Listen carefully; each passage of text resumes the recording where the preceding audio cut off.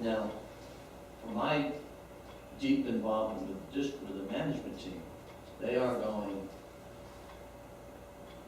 as lenient as they can with the terms that they're supposed to be operating under to get things paid. And by introducing a hedging ILA like the one we have for road maintenance, I'm just suggesting to you, from somebody who's been deep into the bowels of this process, it ain't gonna work.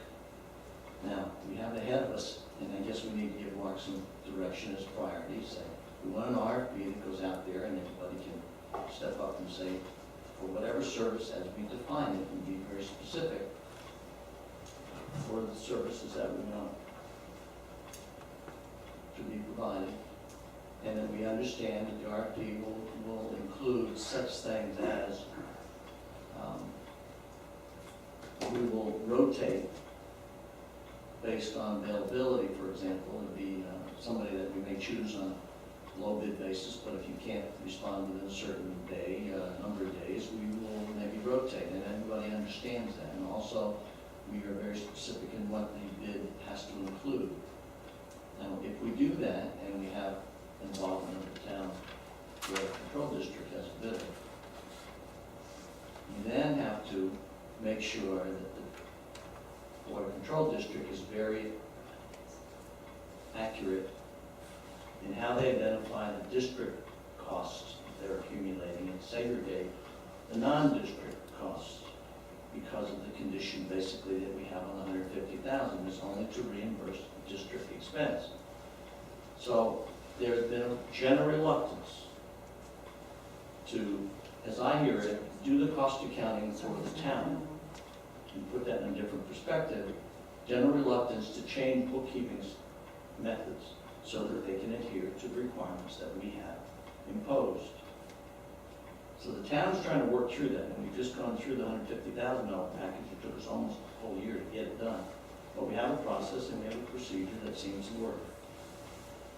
But when we got to that point, we have now created a problem with the other ILA in essence, because there's no separate identification to the piece that's done for the quote non-district roads, whether it be a town road, and no distinction. There's a distinction from labeling roads. So until that's also resolved, we are in a quandrum because of what restrictions and what criteria we have to exercise.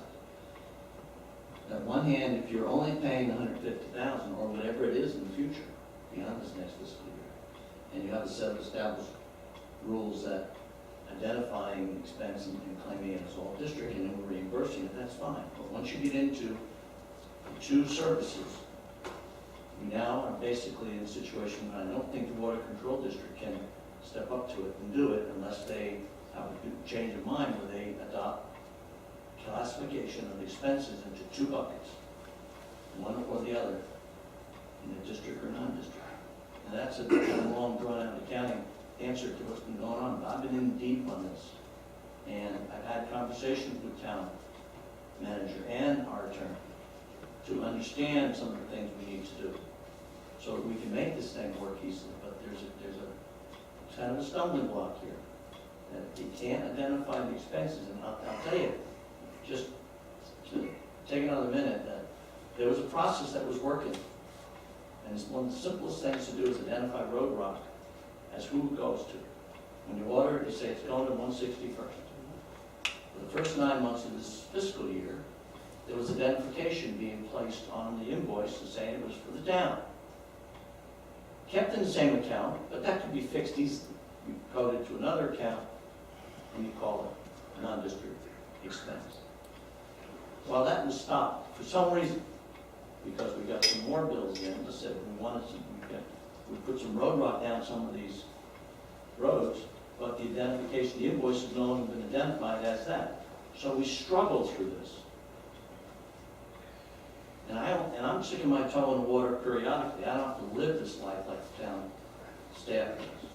So it has to be, with anything we come up with, we've got to have understanding that there needs to be segregation of costs that can be reimbursed for the town to reimburse the district in terms of 150, and the segregation of costs for the district to say, we're spending this money on the town, and they, for no other reason, should be able to say, we're charging the town X number of dollars, we've incurred X number of dollars of cost, we're recovering our costs.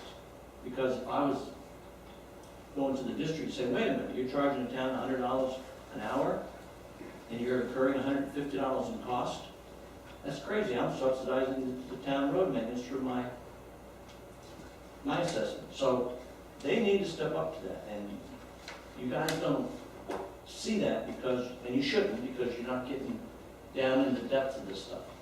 But that's an issue. You've got on one side, you've got this cutting edge, the $150,000 reimbursement. We just got that worked out, and it seems to be okay, although it's still some gray area. When we enter into this, well, let's do the non-district, well, all of a sudden you've blown both of them out of the water and jeopardizing following the rules that we have to follow for any reimbursement. We need to be very, very careful we step forward. But I'll tell you, there's a stumbling block in this cost accounting, and I don't think that's going away. You know, and part of the cost accounting comes from AGO opinions that say for the district to work on roads that are not district roads, and they use the term, then it has to be reimbursed to the district all of their actual costs. So that's from an attorney general opinion. It's not made up out of space. There's a reason for it. It's actually to protect them so that they get their full reimbursement because they're not allowed to spend money other than for their function. We're asking them to go outside of their function, so we need to reimburse them for their costs. But they're not supposed to make a profit on it because they're not a business. They're an agency.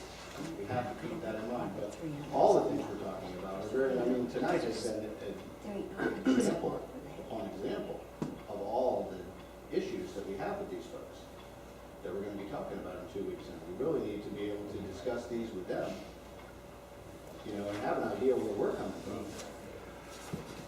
Because it really needs to be a productive meeting, not one in which, like the last one was, which was really a gripe session and everybody defended the status quo. Which if the status quo is what it is, apparently I've got something else to do with it. One other thing I didn't forget to mention. We're trying to give our town manager direction to set the procedure to follow. Now, on one hand, it's only 300 and something bucks, and it's certainly not a large amount of money to have something done. And much better than $20-something thousand that we did with the lane clearing. So if we get in that direction, better cost effectiveness, that's great. But I'm concerned that I send a message to the town manager if I say pay this. That we're saying, well, it's okay if you don't follow the procedure. We really won't know until you count it. So we're giving them mixed messages. So we need to be very clear, I think, if we decide to pay this, that we tell them, this is not what we want you to do. This is going to be strictly an exception, and it should be very limited exception that we go ahead and pay this. But we need to be considerate of what I've told you previously. There is a real bee's nest that's waiting for us to drop right off on our head. If Clete knew that there was a possibility of not getting paid, we did anyways, then I think we should thank him. And now we move on. Okay. You know, and I wish in that case, the manager said, no, we're not going to. He said, go ahead and do it. He said, hey, if we go ahead and do it. Well, then why would we do it? Well, you shouldn't. Because of people need You it. should. I mean, I know. we've sat in here and had meetings before and said, well, we need the water control board to be more proactive in identifying problems on the non-district roads and taking care of them prior to people complaining and having that, you know, and. We didn't say that relative to the non-district roads. What's that? We didn't say that relative to the non-district roads. We said it according to town roads. Our town roads had needs, and it was like, well, we're waiting until the thing blows up, you know, and nobody's identifying them, nobody's doing anything. So, yeah, whatever policy we do, if we don't have a policy for hedging, we just know we're not going to do hedging on town roads. And if the garbage stops, you know, then I guess we wait till we get an ILA or we get contractors lined up. So that now moves up the priority line. Because if we're not going to make a deal with the Water Control Board to do it, you know, Well, I don't think they're gonna take a deal. They're not gonna, they don't wanna do the cost accounting for what we have now. So if we ask them, where did this 364 come from, we're not gonna get an answer. No, okay, first of all, 374. and you will get an answer, because, hey, it was clarified, they did 7 hours, and all they charged you for was the equipment. They charged you $53.50 for the equipment, just the tractor, okay?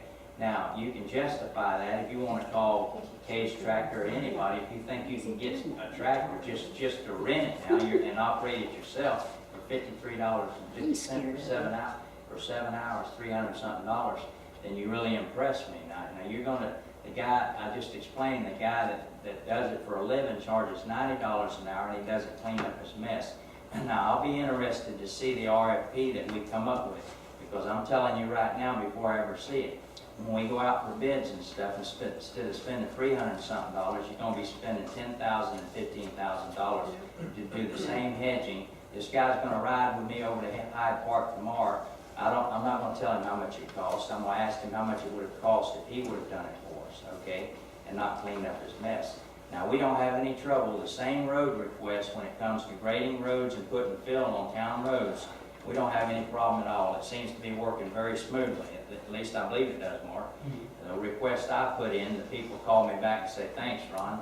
You know, it works great. All right, so I brought the hedging up tonight, okay? If you don't want to do hedging when people need it, and we're going to wait on the RFP, then let's just vote no, and that way the people know that we're not ready to help them right now. So make it short. We don't have to talk about it. As far as the money goes, Clayton did us a favor, so. And it's back to the money again, okay? It's not like we're paying a private contractor. The money we pay the district comes out of the taxpayer's pocket, and it keeps the taxpayers from getting their assessment raised, okay? Whatever money goes to the district, the overall end result is it keeps the districts from raising taxes. And this year it allowed the district to reduce the taxes for it's been over 10 years since, and all they've ever talked about the 9 years I was on the board was raising it. We've got to raise it. We've got to build our reserves up. For the first time, 2012, the Water Control District reduced their assessments, okay, because the town puts money back into the district and it benefits the residents. Let's vote on it and be done with it. Your Honor, if I can have me clarify my answer, because I did see one councilman who seemed to be upset with my answer.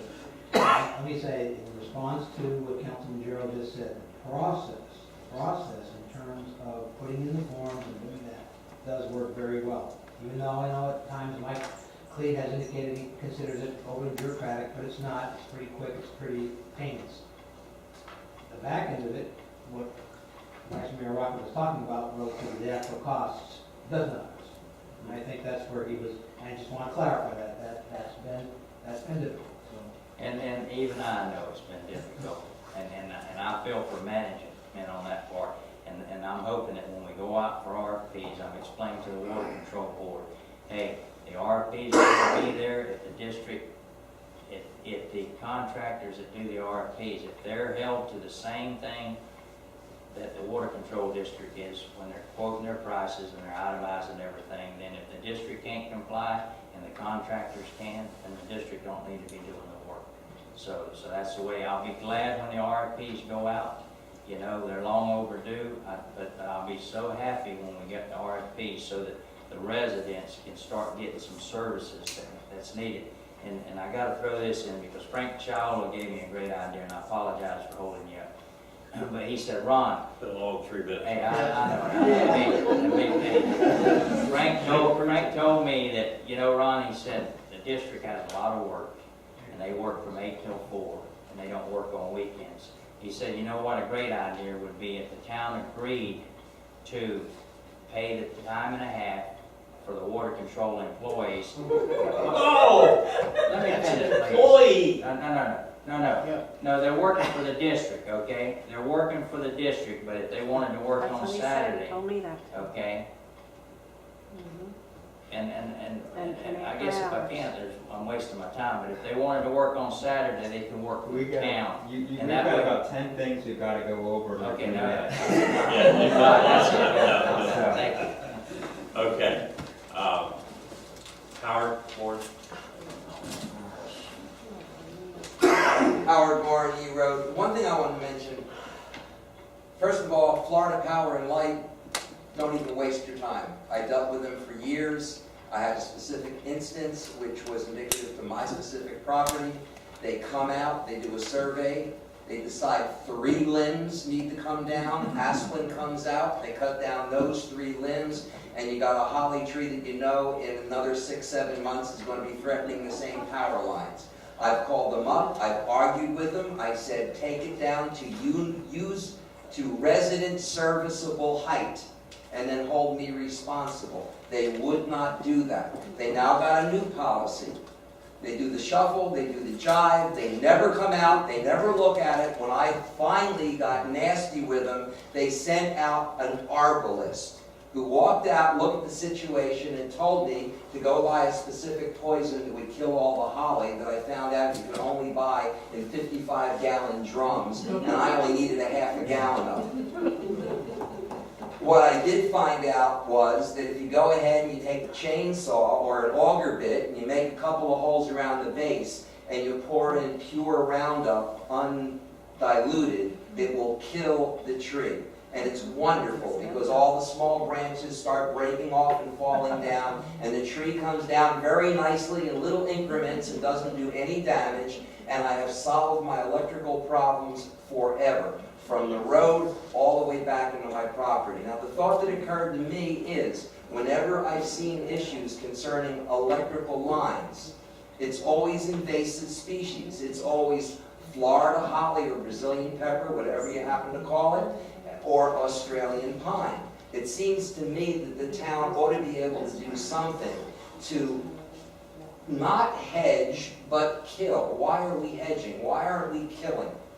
Isn't there a way to say, okay, you're not allowed to have Brazilian pepper, you got it all over your property, we're going to come in there and kill it for you? I mean, the service lines, the electrical power lines, I'm sure that can be looked at a little bit more seriously. Why aren't we consider killing rather than continually servicing or waiting for FP&L that'll never come? In answer to Howard, I did bring up the need for an exotic vegetation ordinance roughly 7 or 8 months ago, and it's also on the list of grants I'm trying to get to. Just, Yeah, okay. All right, this thing, we're gonna have to do something with the hedging. I wanna be careful that when we set up policies, typically everything that has to do with government costs double or triple what it does in the private sector. And part of it is because of typically government entities develop a lot of paperwork and a lot of bureaucracy. And we have to be very careful because all those add to our costs. So, if a person has to go through all those things, it adds to the cost. So, I try to keep things simple. I look at it, they do something for $350 that I know, wow, I did a lot of work for $350. I don't want to put a slam against you, Mark. I really don't. But at the same time, it's something that the residents needed and we needed to do on the road. And so I'm going to vote for it because the amount's so little. But I want to be careful. I don't want to step on your toes. I want to do it with an RFP. I want to try to get good prices where we can get decent contractors to come in here and do it. We talked about getting people that just do hedging and not just somebody that's going to do the road and the hedging, but we need to get this RFP. And Your Honor, please don't look at it like you're stepping on my toes. The management company's trying to protect you all. No, I know. We're not, that's really what we're trying to do. If you want to listen, Sometimes you're not stepping on our toes. We're trying to protect us for ourselves. it's getting late. Okay. One of We the have a motion and a things, second. Okay. Mayor, is that government does cost a lot, but I think what we're also looking at is a lot of regulations that we are subject to and not as a private business because of public funds. And that's what you're really running up against here, and that's what's really causing all this headache, is the regulations that we have to conform to, and that's what Mark's trying to protect us on. And I've been through it with him, and so let's go ahead and vote, and that's not just because it's the government, because of all the regulations that come with the money. Oh, I know. And therein lies part of the problem. Yes, absolutely. And I will tell you this, and we've had 2 inquiries from the IOG in the last 2 weeks about things we're doing. And so I'm telling you, if you don't think they're watching, they're watching. And these are reminder things having to do with websites and things. So they're in business to watch us. And so that's what I'm trying to tell you, we gotta How be. they're gonna make their nine, yeah. Yeah, we gotta be careful what we do. I agree. All right, we have a motion and a second. That we pay the $374. $74.50. Okay, $374 to the Water Control Board for the hedging on Hyde Park Road. Can I ask before we do this, if Mike wants to?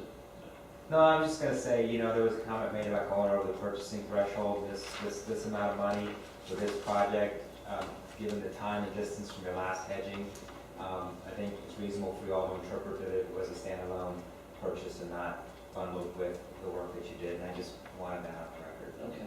I mean, you could interpret it either way, so. Yeah. Okay. Motion and a second. All in favor signify by saying aye. Aye. Aye. Opposed? Aye. Okay, passes. One last comment. As management does an outstanding job. Hey, Mark did what he was supposed to. He's good at his job, and I'm glad to have him aboard. I'm gonna make one quick comment. This is the last time I'm gonna approve for something that we don't go by procedure.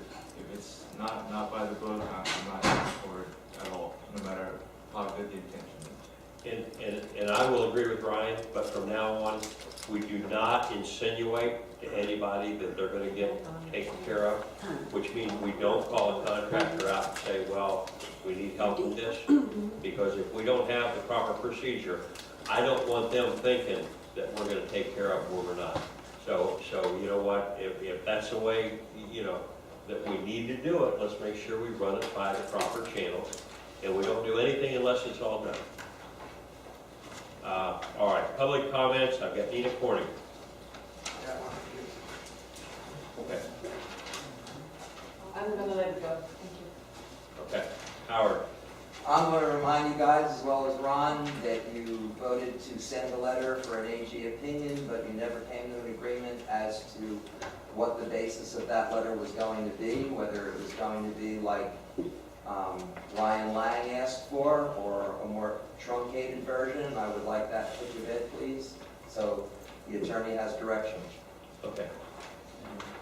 I believe Mike said he would research that and try and What I'll do is, the question I want to propose is what was in the memo. The information I provide, I will look to include a discussion of the issues, so it's there. But if you want to change the question at the next meeting, you can do that. If you're not comfortable with the task, that's why I'm bringing it back to you at your November meeting. You will see it, you will see the in its entirety in context. And I would urge you to look at that and then consider whatever changes you want to make based on the entirety of that. Okay. Well, I think how Howard mentioned, just put in parentheses, a few short examples. But you see, if you list some, you're excluding others. Mhm. Okay, so if we list 3 or 4 of them, then what happens with 5, 6, or 7 we don't happen to include? There's a definition in the building code for non-residential farm buildings, which is specifically used in this section. So, if we, again, what I'm trying to do is answer a question that's come up. If we want to go beyond that, if we want to ask other questions, if you want to expand the subject matter, I'd be happy to do that. But the issue that's came up was we had a statute that was changed after you adopted ULDCs. And it's that change in that specific statute that's prompting the need to get clarification on its impact on ULDCs. The other issues, if it's a non-farm building, it's going to be included in that question already, whether we list it or not. If it's a non-residential farm building. I told you I was going to say that, non-farm building at some point during the night. Non-residential farm building for 558, that's what I'm going to look at. And if I'm looking at that, and I understand the issue you've raised, Ryan, and I can incorporate that into the discussion as an example of the type of things we're looking for clarification on, I will. But I think the whole point of this was to see we had to change the statute after you adopted the ULDCs. Does it change what we do? I think And rather keep it at that. Well, the other question was that, we had an issue with the shade houses. Is that considered a building? It might be. That's what I'm gonna look at the statutory definition for non-residential farm building. If it's not a non-residential farm building, it's not gonna be exempt under the statute. It's not exempt under the statute. You apply ULDCs. If you apply ULDCs, then you will interpret whether that's a structure that can't be in a setback. That's how that will work. So the basis is you need the difference in the definition for this purpose as to what is a building and what is a structure. But the statute only refers to non-residential Buildings. Farm farm buildings. buildings, right. That other issue, it may be limited to interpretation of our own code, and you won't get the Attorney General to opine on your own code. They'll opine on the statutory things. Okay. So let me work it out. Everybody's gonna see it, and I'm sure you're gonna get public comment. And I'm sure when I leave the room that night, it'll be different than what I put on the agenda. All right, moving to your report, like, I have, we've already done B1. In fact, thank you, we just brought it up again, so we're covered on that. B2, just as you all know, the town was sued by the Days for its denial of its land use amendment applications back in April. Based on the claims that were made, the town's defense counsel, which is through the League of Cities, Mike Burke, removed the case to federal court because of some claims regarding civil rights issues. We had a pretrial hearing last week, and we're on a schedule for trial. We've also been noticed for mediation, and Mr. Burke has requested that I request of you, pursuant to section 286.0118 of Florida statutes, that we schedule, that you authorize me to schedule an attorney-client shade session to discuss the case at this time, to give them appropriate direction on strategy and direction as far as the mediation. I would propose that we do it before your next meeting. We would expect that it would take about an hour. And if you agree to that, then I will work with the town clerk to schedule it, find an appropriate location, notice it, and to obtain a court reporter, which will be required. As you know, shade meeting opens in public, closes in public, but the middle part where you discuss the case is behind closed doors. And the shade meeting, is it just with you or with Mr.? It will be with me and Mr. Burke. we could have that in the town hall. I think we can, yeah. So with your consent, or your consensus, we'll go ahead and set that up before your next meeting, probably like 5:30, 5:45 on the 6th. What day is that 16th, night? right? We have 6th of November? No, I'm sorry, your next meeting, the meeting, I apologize, I'm thinking the 16th is a special meeting, because that's the district. Your next regular meeting is November 6th, Oh, okay. That's when it's gonna and be. that's what then we'd like to set it then. Everybody all right with that? What time? 5:30, 5:45. We think we'd need an hour to go over things with you. Your meeting starts at 7. Okay. We'll shoot for 5:30. We can shoot for 5:30 if we could. Won't matter if you miss one night.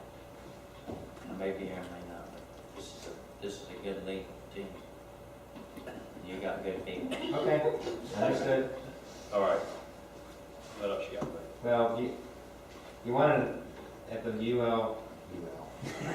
IGC meeting, it was suggested that prior to your October 16th workshop, that I provide you a brief update of where I am on reviewing certain issues that may come up in that workshop. And then on Monday night, Mary may do the same thing, Mary Byford, the district's council may do the same thing with the district.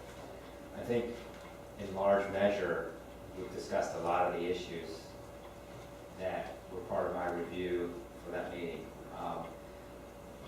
The two major components of the unofficial list that we've been working off of were how to handle the road issue with the district. And through all the different issues come up tonight, we've all recognized that that's an issue that warrants very specific direction of the district board of supervisors. You know, I have looked at, you know, the records, I indicated the 1918 deed of easement, in other documentation, to understand those rights and give an appropriate direction from council and the district, and maybe the mechanisms that would go into making changes and how those roads are understood, I guess, in the town. You know, they're all public roads, but we have that dichotomy because of the district and what it does in its charter. Back in May, as a follow-up to the January workshop you did, we had provided a memo, which I also included in the agenda tonight. Although it's authored by me, it's because it was to you, Ms. Viator did participate or review it and concur with the analysis in there, which would be the steps and the issues that would need to be addressed in the event that a decision was made to consider what we've called merging, but there would be the dissolution of the district and transforming it into a dependent district. Merging is another word for that that would be consuming into the town, but there's, in the statute, merger only refers to two special districts merging together. Process generally is, you have to have board take action, do legislation, there have to be an election, and if you were to then have that set up to dissolve the district, then the second step would be setting up your own dependent district. There are issues with that. They're outlined in the memo. They're no secret. You know, the borders are different. The boundaries are different. The town could not exercise its authority beyond its municipal boundaries, so that is an issue that needs to be addressed. You do have to absorb the district assets and its liabilities, including any debt and whatnot, and we have to look at the issue of employment. Right now, your charter says we don't have employees, and we know the district does. So, but those are all issues that would be part of a checklist that you would go through. But the major, the memo is only intended to provide that framework for how things get done, not whether it should get done. So that's in your backup. I don't want to take a tremendous amount of time tonight. It's late, but I would think that this is a longer term issue. The shorter term issue is dealing, I think, with the roadways. And I think it would serve everybody if we had a lot of concrete conversation on that issue on the 16th. And that's that. Unless you have any specific questions, I think, after the meeting on the 8th, I'll get with Mary to go over anything that may come up with the district, and if they get an agenda together, provided to me and Mary, we'll be prepared for that meeting on the 16th. All right. You know, I'm thinking that long list of things and stuff for future and combination merger, whatever we want to call it, is not really something we can get a whole lot done on in that discussion. We need to focus on those things that we can do over the next 6 months or next year. One thing that I've talked to Mike about, Mark, that one of the issues is ownership, the easements, rights as far as the water control district and the horse trail and that type of thing. In terms of, I shouldn't say horse trail, because that's North Road. There's a equestrian trail in the community. So we have something that came up that kind of hit us upside the head and we didn't realize. And we need to probably do things that are more like that in that discussion. And the long term, how you do it, and the referendums, we're not going to solve those issues. And we know, information wise, we could probably put something on the website that people could key in and you could answer the question from Mike and Mary's perspective. We could maybe put something out there for informational purposes long term, but that, we don't want to take that meeting, water it down too much and not get anything done. And certainly not address those issues that I think we need to look at in the next 6 months. And if we're going to do Aiken and Collecting Canal, we need to talk about speed bumps. Doesn't rank up there high with the real things that we have to solve. But I'm looking at a 6-month window of what can we get done that's, actionable items and not necessarily long term. Spend a lot of time talking about the process of long term. Okay. Comments by the town council? Jim will start off. I have to say, thank you for coming. Thanks to all the folks at Chamber One. Right? It's late, so can I go get it? Ron, Thanks for coming. Tom, Thanks for coming. good night, y'all. Motion to adjourn. Ron, just want to mention, Dave started got a walk and he forgot again. I told him to touch your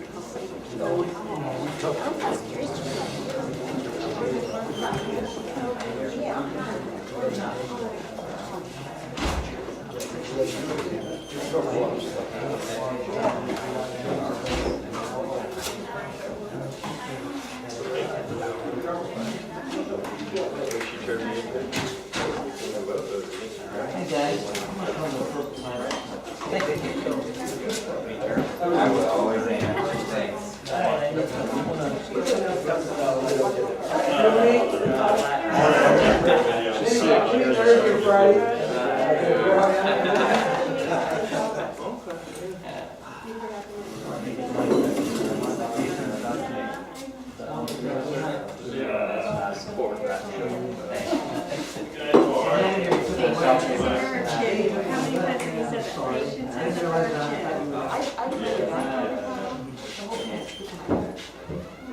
We have copies. See, that's what they need is lots of attributes. But you all do, you know?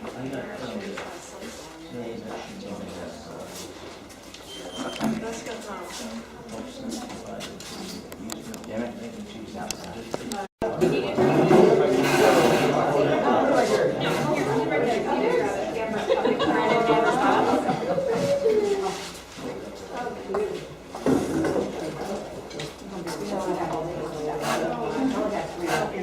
Yeah, you're doing the other dogs now, the bagels.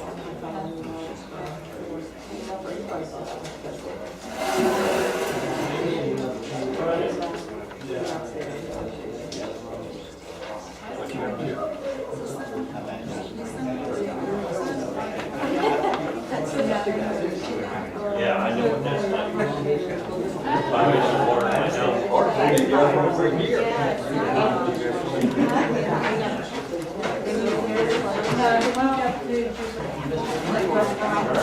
They were up there before. I'm not sure exactly where they are. They were.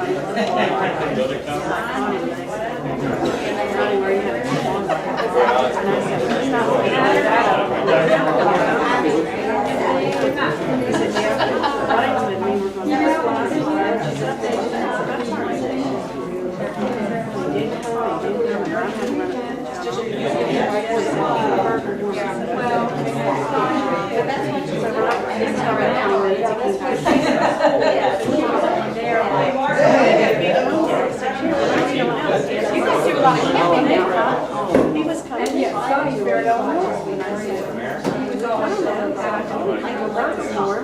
He said, I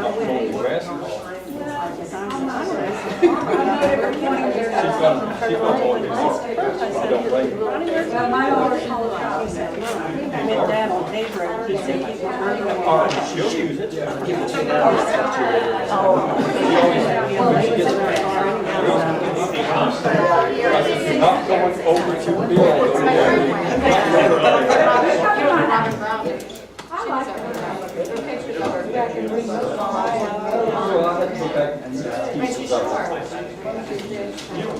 trees and stuff like that. I did, but she don't show.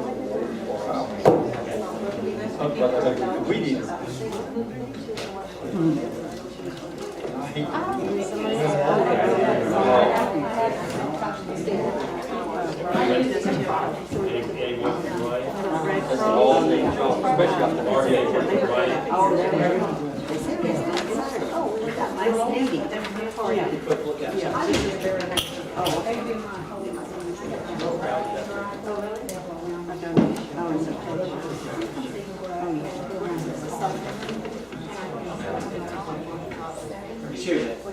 Okay, he's here. you want to talk as a direct comment? No, so I keep on our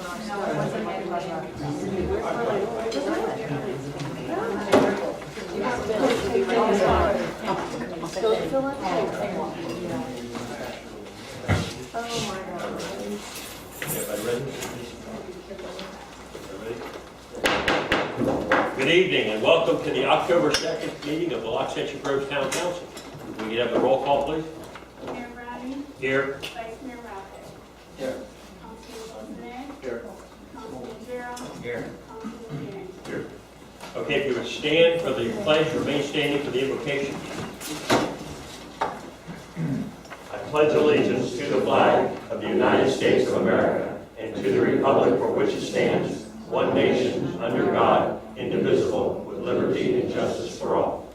Heavenly Father, again, we ask for wisdom and guidance. We pray that you'll hold off the rain for the dry season. And Lord, we just pray for those that are serving our country overseas. We pray in your name. Amen.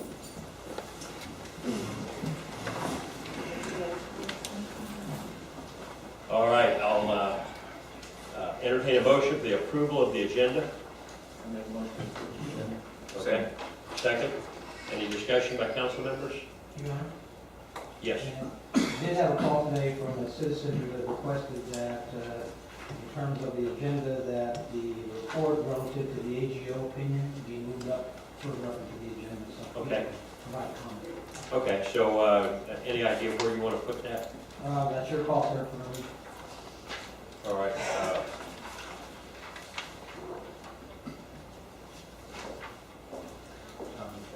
You want to put it under 9, old business?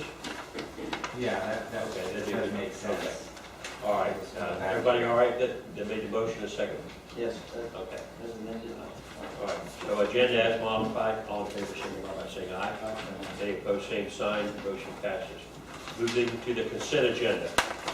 Any objections? If not, I'll entertain a motion. Make a motion to accept the consent agenda. Okay, motion by Jim, second. Second. Second by Ron, further discussion. All in favor signify by saying aye. Aye. Any opposed, same sign, motion passes.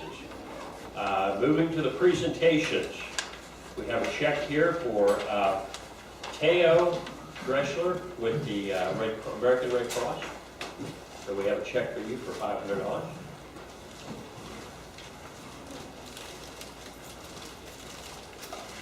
Thank you for your service to the community. Thank you. And we appreciate it. It's a pleasure. I really appreciate it. Thank you. Just had a couple of words to say. First of all, I want to thank you for your generosity. Without this kind of support, we can't do what we do. The American Red Cross is 100% run on donated dollars from the people of our country and cities like Washington. So, as you know, Isaac came to visit us a few weeks ago, and it got pretty bad out here. The interesting thing is, I've been working in emergency management for about 8 years, and the mitigation that your water control district has done, along with the citizens here, did a lot to help your area. I mean, there were a lot of places where we had trouble getting into, and we needed help from the county fire rescue, swamp buggies, airboats, etc., to inspect these areas. But the large majority of your homes were protected because of the way they're built, which was great. The Water Control District, by the way, I personally met some of them right here on D Road during the storm. And there was a washout there on D, and they were in the process of finishing up repairing it when I drove by. So, again, I want to thank you all, and again, appreciate it. All right. Okay, moving to the committee reports. We've got the Financial Committee. Your Honor, this is on here. We had, when we checked our minutes, we found that the report had been provided to you, but you hadn't taken the motion to approve the report. So all we did is we put it back on for an after-the-fact motion. Town council said so. Okay, so we need a motion to accept the September 4th. That's correct. Okay. June, I'm sorry, June financial report, was that September? Financial. Make a motion to accept June 2012 financial report. Okay, we have a motion to accept the June financial report. Is there a second? Second. Second by Ron. Discussion by council. Nothing from the public. All in favor, signify by saying aye. Aye. Opposed, same sign. Motion passes. There's no other report there tonight on that. Okay. Moving to item 7A.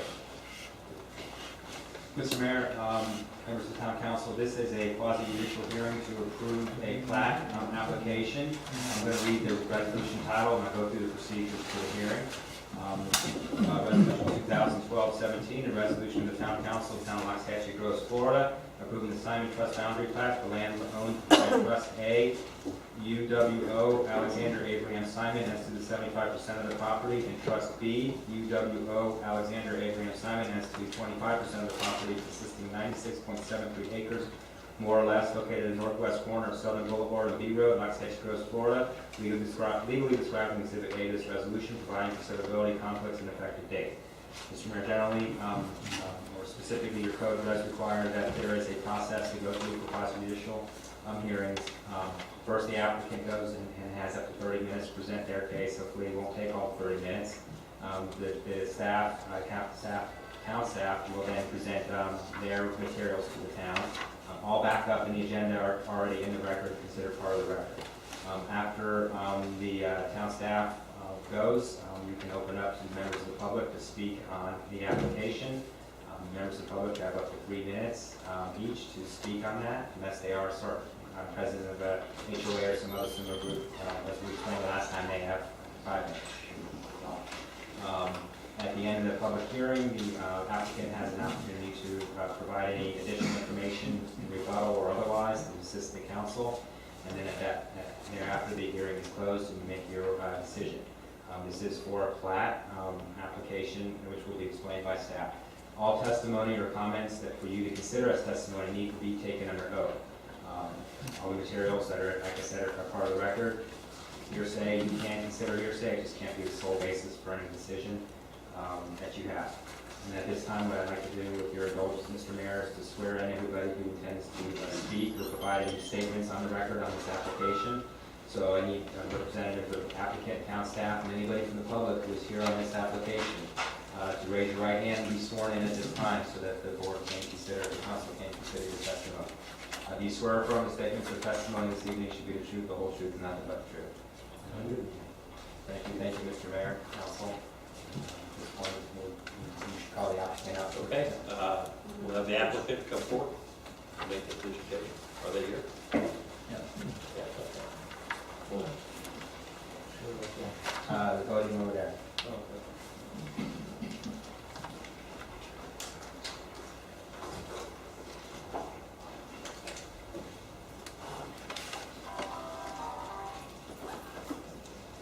Hello, my name is Dennis Painter. I am a land surveyor with A&B Engineering, and I am here to present a plat called the Simon Trust Boundary Plat for approval by the town council. And I would also request that if, in fact, it is approved tonight, that it also be signed and executed tonight as well. Okay. That's no problem, right, Mark? Okay. Go ahead with your presentation. Well, the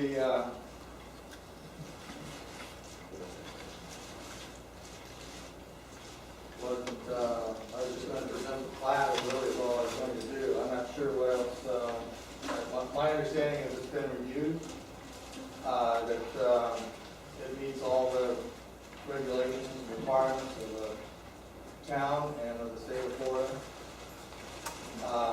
It's been approved by the town's engineer and by the town's surveyor.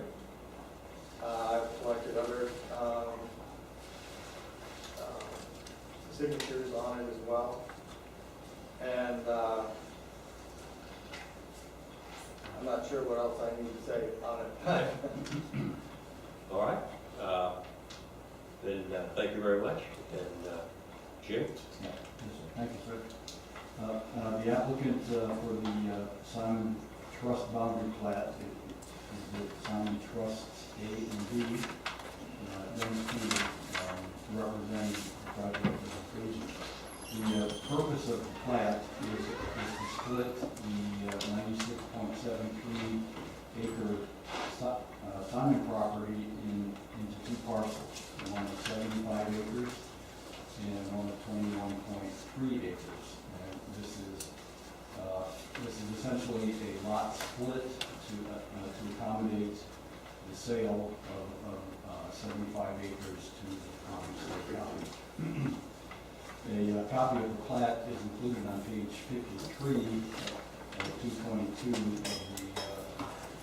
of the agenda package, and if there are any questions, we have a larger version over here on the wall that we can use to address questions if there are any. The plat resolution was advertised in the Palm Beach Post on September 20th, consistent with town requirements, and members of the town's newly established Development Review Committee were sent a copy of the proposed plat. And I held our inaugural DRC meeting at the town administrative offices on September 27th.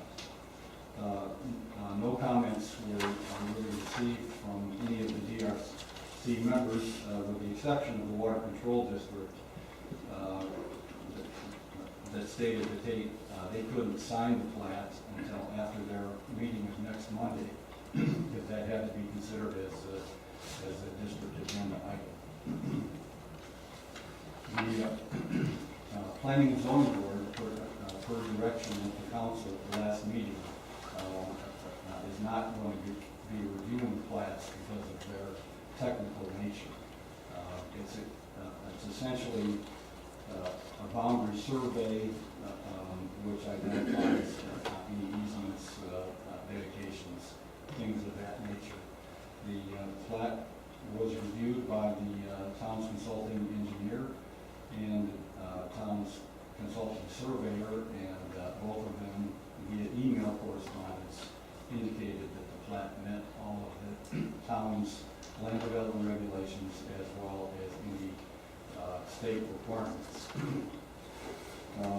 The staff recommendation is on page 51 of the council agenda package, and I'd like to use that into the record. Planning staff finds that the Simon Trust boundary plat application P 2012-01 meets the requirements of section 140.005 through 140.030 of the ULDC and recommends approval subject to receiving notice of the appropriate authorization to sign the plat by the Loxahatchee Groves Water Control District Board of Directors.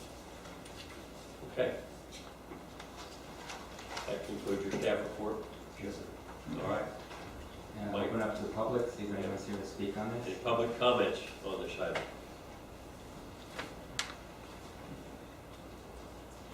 Just make sure I get a comment card. Did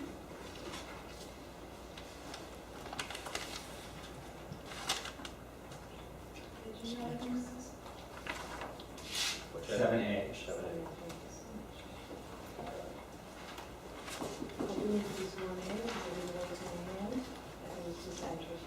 Okay. She wasn't sworn in, so. That's fine. Linda Corning Road. Go ahead. You swear. Oh, sorry. That's okay. Do you swear affirm statements or testimony you give this evening to be the truth, the whole truth, and nothing but the truth? I do. Thank you. Thank you, Mr. Ray. I have a problem with the class today. I tried to actually go it up, and it is absolutely illegible. At least with the colors and the master site plan, beautiful nucleate, you can see something. This you cannot see anything on. So I can't tell whether or not there is any room for the horses past their property as we are supposed to have in Australia. And I don't know whether this is the swimming course or the climbing of the canal bends course part. I'm also finding that this is a bit premature to be pushing this through right now. I think you needed to allow some more time for things to settle and pass, to make sure that none of the residents were opposed to what the mayor recently passed. Because if you're signing this at this point, you should at least wait 60 days from the resolutions that were passed, or the ordinances that were passed, excuse me. Thank you, Nita. Virginia, Katie?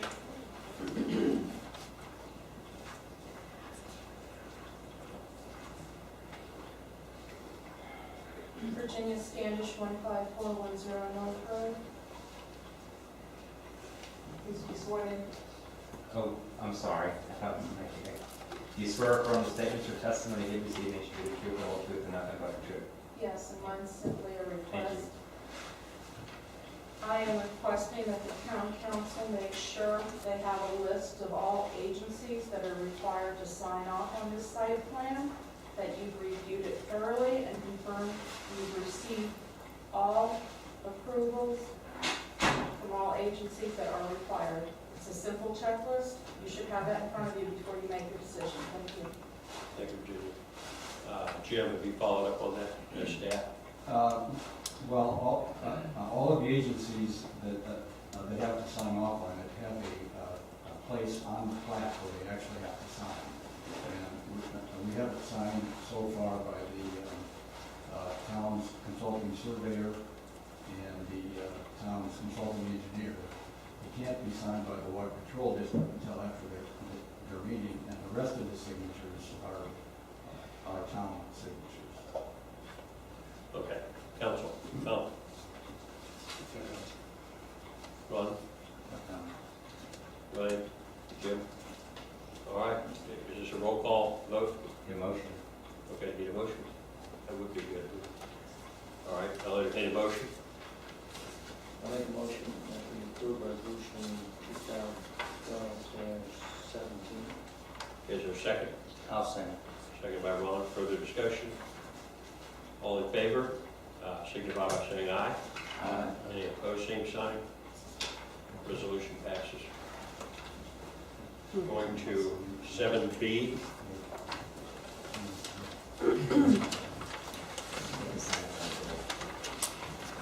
Mr. Mayor, the engineer indicated they wanted the town signature. At some point, maybe they would take a break, they would sign that, and then Mr. Mayor and clerk. That's on the file.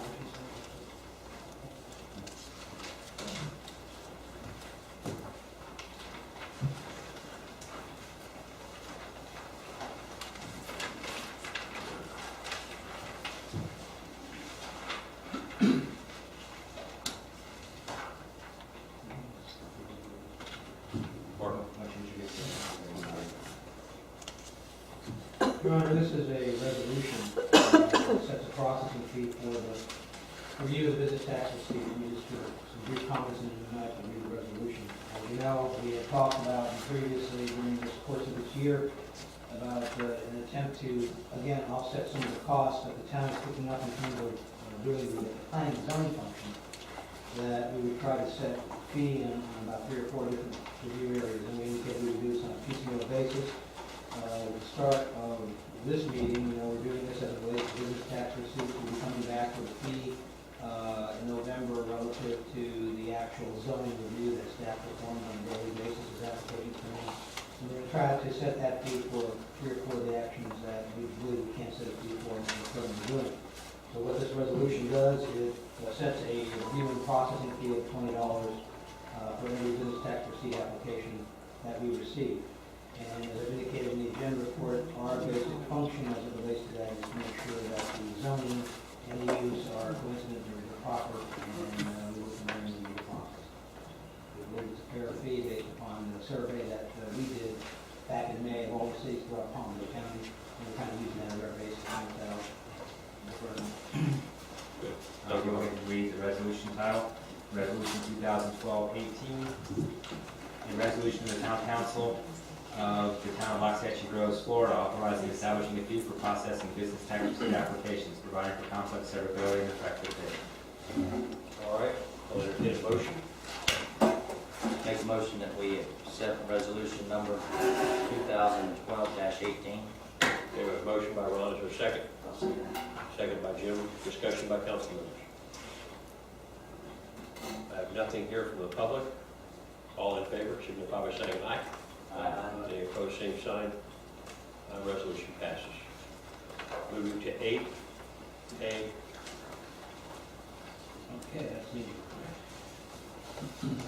Your Honor, I'm going to try to move quickly. We have a very lengthy report tonight, a lot of items, so I'll try to move through them as quickly as I can. The first item is a report relative to the intergovernmental coordination meeting on 9/19/12 this year. The IGC was attending the meeting were Clete Sonnier, District Administrator, and David Ramirez from the Water Control Board of Supervisors, Vice Mayor Jim Rocket, and myself.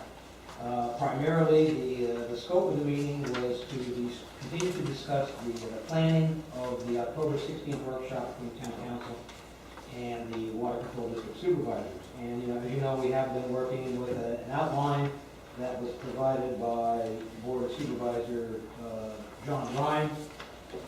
In the previous meeting in August, we had passed the information on to both the town attorney and to the district's attorney so that they could start to look at the outline, start to get prepared in terms of all the information that they would need to provide both boards when we have the workshop. At the September 19th meeting, it was decided by the committee that it would probably be a good idea if at tonight's meeting, for example, Mike would report on his progress from the town attorney standpoint, and then on October 8th, when the Board of Supervisors have their meeting, Mary Viacor would report on her progress in terms of the outline and the issues leading up to the workshop. At that point, we have another IGC meeting scheduled for the 10th and at 2 o'clock. At that point in time, based upon the reports by the attorneys, we will then more or less go ahead and finalize the agenda based upon the outline and all the other information that we have. The other item of note was we did talk again about speed humps and the fact that Vice Mayor Rocket in the past has addressed this issue with you, and of course that's been added to the agenda in terms of the roadways. So Mike will give that report later on in terms of some of the progress that he's made so far relative to his working on those items, but that's a quick review of the meeting. The second item I have is, as you know, as we were facing Tropical Storm Isaac, on or about around August 25th and 26th, I had asked our independent contractor, Frank Sciola, and I also had, Frank also got CC Loader, and I had both those entities out assisting us during on August 26th and 27th for the storm. I know my wife and I were riding around town on the 26th, and we actually were parked at the intersection of Bryant Road, and we watched Johnny and his equipment taking out a lot of hyacinth that was actually blocking up that canal. So, we believe that through their efforts, they did a great job at maybe minimizing the damage that we incurred during that storm. As a result, I believe that my go-ahead to these entities to work for us comports with the procurement policy as it relates to emergency procurement in those types of situations. My reason for telling you this is two reasons. Number one, I do have the invoice that has been provided by CC Motor, and basically it's $625 for 5 hours to do all of the backhoe cleaning and canal work on Compton Road, 24th Court, dug paths of water to drain from the house on Tangerine Boulevard, and a dig swell on Bryant Road. So unless council has any issues or comments, it's my intention to honor this invoice and pay it for the work that was done. Again, it was $625.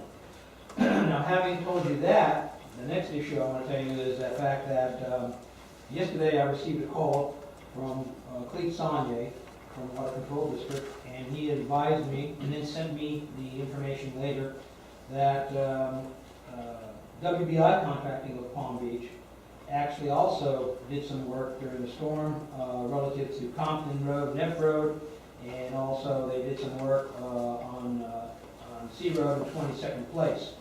The first work, and it totaled $1,444, and the second totaled $733, so I guess that's a grand total of a little over about $2,100. I have not approved these. Mr. Sanye was asking for the town to basically pay for these invoices. Now, I have not requested them, and I asked Mr. Sanye why I was not consulted when WBI was asked to undertake these actions, just as a matter of courtesy, since they were being asked to pay for them. And of course, Mr. Sanye was not able to answer that question because, he was not privy to the facts that occurred at this time. So basically, I'm reluctant to approve these after the fact, and what I'm doing is I'm bringing them to town council to see if, in the town council's wisdom and action, that they would agree that these are invoices that we should pay. All right, council, comments? Tom? Once again, I don't know why they didn't ask when they were doing work on supposedly town roads, and so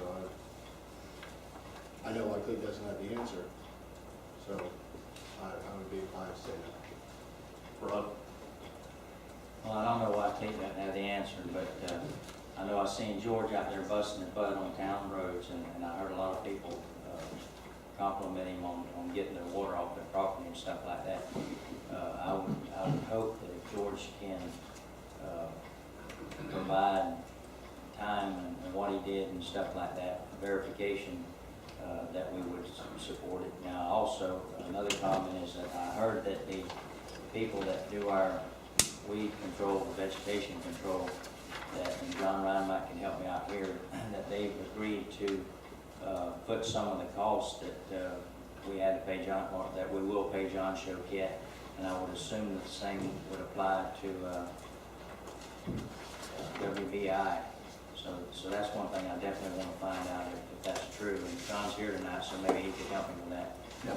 And that would make it light on the town, especially if this contract is going to pay the bill for us.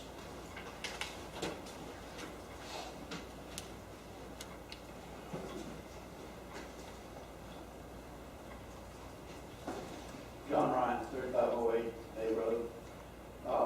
I made note of this during our last board meeting, and Cleve followed up with a meeting with the contractor, who did confirm that he would pay for the costs that we incurred, or that the district incurred, due to vegetation control problems. Now, the costs that he was willing to pay were for the Choquette's work to clear the blockage of the culverts. I don't believe that he intended to pay for drainage work on individual properties. That has always been the responsibility really of the landowner. But I think that the first bill that Mark presented, to the extent that it related to the work on the district's canals, the district would go to that contractor for reimbursement to the town for that. Thank you. I don't think I can answer the other part of what's been raised here. Okay, thank you, John. Mr. Mayor? Yes. Something I didn't say before, I think that this is a case regarding, change of command, where the right person needs to be making the decisions and not just decisions made for us, and then we're left with, accomplished facts that we have to deal with and pay for. There was certainly communication going on between Mr. Damaris and Mark on a daily basis, because they were meeting with and having conference calls. So I don't understand if these costs were being incurred on town roads and these were such emergencies, that why Mark wasn't informed, because I think that's, if anything, it's certainly a lack of communication, and, as time passes, we're starting to see a little bit different picture than we were led to believe.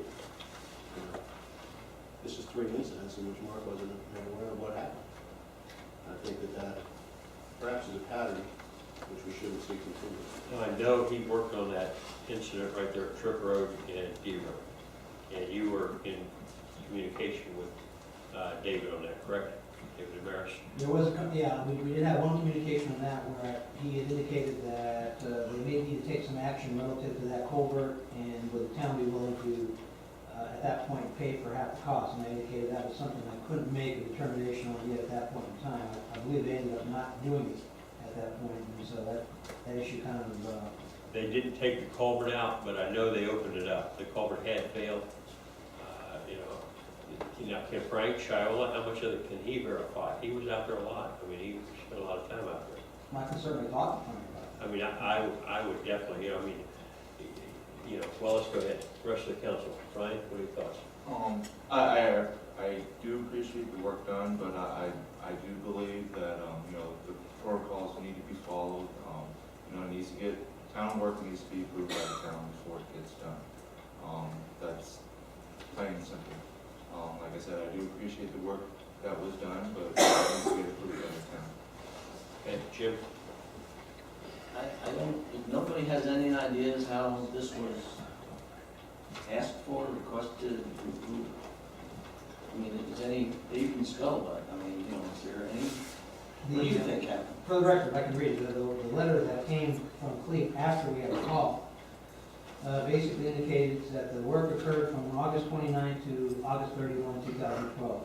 Our field superintendent was directed by our board chairman to authorize the work in the field rather than delay the emergency response needed to prevent further property damage. Our field superintendent confirmed this work and was indeed completed as outlined in the attached invoices. This immediate threat to the residents and their property necessitated our direct action to authorize the work. I hope you consider this and then approve the payment of the invoices to WBI Contracting Palm Beach. Okay. Mark, I would see hours represented by the work that was done. I don't have hours. What I have is a quantity of work, a rate, and a amount.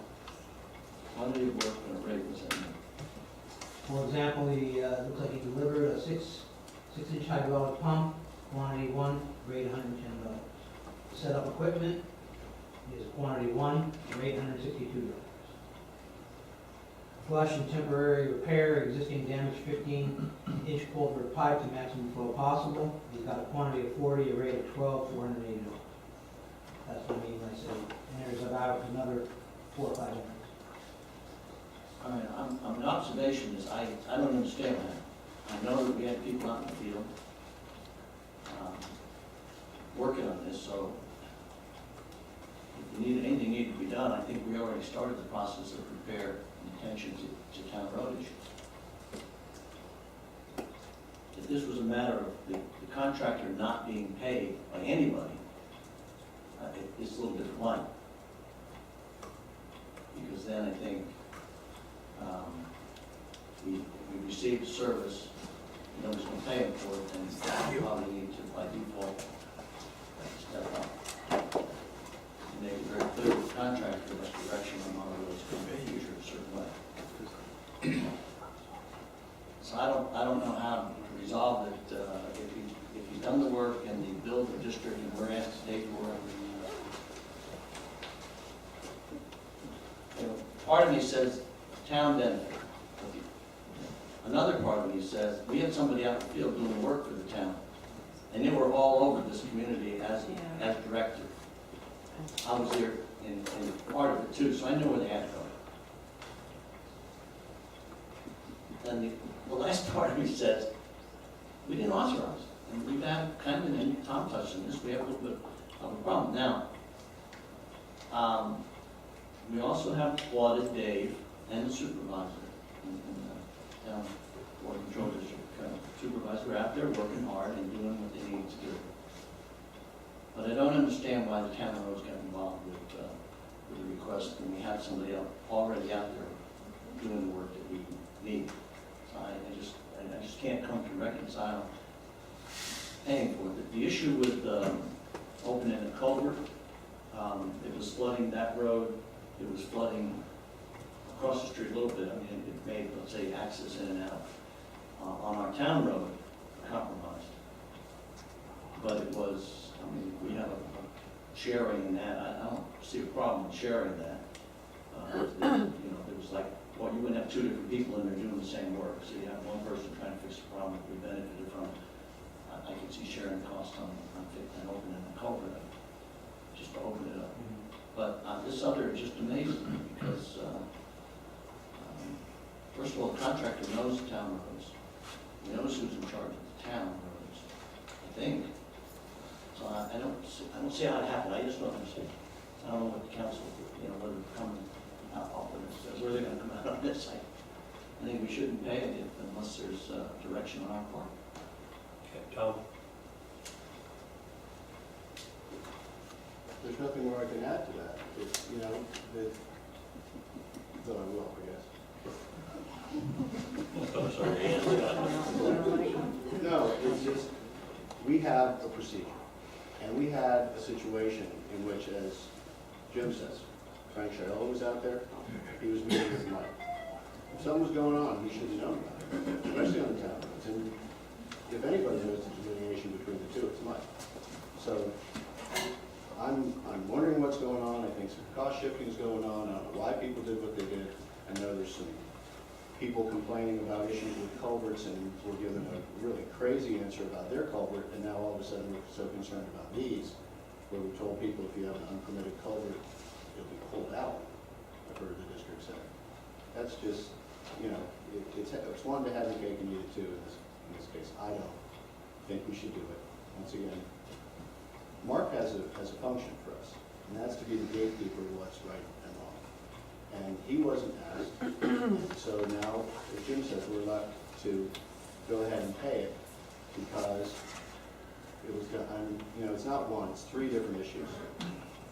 So I think we don't pay it, and things will start to change. I hope. Okay, Ron?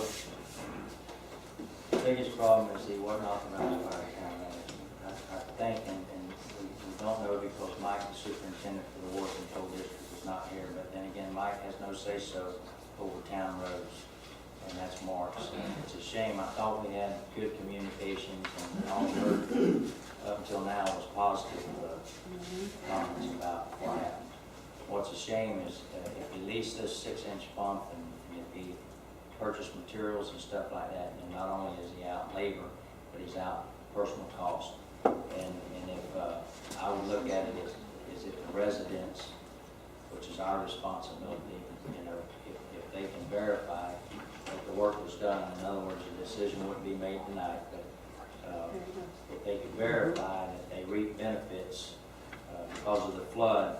We've been talking about trying to prevent it from happening again and stuff like that, and I'll be talking about that later tonight. But know that the biggest problem is that it didn't go through the proper chain of command, and it's a shame because I'm just guessing that Mike, the superintendent, knew something about it, and I could be wrong about that because he's not here. Okay, Tom? I would like to point out that we have a water control district for the purpose of controlling water. And we really need to get the functions of each delineated. I've said that 100 times, but now we're being asked to be responsible for draining the neighborhood. I thought that's what they were doing. And if the culvert wasn't clean under the road, who inspected it? Why did we inspect it? Why don't we have an inspection regimen? Why do we just leave everything to when it breaks and we fix it? I mean, if that's what we have and that's our level of professionalism, then I have a concern. If we have a professional water management district that's looking at this, they ought to be reviewing what's going on and be a little more proactive. We know they left the canals get out of control, so that was part of it. And, we can't pick up their waste all the time, every single time. I know this issue, and I know where the pump was. The pump was at Triple D Road. At Ford Nursery was flooding. They came, and I was there, Frank Chiarella was there. I was there. You were there. And, the issue was, do we take the culvert out? Now, the way I understood it, I thought that Mike Walker had direction from you that if it was, flooding residents and everything else, that they could take out that culvert. Now, we chose not to. Frank was there, I was there. We chose not to take the culvert out, just to cut the dirt back on the top. And before that, they were trying to pump it across. He brought out the pump, had it going. That began to relieve the issue, but it wasn't enough. They took the dirt out off the top of it to allow the water to go through there, and pretty soon the water cut out all along the failed culvert. But, so, I mean, here's my issue. You know, we're in the middle of a storm. We can tell them, look, let's go through the proper channel, let's go get every dot crossed, you know, T crossed and I's dotted and things like that. And we'll make a policy that you have to be notified and everything else.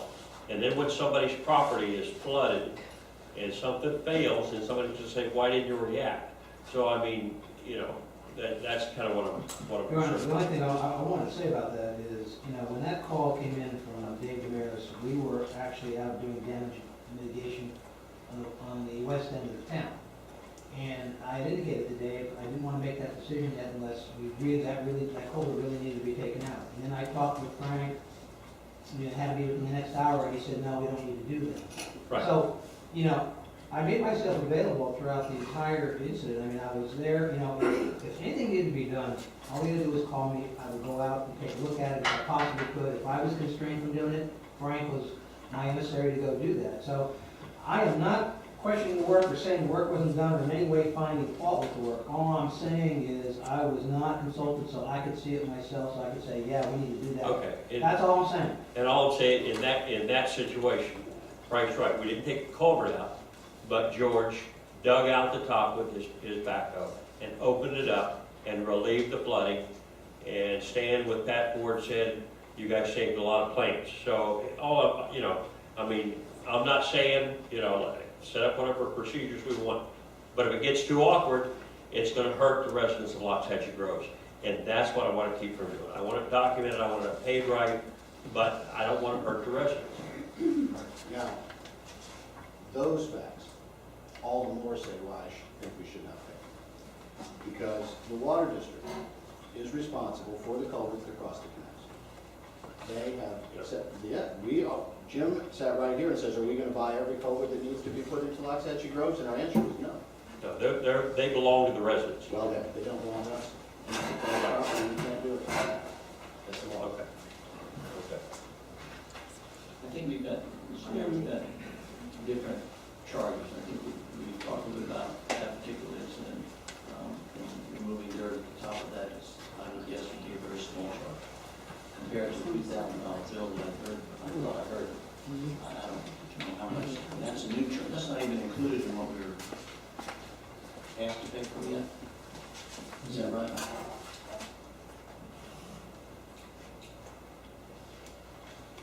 The point being, it's a small piece of it. I agree with you in terms of an emergency, we need to not be bogged down in procedures, but let me tell you, our procedure was working like a clock, well oiled. We had guys out there in the middle of a storm that you couldn't get emergency response teams out there to do it in that weather.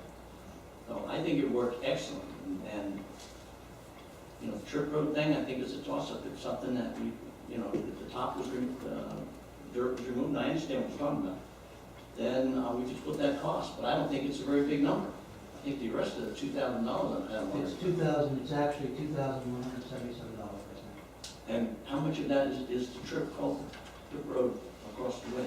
I don't know if it was even included. No, Yeah, I don't even think I don't know. There were several other, it wasn't even listed, but I know that's where the pump went. I mean, I'm just saying. The one job is Compton Road and F Road, and the other job was C Road at 22nd Place North. And I saw that pump. I was there. And the canal was up over the bank. We were pumping water, trying to pump water into a canal that was flowing and pushing water back into our drainage ditch. That's our drainage ditch. So I have a question as to how effective that might have been. I don't want to tell you what it reminds me of. There's a saying. I've heard it. But that's what we were doing. We probably making a little bit of progress because we were pushing harder out than the water flow was coming in, although you may not ever have experienced how strong the flow of water can be when you're talking about 6-inch or 6 foot by 3 foot or whatever the openings are that will literally blow you away. So I don't know, you know, where we benefit from that particular application. Okay. I mean, and also when it comes to pumps, there are people that spent their own money on their own pumps to pump off roads right back here. So I don't know why one particular situation occurred and we didn't go and put a pump back here and take care of these folks. So I have concerns whenever we're using the town funds for particular purposes that are not proper. And if those culverts do not belong to us, I don't think we should be messing with them. That's the water district's responsibility, and they should do it down with the homeowners, not us. Okay. All right, I got Virginia Standish, and I've got John Ryan and John Smith. Virginia Standish, 15410 North Road. As a resident, I want to comment on this discussion. I find it embarrassing that you were not paying this, that you were even discussing not paying this contractor. This was an emergency situation. Nobody told this gentleman to stop, pack up his stuff, and go home. Everyone was out on this road.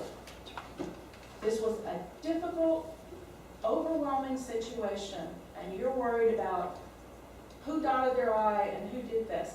Yes, we sat here, I think it was over a year ago, and we talked about having our local resident contractors be available to us. Perhaps proper procedure was not followed, and perhaps you can remedy that. From now on, have your iPads, whatever you need during the storm. If you see a guy out on the street, send him home. The man put his time and equipment into this job. I really am just shocked. I understand the procedure. This town is not broke, and this town has wasted plenty of money on mistakes in the past few years that cost far more than this invoice. Thank you. Mr. Mayor, we never said that the contractor should not be paid. Matter of fact, the point was raised, if he's not being paid, that puts us in a different position. I think we're talking about reimbursement. This is reimbursement to the water district who do well better. Yeah, All right, John Ryan. yeah. I didn't realize that the Trip Road situation was part of the detail of what we were commenting on it earlier. The situation there is the district's responsibility, and I'll tell you how it's going to get taken care of. I think the fact that Clete was out of town, he may have written that letter without really thinking through all the facts. That was we call it Trip Road, but it was really a culvert crossing on our D Road canal. So the situation was that was one of the early unpermitted culverts. It evidently was so weak that it failed.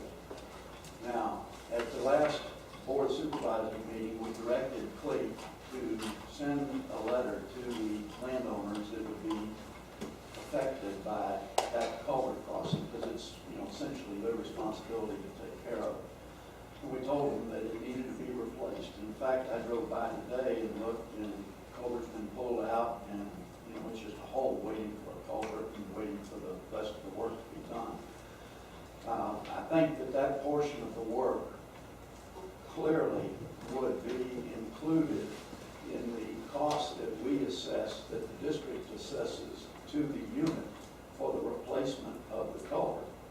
Now, I appreciate Tom Goldsmith's, Councilman Goldsmith's comment that all of the bridge culverts really ought to be inspected.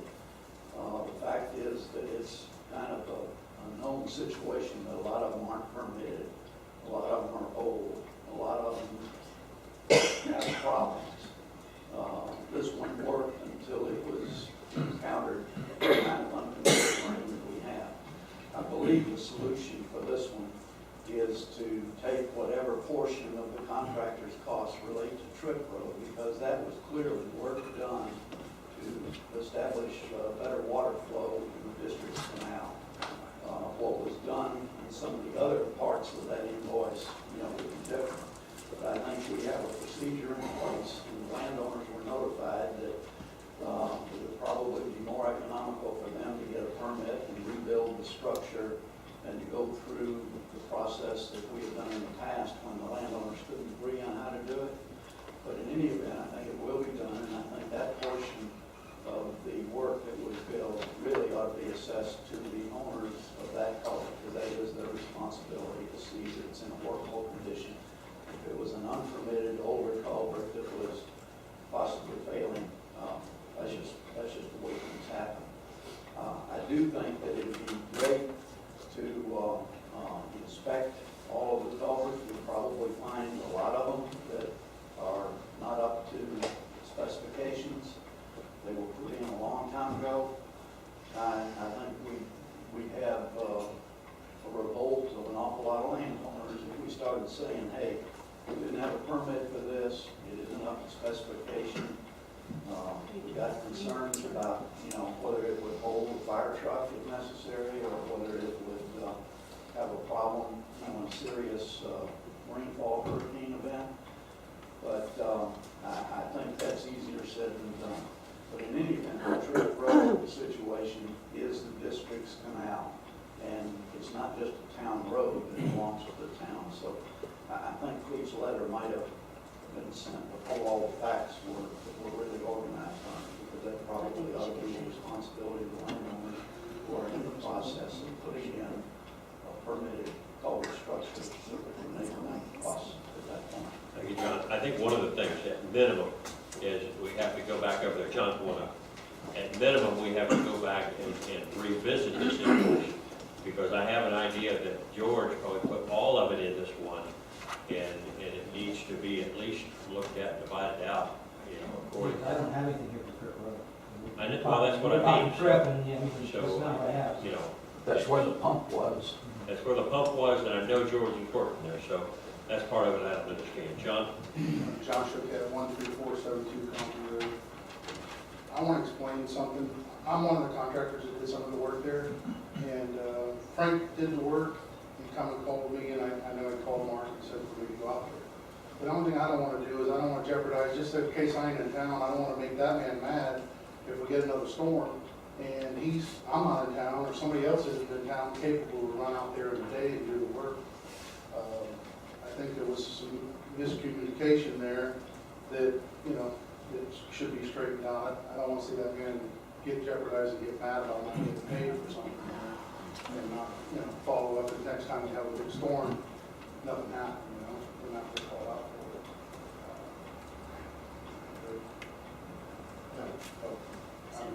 I just want to speak on that. It would make me upset. I come out and work on Sunday and I'm not going to get paid. And maybe he didn't know who was the boss, Just like I did not. Frank told me, Mark didn't tell me, Frank told me. But he did tell me he had to verify with Mark. Okay? Thank you, John. Okay, Tom? Mr. Mayor, like there's so many invoices from the district, apparently there's an issue, and I would just suggest we take it back and look at it again, and we resubmit it.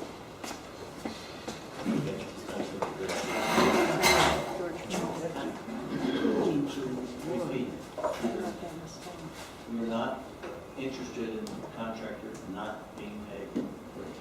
That's not what, as it was presented, as I understand it. And John makes a very good point.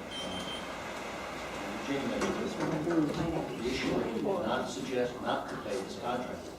We suggested that he didn't pay or being paid by the Water Control District, and we were being asked to chip in or reimburse. So that's a different story, because if it was only a contractor came to us and said, hey, I did this work and not the right party, but it was in, storms and working on your roads, I don't think there's one of us up here wouldn't say, all right, we're gonna pay you, we'll fix the problem in terms of communication, but you did the work, and nobody's paying you, and you're not gonna be out the money because you helped the town, and that's not the issue. I'm not trying to not pay WBI, but I really think that there comes a time, especially with the water district, there's been issues with their billings in the past, and I've had thoughts on various things, that there's cost shifting going on, and now we have this Tripp Road issue, and pump being said it's one place when it's elsewhere, so I think they really should do the bills and make sure the right is about it. Okay, Rob? Janet, you did an outstanding job. Like she said, it was an emergency situation. Now, I'm not too good at math, but we know that John can get paid through the Water Control District. That's $625. You take that off to No, it's paid by the town. But he could get paid either way now. Okay, now no, listen to me.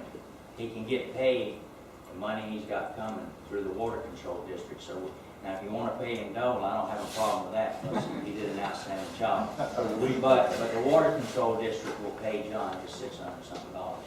If you take the $625 off George's bill, it cuts it down to $1,475.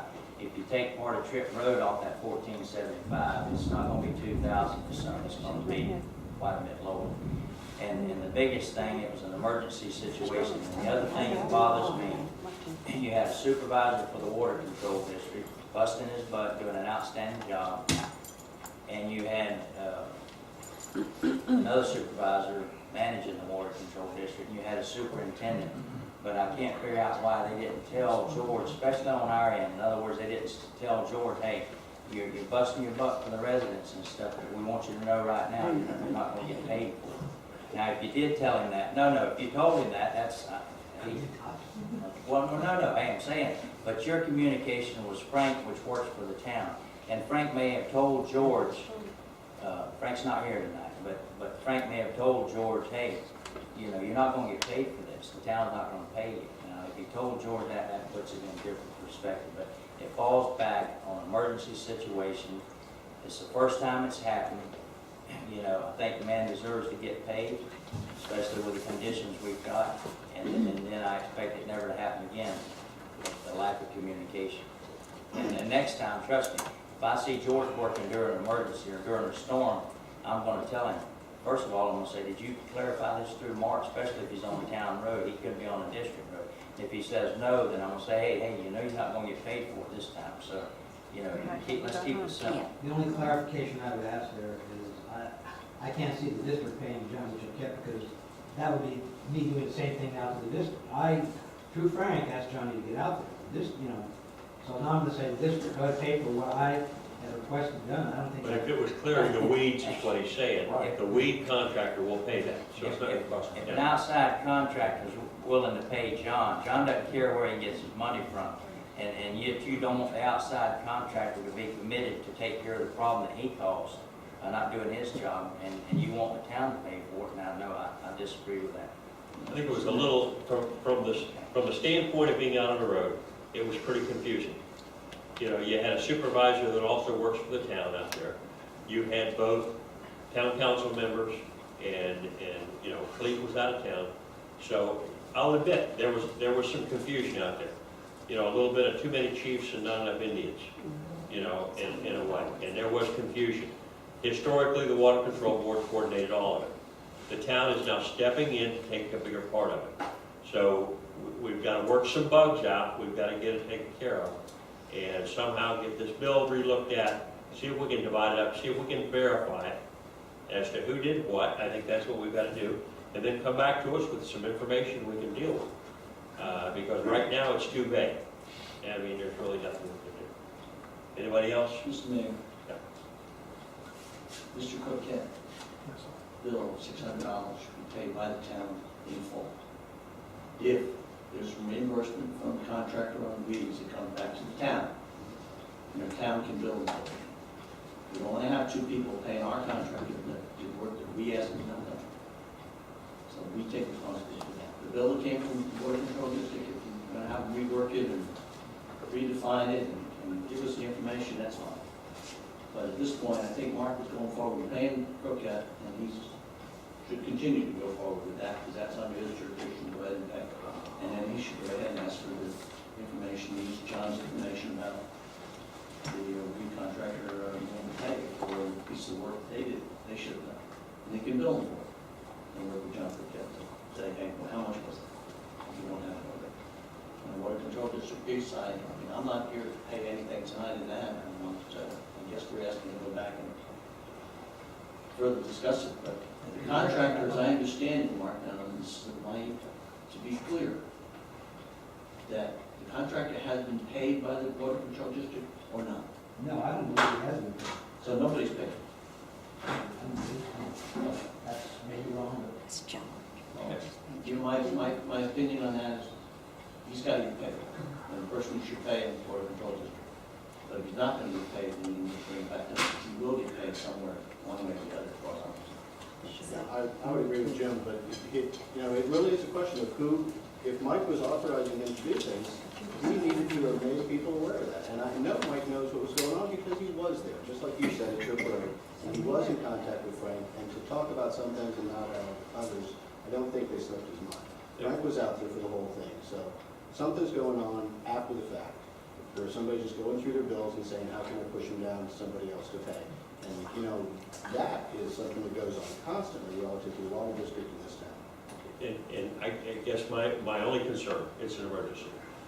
On the construction jobs now, no longer can we do what a superintendent or the owner of a company or anybody else tells us.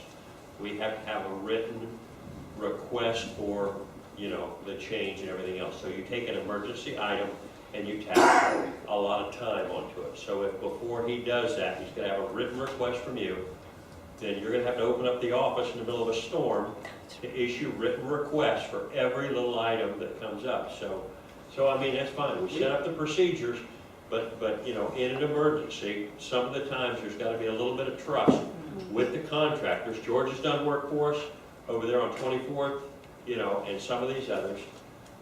You know, John does work for us, there's a certain amount, you know, I'm not saying, yeah, let's do it by the book, let's get everything signed, let's make sure they have a procurement, let them request it in writing 24 hours ahead, and we'll sign it. So, I mean, that'll be fine. I mean, I got no problem. Say again for the record. I got I'm Henry. trusting George.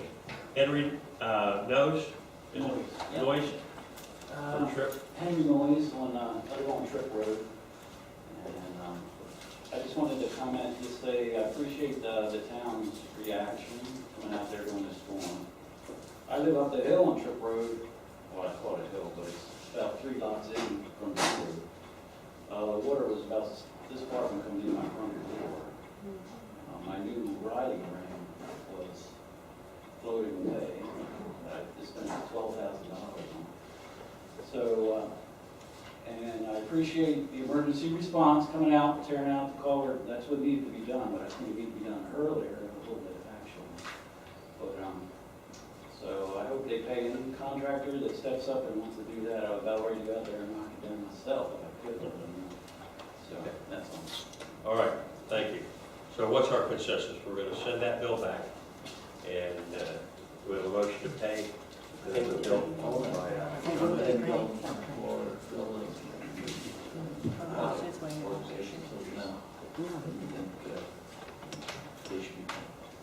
What I'll do is we'll have an opportunity on the 10th, when we're meeting at the IGC, to also talk about this and hopefully try to get through some of the facts and find out where right now may occur or whatever. So in the meantime, I'll contact Clayton and see if we can get together and, you know, try to get the resolution started. But again, for the record, I'm not questioning George or any work that he did. I'm just basically saying, I'm finding out about it now, this late in the game. Okay. We have a motion for paying $645. Second by Ron. Further discussion? All in favor signify by saying aye. Aye. Any opposed, same sign. Motion passes. All right, moving to. Yes, I got a lot more. I'm sorry. The next issue that I wanted to bring to your attention, I thought we would talk about a little bit today, but for November, what I'm going to do is I will have a proposal for you relative to boards and committees and how we should proceed. There are a lot of issues we talked about. I am looking into possibly amending one board to give them some additional duties. In the past, we have talked about possibly either the P and Z or another committee being created for the purposes of the ULDCs. I think we'll get into that tonight. That's why I'd like to hear that discussion. And then after we've had that discussion, I'm going to come back with the proposed recommendation and policy at our November meeting. That's how we move forward. Just wanted to update you in that regard. Next item, we have a code matter that will be coming before the special magistrate on October 17th. Right now, Susan Taylor and I are attempting to prosecute the case. However, the issue is with Seth Breyer on Beach Road, and he is going to have an attorney at the special magistrate hearing. We have consulted with Mike, and we have been working with Mike, but Mike and I talked about it, and it's Mike's feeling that we should at least get your approval tonight so that Mike kind of serve as our prosecutor, if you will, or at least our agent as it relates to the matter before special magistrate, since Mr. Breyer will have his own attorney. And it might be, you know, a few more costs than you normally see out of Mike, but we just thought we'd bring it up and see if you have any reservations with me using him in this regard. Okay, what are your thoughts? Would it be reimbursable if we win the case? Actually, you know, we'll talk about that again later tonight in another matter, but all of the costs that occur in terms of, you know, handling the matter can be cost recovered to some extent. Now, I don't know if an attorney assisting us may not be able to, but obviously two and Taylor's fees, you know, we put that together, and, you know, we'll be able to recover some of that if the judgment is found in our favor. I would say it's an important enough case that we know that. Everybody in agreement? Yes. I just wanted to make you aware of it before we entered that. Thank you very much on that. Secondly, now we're gonna, just an update, again, this is another update that you had asked me to provide from one of our prior meetings. As you know, one of the things that we're gonna be doing is, since the storm, we have been taking calls when people have called in relative to either if it's a hedging issue, it's a culvert issue, it's a road issue. We've been kind of putting them aside. At one point, we were hoping, obviously, for a declaration of that disaster declaration, which doesn't appear is going to happen from FEMA. But in any event, the two things that we're going to be doing concurrently is, number one, we're going to be doing RFPs for both town engineering services and an RFP for various contractors to do a number of assignments, including hedging and things like this. So, you know, we're going to be starting to work on those in earnest next week. And obviously, there's going to be, they'll go concurrently. We might need to try to have the engineering issue go a little quicker so we can get them on and assist us. And I'm going to talk about the engineering in a second. But just want to let you know that's on our radar screen, and we're going to try to move that quickly so we don't have any frustrations with general public works type items getting done. Now, the second issue, which Mike is going to talk about a little later, I believe, in his report, but one of the things that I want to bring to council's attention is in terms of crafting an RFP, we need to be very careful. In fact, I think it was George Perez who at a previous meeting talked about this. As you know, a lot of our town roadways are private easements, which we have really no claim to, and we have to be very careful in terms of undertaking public works type projects that there isn't going to be legal issues or problems compounded in terms of trying to do this work. So I'm going to address that a little bit later on, but what I wanted to do is bring this to your attention. That is somewhat of a quandary that we also have to navigate around as we go forward with these projects. And that's the case in a lot of our town roads. Perhaps you should talk about it now, we can keep this conversation next time. I think it might be important for later pictures. Yeah, would like to do that now. You would. Okay, well, one of the subject matters that I was going to go over that was on this is the main subject matter between the town and the district are the roads in town. And we have two different sets of roads in town. By nomenclature, whatever, we commonly known as district roads, which are roads that the district has historically used to maintain ports of drainage services, and they emanate from a deed from 1918, handwritten, very exciting to read. But actually, you know, when you get to read it, it's pretty clear. Just don't, if there's no survey or something that shows where the roads are to be or whatever, but in general, it describes the roadways. And there was a follow-up plat that was done, I think, 29. I was going to say 20 years later, right? So give or take. So, and that shows where the roads actually have been laid out within the town. As the town has developed, a network of non-district roads have been developed, which provide public ways of access through the town to the different properties off the main roads. So we've designated those as non-district roads. And when the town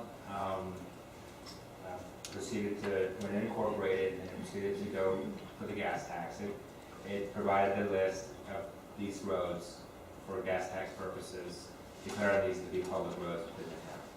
And since then, through different variations, either when it comes to the district, we've had agreements to maintain those roads, have them maintain those roads. And then for non-district roads, you maintain them as needed. But after doing that for a few years, you know, it appears there's a need to have a more formal process in place for continuing that process. And so, that's one of the things that I was going to talk about later when it gets to the outline of issues. Mr. Ryan, the unofficial framework so far for the workshop is, dealing with district road issues, and they range from title of the roads to how you're going to maintain them to speed humps. Those are short-term issues. The district and, the conversation you have about merger dissolution is a long-term issue. But short-term, that is an issue you can deal with directly with the board of supervisors and district for those. For the non-district roads, what we'd like to do over the next several weeks or meetings, because your meetings are going to be less at the end of the year. You've already talked about that. So is provide for you a process that we can go through and confirm that these roads continue to be public roads. If there's an issue with them continuing public roads, we'll revisit those on a case-by-case basis. What process would that be? We'd like to review it in a little bit more detail for those roads, but we want to start that process and confirm going forward that the folks that are receiving the benefits from your declaration of their public roads will continue to consider that to receive those benefits. So that's a process among everything else we're doing, but I think that's one that we want to do over the next few weeks and few months. And I think there's evidenced by the framework that was provided to us that the topic of the relationship between the district and the town and the district roads will be should be a prominent point of conversation at your workshop in 2 weeks. The mechanisms for converting it to a deed, that deed, to fee simple, whatever, that's one of the topics. Doesn't seem, I don't know if you need to have special legislation unless we want to talk about amending, the process like the district did for certain roads last year to get the benefit of the statute that we would have if we maintained the road 7 years with the district. The need for something like that can be discussed as well. But when it comes to non-district roads, that's something uniquely the town will need to deal with, and we should deal with it at the same time we deal with district roads. Okay. Is there anything that you want me to add? Okay, questions? All right, Mark. Yeah, I'll just say that's, Tom pointed. Okay. I'll just say that's important, because as we move forward, as we have engineers doing work, as we have contractor vendors doing work, obviously they want to be secure, knowing, that they can go on there and there's not going to be any issues with anybody, so it's important as we move forward. The next issue has to do with engineering costs. At the last council, you had requested that I attempt to get some costs if we were going to do some culvert replacement on Tangerine, Clucking Canal Road and 6th Court North. So what I did is I contacted our current vendor, Calvin Giordano, and I explained to them that without being able to give them a lot of specifics at this point in time, I wanted just a basic ballpark idea. And they did put together, again, basic, without having a lot of information, there's a lot of assumptions, but basically what they're telling me is that you could be looking at anywhere, count all three collectively, could be anywhere from $45,000 to $60,000 to do that work. He said an average of 20,000 culvert might be appropriate, but again, it's, and if you had one engineer doing all three roadways, then there's some cost savings you could have in terms of the plans and design and things like that. But again, just a ballpark to give you an idea, because you requested that we try to come back with some information for you. And I'd be happy to share any information that I have. I just, just have some rough estimates. The next item is the fact that council had asked me on different occasions, and several of you had asked that I try to make the county aware of the fact that we could use their assistance, especially regarding Okeechobee Road and the flooding we had there with that small ditch canal. So what I did was I contacted Johnny at Commissioner Santa Maria's office, and I asked her, I explained to her the problem via an email, and asked that they do whatever they could within the proper department and the proper folks to look at trying to do something to help us with Okeechobee Road. And she got back to me very quickly and indicated that they would be sending it to George Webb and hopefully they'll be following up. So I just want to let you know that they are aware of the situation, and they're going to pass it on. So. They had crews working on it, soon after that. Okay, this, I sent you a copy of this email. I got her response back on the 27th. So. Comment on that, Mark?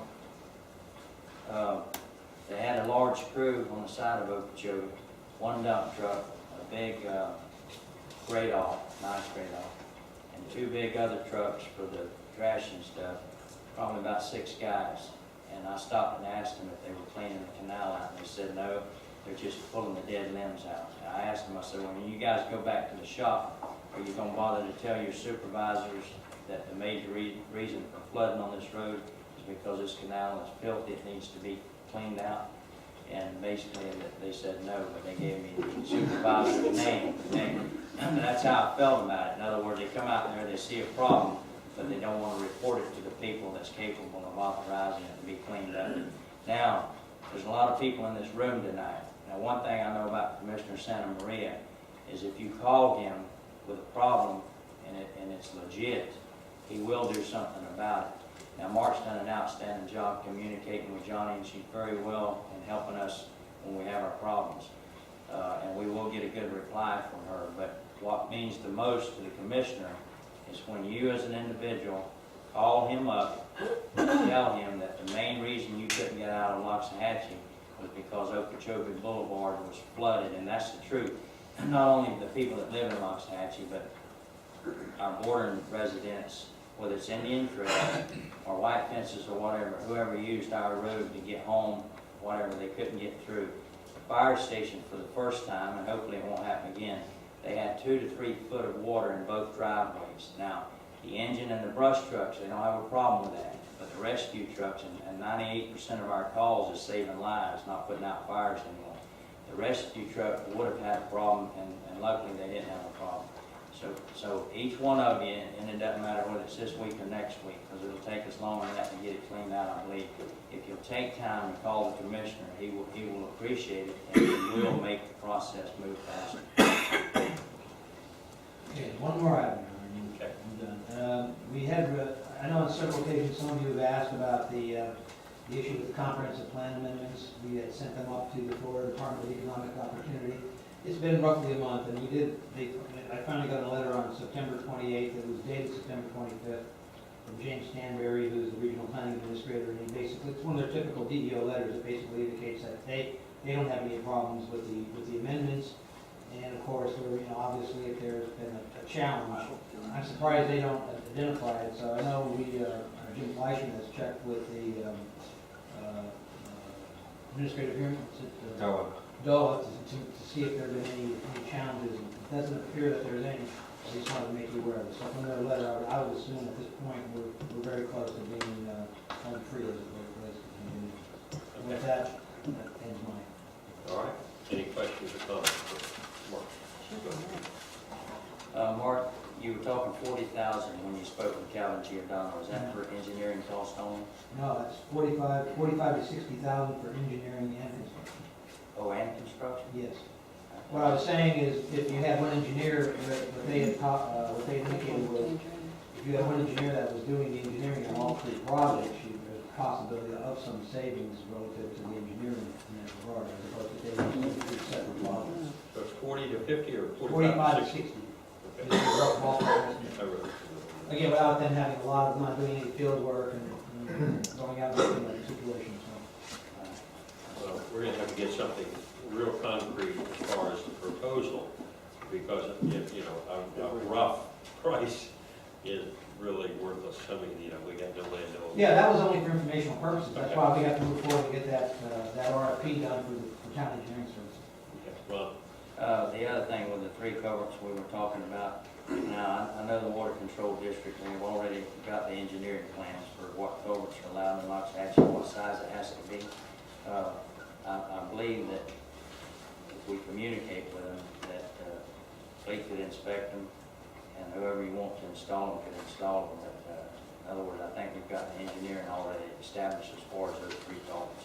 But as far as having an engineer to take care of all these things, then I don't, I disagree, I don't think we have anything established, all we have is a ballpark. I think we're looking for smaller culverts anyway under Pineapple that would be going in a manhole. Well, no, like collecting canal is one of them, I believe, okay, now, in other words, I know we got the design for the culverts, and we got the specs, and basically, you know, we've got people that's already put culverts in, and they've been approved through the district, and collecting canal, I think is a district road, so, you know, just for information. Did you say collecting canal or 6? Collecting canal. 3 are collecting canal, 6 Court and Tangerine, were the 3 roads that you identified at last meeting. And for example, now 6th Court, okay, now that was already, everything was already approved through the district, and they were going to install the culvert, but they had a bad communication problem with the owner. So now I know they were already going to do the culvert at no cost to the owner. So I would kind of like to know how much they were going to pay to have that culvert done. Just, you know. You're talking about Tangerine. 6 Court North? That whole thing was under 5,000. Right, the whole thing was under 5,000, so, you know. Quite a bit. What we did is when we asked, when I spoke to Calvin Giordano, we also sent them a copy of the minutes so they can see what was discussed, just so they had an idea. And I still have bad feelings towards Calvin Giordano, so. Tangerine was one of them. Now, I would tell you that, you tell John Croquette to go over there and tell him the size of the pipe you want to put in, it'd be done in about 3 hours and it'd be fine. I mean, he was out there digging holes, making a culvert, water pass that night, in the rain, in the thunder, so. Maybe we need another one of those under $5,000. The name that you started with to tell us where those numbers came from all automatically gives me big dollar signs anyway. So, Tangerine ought not be but 5, and 6 Court, we already had a number. Maybe we ought to take the 6 Court design and apply it over to Tangerine and use the same there. And then collecting canal is a different story. But maybe we take those 2, get them done. Culvert, we're talking about in collecting canal? Goes into collecting canal. In other Goes words, into but that same culvert was crushed. It served the purpose of drainage off the road. In other words, like some of the culverts we put in on the paved roads, we had an understanding with the landowners that that culvert would be used for drainage off road purposes. So they just their property. So it's gonna be a shared, same shared type of cost? Right. In other words, well, The 6 Court North one drains like almost a mile worth of road to one spot and then it goes under. And the Tangerine is really just in the middle of the road where there's a natural flowway. Right. And actually a dedicated flowway on one side, there's an easement on the north side. And then when One out and on the side. in the past, it was, you know, if the owner paid for the culvert, which wasn't like $1,200, then, you know, somebody else put it in. It was a good cooperative thing, you know, I don't know. All right, what do we want to do on that? All right, we're going to 9, is that it for 8? Everybody all right with that? Well, I wonder what we're gonna do on this, because we had asked Mark to come forward. Can we take an approach to get, maybe move forward on the 6th and 6th Avenue, and which would have some design and pricing and whatnot, can we move forward on that?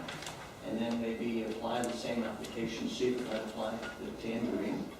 Well, I'm not, you've said we have a design, I've not seen the design, but again, I'm going to caution you to the last discussion we just had about the roadways and those issues. And we don't have an RFP, so, you know, we need to do that first. I think one of the issues too is some of these roads, and what Mark's concern is that when we do work on these roads, we need to ensure that those roads are going to stay open to the public. That people won't, after they get their improved road, decide to cut it off and end it. So when we're going to do work on these, an idea that had been floated was we could send a letter and just say to confirm continued maintenance of your property, we need, you know, basically we need to dedicate these things. And Mike has laid out that there's ways that you can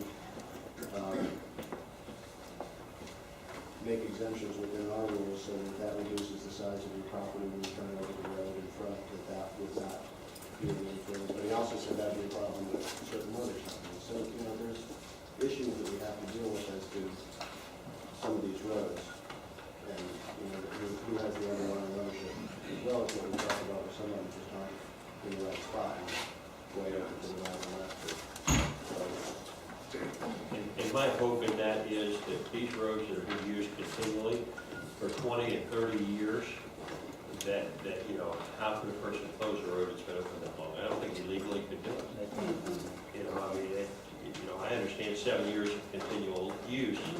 Basically, it's, you know, That's one of the things we probably want to talk about. yeah, we're because, gonna you know, work through that stuff, but, you know, you have confirmed through your declaration, you know, in the ILAs that consider those to be public roads. And there's a history of those being public roads, there's a history of them being maintained by really the only governmental entity out here. You know, if you want to count the county, you can, but the district.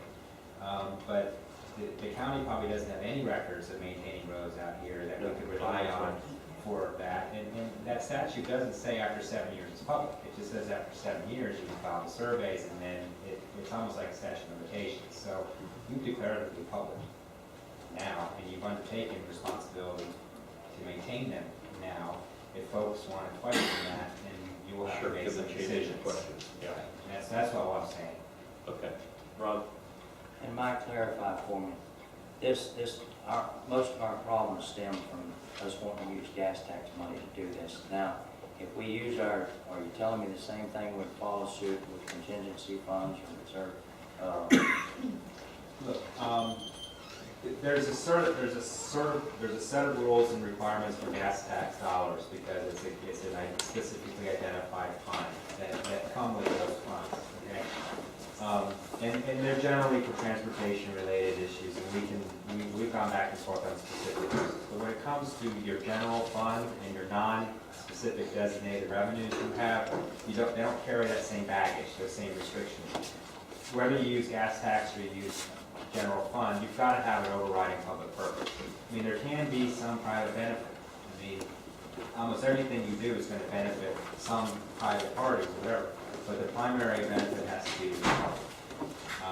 And so the issue isn't solely a gas tax issue. It is an issue for when you are implementing policy to undertake significant projects. We want to make sure that benefit is for the public, and then it can't be turned into a private benefit later.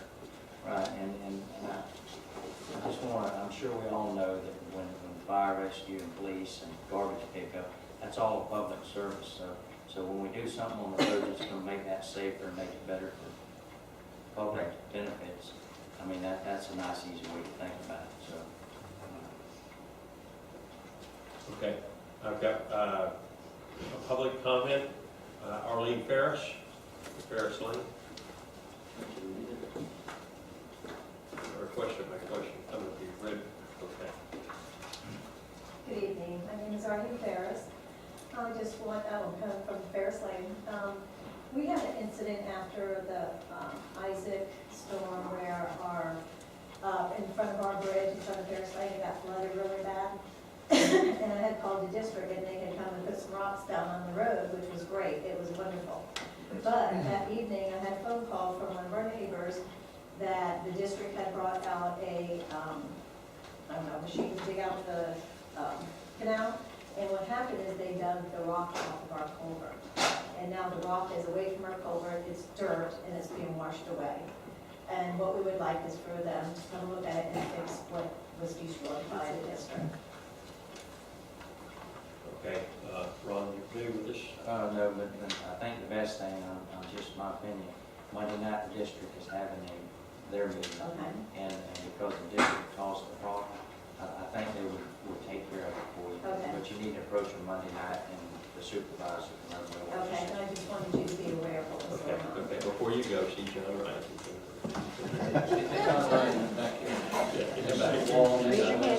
Raise your hand, John, please.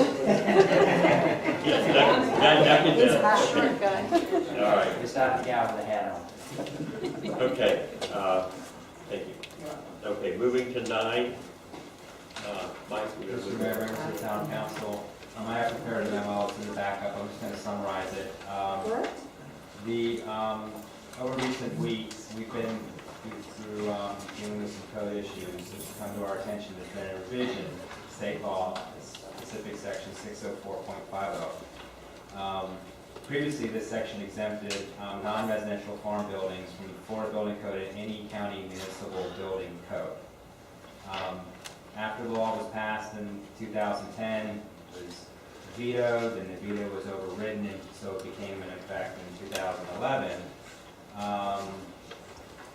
It says now that those same non-residential farm buildings, and then added farm fences and farm signs, are exempt from the Florida Building Code and any county and municipal code or fee except for provisions implementing local, state, or federal floodplain management regulations. So, in our review of code cases, and it has come up with the town council, the question has come up of whether that change in the code by removing, in essence, the word building, would now exempt those non-residential farm buildings from your land development regulations. I have reviewed the issue, and in reviewing those issues, I did uncover 2 Attorney General opinions interpreting the same statute before the change.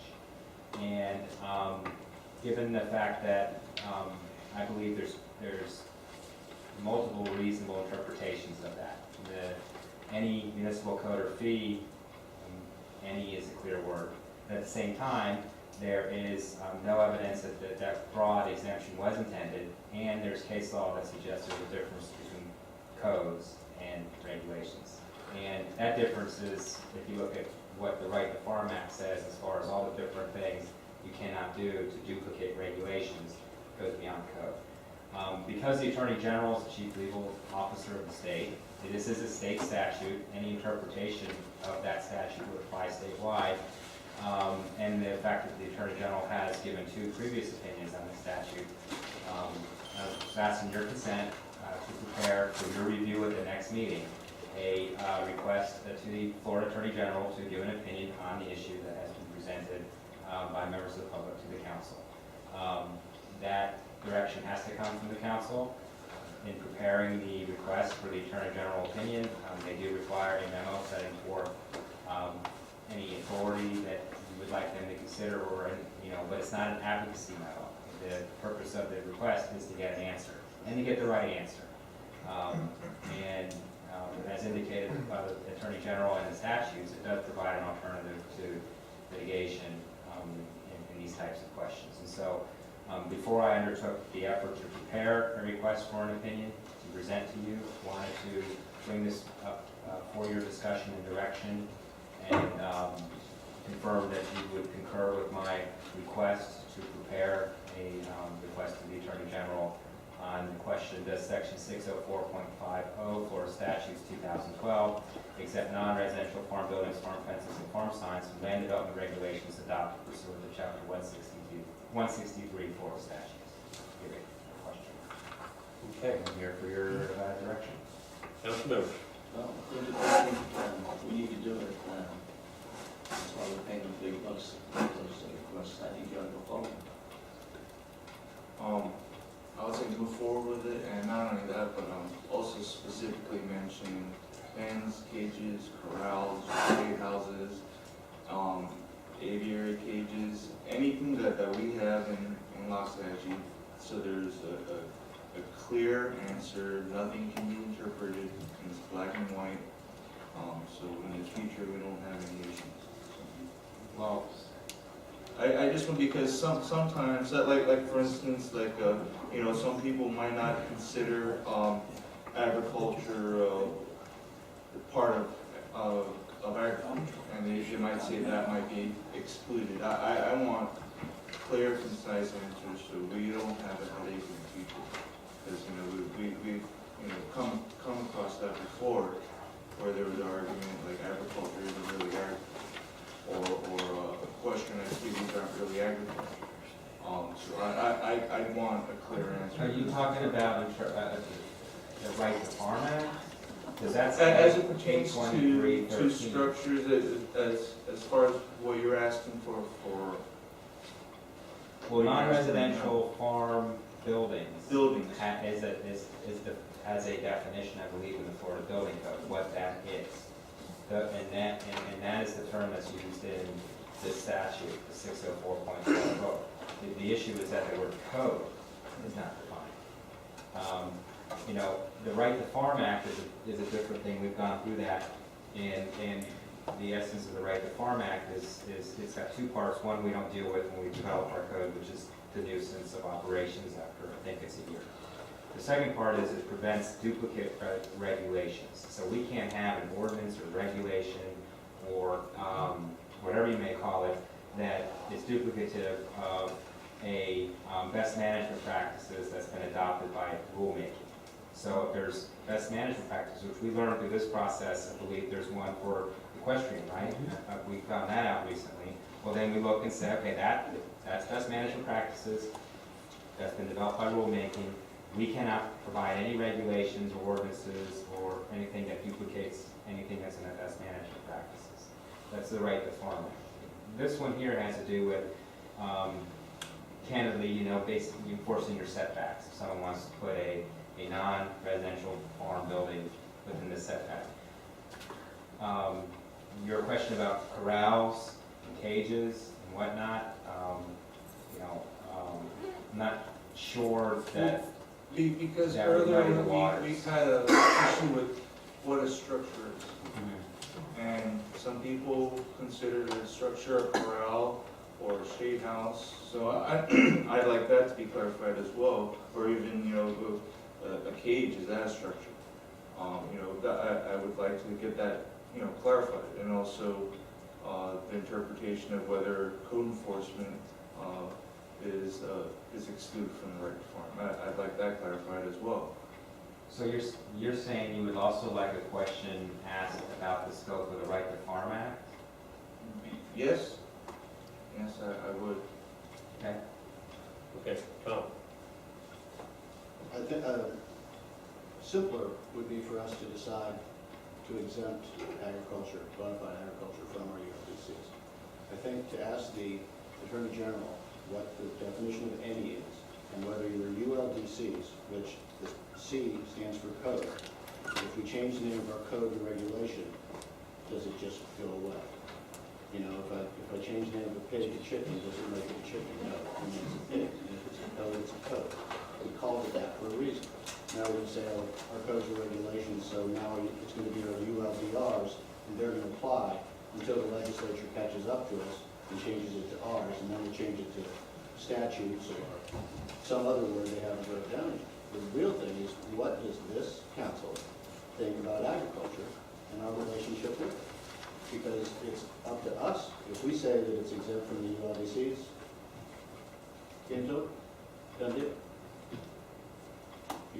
Everybody wants to roll the dice, and if the AGO say, yeah, any means any, and we can't do anything, then that was what it's going to be. But personally, I think we ought to just say, no, it's exempt, and that's how it goes. And then we don't have to deal with these issues. We have that within our power here tonight to do that. Ron? Well, personally, the one reason why I don't like it, I do believe that it should be setbacks for certain things, especially corrals. Okay, so I wouldn't say let people do anything they want to. Now, if you're coming into a place, well, if you allow them to do anything they want to, it doesn't matter whether their neighbors care about it or not. The neighbor that was there before you ever came with your agricultural business or whatever, they should have some type of say-so. Well, and they do under the Freedom to Farm. They have up to a year to complain about any expansion of any agricultural thing. So that already exists in law. And we aren't the only government agency in the state of Florida. There's other laws that have been written and applied and brought up by people who have more responsibility for this. This is a state issue. It's not really an issue that is something that if they wrote, they didn't want any codes to apply. I think it's pretty obvious to me what that's about. And I think that what this is about is perhaps a way to circumvent it. But I really have faith that we're going to get an AGO opinion that's going to be pretty far-reaching. So if we really want to go there, I'm okay with it. But I think that we can make it much simpler. I think we've got a very unique community, and there's not very many of it where we're ag-rich. And it's a balance of the two. And somehow, I think that, I agree with Ron. I think the corrals, to put that on the fence line, or cages right on a fence line against your neighbor, I think that those are the things that I think should be set back. A pasture, no. I think those, the horses should be able to come up to the fence, but to contain them in a corral, I think there's certain things. You know, this is a tough one. I mean, I want the ag to succeed, but at the same time, I want everybody to be good neighbors and do practical things. I think it's wrong to bust somebody's chops over 5 or 10 feet for setback, or even 20 or 30. I mean, if a guy's a shade house 20 feet in, you know what, that's no different than some of the small lots. You know, so maybe we just say, okay, we give you an exemption or something and let them do it. Or if we're gonna do something like that, say, well, we're not gonna follow it, I'm just afraid that we're opening a door. I mean, if there's no regulation, what keeps a guy from building something 4 stories high and never get it permitted? I mean, you know, if that's what he wanted to do, raise his chickens in, I mean, I don't know. We're already building a 5-story cottage. I mean, what's the difference? Well, it's on a 75-acre parcel, that's one of the differences. You know, I mean, Setback is over a couple hundred feet. yeah, you're not building it. You're saying. Well, I don't think so either, and I agree with you, there's a lot of the things that we don't like feedlot operations, and I've talked to Howard, and he lets me know, nobody's gonna have that down here because of the cost of hauling feed. But I would hate to have it possible. You know, I mean, my only fear is it's changed. When I first moved out here, the guy raised fish works. And the state, in their wisdom, says that's not agriculture.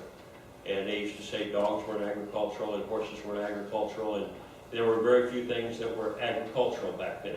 Now it seems like the door is open and everything that's grown has become agricultural. So I mean, and so all of a sudden anybody finds a niche to grow something, and you know, and there's no limitation of what they can do, that's a little scary. I mean, we're a balance. We're a ag-res community. We have to protect both. Mr. Mayor, Yes. if I may, Mike, I thought we started kind of in more of a limited scope letter, and through the discussion I'm hearing, we've kind of expanded it quite Well, widely. I brought it to you to see exactly what the scope is that I'm going to be requesting. The initial scope, the initial thing that I was reviewing was the change to this section of the law 604.50 and what that would do with our enforcement of the land development regulations. Because that has happened since you adopted those regulations. The Right to Farm Act, the questions about the other things, you've been debating as long as I've been sitting here on a lot of those things. But the issue that we have is that this change, which was part of a larger agricultural bill, when you look at what they did to the language, I think is reasonably viewed by folks as saying, hey, you can't apply that rule to me because I'm ag, and so this is a non-residential building, and I'm beholden to other entities, but not to that code. And then, when I went and researched it and did some thinking, the first place you look is the code. The first place you look at the statute. If it's ambiguous, then that puts you into question. But the word code is not defined, and I know there's authority out there that distinguishes code from land development regulations. There's some context of police powers versus, development, regulating land versus regulating buildings. And so, not to say that that's dispositive, but it was enough for me to say, there's multiple reasonable interpretations of it, and it's an important question in the town. And I thought that since the Attorney General had already given some opinions on the statute before, it would be appropriate to have that. Because any answer's got to apply, whether it's in Loxahatchee, Palm Beach County, or in the Panhandle or Central Florida, it's the same statute, the same question. Well, I'd like to have you go forward with that you've had in mind, and see what comes back out of that. We can always go after other information requests or opinions from the Attorney General for any other number of subjects. And there may be other authority on all those different things too, on a case by case. But I'm concerned if you have too much of a shotgun approach, we're not, again, really get the answer to the question that's initially raised in this concern. And go that route and be as specific as we can and get as specific an answer to that question. And then if we chose to follow up or request another, then we go that route.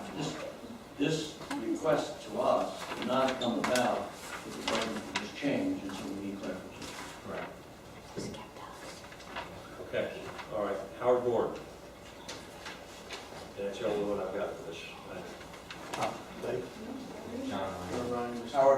Road. You know, we talk the talk, we've talked for years, but when it comes down to it, we don't seem to walk the walk. When something comes down the line in the state statutes, which gives broad freedoms to agriculture, we're the first ones as a town to run and try to restrict what freedoms those changes make.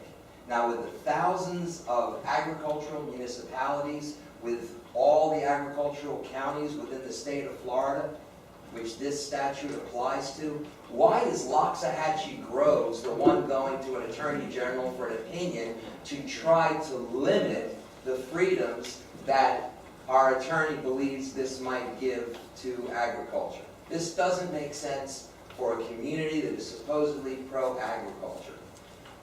I disagree with Councilman Rocket, and I agree with Councilman Ryan, that if you are going to go ahead and ask, there's a way to ask it where it doesn't create a whole shotgun effect. You say non-residential farm buildings, including but not limited to, and that's where you list all the stuff that Ryan Lang brought up. And that doesn't make it any more of a shotgun, but what it does eliminate somebody from saying, well, they didn't specifically mention fish, and they didn't specifically mention orchids, they mentioned trees, but they didn't mention plants, and that's what's been going on for years at our town meetings and our town workshops. So unless you go ahead and ask the question in a broad way, we're still going to be right back here arguing over what was meant. If you go to an attorney general for an opinion, it's specifically to find out what it was meant, not to come back with an answer that you can further create clouds over because you didn't ask the question specifically or broadly enough. Thank you. Thank you, Howard. All right, John Ryan.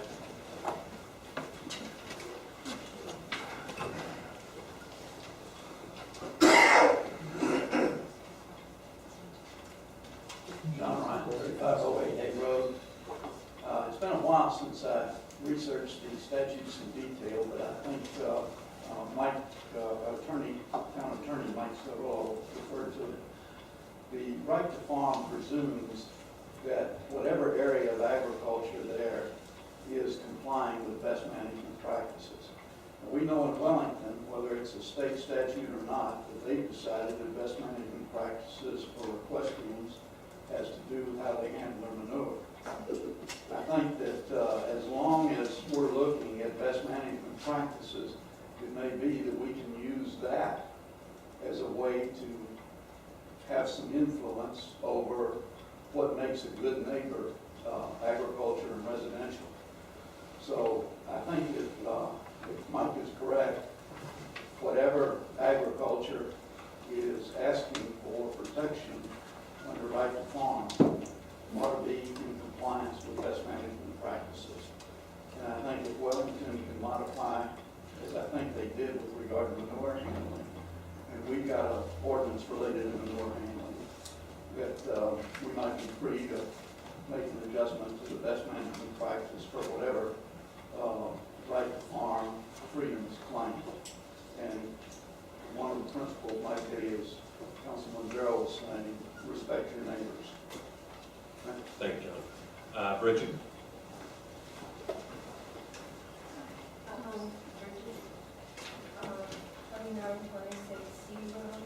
I have a farm. I've had it, map show was in there in 1971. It's been continuously farmed. And fortunately, all my neighbors are farmers also. So I don't have a resident issue. But what I wanted to discuss on this is an old law. I mean, the new one, yes, but the ag buildings and so forth. We're asking, do we want to be exempt from state law? That's basically what we're asking. And we want to pay the taxpayers' money to find out if we are exempt from state law. To make it more convenient? Do we really want to use my tax dollars to find out if we're exempt from state law and we don't have to honor state law? I mean, it's been tested in the courts, it's been, I really can't see the point of wasting the money. Thank you, Bruce. Okay, Tom, and then Neil. Tom McLennan, 3041 U Road. I think it's a complete waste of money to go ask for the opinion. We have a paid attorney and his colleagues that have probably read this thing 10 times over in the past month or two, and they probably feel the same way, that bona fide agriculture doesn't have to go by the ULDC at this point, since the law's been changed. Can you imagine the mayhem if somebody could just put horses on their property wherever they feel? Could you imagine if somebody puts a bird cage where they want? Could you imagine if we had the freedom of religion, can you imagine the different religions we have out here? You know, where do you draw the line? Are you standing behind a shield with the First Amendment, with freedom of religion? Could you imagine if we had the right to bear arms? Could you imagine the guns that could be in this room tonight? I mean, come on, listen to yourselves. We're an agricultural community. Act like that. The problem we're having is more and more residential people are moving here that don't have a nickel in agriculture, and those are the ones that are complaining against their neighbors. Time and time again, when you have complaints, you go look at the complainant, and it's a strictly residential person. These laws are put into place to protect us, to protect agriculture, to protect what our community stands for, agriculture. And you guys are giving that up to these residential people. You say you want to keep the town rural, you want to keep agriculture, but you keep giving out these rights to these residential people that move in here, that should be moving to Wellington or a condo. They move to the wrong community. If you move here, it's for agriculture, and that's what our town stands for, it's agriculture. Why are you guys giving into this, spending and wasting money? I'm going to ask for this opinion when it's plain as day. I'm not a lawyer, but when it's plain as day in black and white, that's what it is. There's nothing ambiguous about this law. It says what it is right there, plain as day. And you need to pay thousands of dollars to get somebody to read to you plain black and white English, and it's a waste of money. Thank you. Thank you, Todd. Nina? Nina Corning, 8 Road. I find it to be sad for an agricultural town to be questioning this on a constant basis. I actually checked out the laws in Wellington, that is so disrespected by some here. In Paddock Park 2 and Saddle Trail, which are ag res, it's a 50-foot setback in the front and 25 feet around, and that goes for stables, not fences, not corrals, not anything else. If we are truly an agricultural community, then we should make our ULDCs fit just that. And we should respect bona fide ag. And bona fide ag, if we can apply BMPs, that's wonderful. But there's a lot of business out there that is not, that there's just no BMPs that are even applicable. So we need to educate apparently ourselves, but asking this question is playing and staying. Agricultural businesses cannot, bona fide ag cannot be restricted the way that we are trying to restrict it. End of story. All right. That's all I've got on this. What are your thoughts? What direction are we going, Mike? Right. Last comment, we're supposed to listen to the people, and it's apparent the people here tonight don't want us to follow through with this, so I say leave it alone. We do the best we can with bona fide ag, and when the complaints come up, we do it, make the decisions the best we can. No, it's obvious that people don't want us to follow through with this, and that's who we're supposed to be working for. I think the second part of that is they want respect for agriculture, and I think that we need to do that in our ULDCs. They don't want to be coming here begging us to allow them to have their business. They want to know, as is, very prevalent throughout national, people who have a business want to know. They want to have some certainty. They want to know if they're going to be able to function years from now in this community, not when a new councilman gets up here and says no. And so I think that they need to have the answer. Are we an agricultural community? Are we support ag? Are we here for the aviculture? Are we here for the horse people? Are we here for them? Do we want the horse people to move here from Wellington? Do we want these folks, the gentleman who talked about his $12,000 vanity bill, do we want them here? Or do we really want to tell them, hey, some guy across the road don't like the smell of horses, so we're going to enact an ordinance that says that you need to move out after you've invested money in our community? I know there's a lot of people who are considering doing that. So we're here to help business, of people, to bring ag to our community, and I think that's what we need to do. And remember, I don't see Royal Palm setting aside their ag sections. I don't see an ag section in Palm Beach. Okay, we are the place for the ag, they are the place for the rest. And saying, oh, we have to accommodate every residential person, and Todd's absolutely correct. Our issues, in many cases, are one in which we have somebody who moved here for whatever reason, but they're not here for ag, and then they want to know why these ag people are doing what they're doing. And I'm going to side with the ag people. I think we should exempt all bona fide ag in the ULDCs. That's my thought. That's what they've asked for. Any other council members? Yeah, we've asked Mike to come, to overlook what we have. We have ULDCs, and we have a statute that's questionable in his mind. I haven't heard another lawyer in this room tonight, except one we have over there at the tables, to give us a legal opinion. So I have to rely on what we're paying this guy to do. He has this question, and he's presented to us that there is interpretation. I haven't heard him say once that I am trying to find a way to restrict ag in this community. I haven't heard that. And I haven't heard anybody in this audience, except somebody up here that asked, say this is an ag residential community. This is not an ag-only community. I do both. I live here, and I have an ag operation called Nursery, where we have best management practices. When we did the LDCs, we did not go through and say, we're going to restrict ag or right to farm. We're very careful about relying on right to farm act. So what Mike's come to us with is that it's a question from his professional position. He never had said that we're trying to, you guys on the council, we know you want to restrict ag, so I better go get an opinion so that you can continue to restrict ag. That's not what I heard, and that's not the sentiment of this council. So that's what he thinks we need to do, and that's what we need to do. The discussion of making ag exempt to our ULDCs, that's another whole question. And when we went through the ULDCs, we were careful as to what the Right to Farm Act was, and also respecting residents. I haven't heard anybody here speaking in favor of this, because all your representative here is ag people. Nobody came in that's a resident and say, hey, I better go speak on this because I got to watch out for my own baby. That's not what's going on. This is simply what we're paying this guy to do is to give us his advice. He's saying that we should look at this in light of our ULDCs. We need to go forward with it. When we're done, we get it back. We're not looking for a tool to restrict ag. And in difference to Ron, yes, we listen to people, but we haven't heard from the people. We've heard from a piece of our community, not a residential comment made here I could hear tonight. So I think we have to send Mike to do that. We're not talking about $1,000.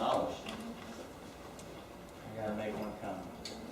50% of the people sitting in this room now are residents, and less than 50% are ag, or forest people or agriculture, but I know most of you are residents. No, I'm saying, in other words, we haven't heard any complaints from the residents, and we've heard complaints from the ag. So that's when I say I listen to the people. I listen to this room here. In other words, And, I want to be careful. I am not against any ag in Loxahatchee Groves. I'm really not. I want ag to succeed.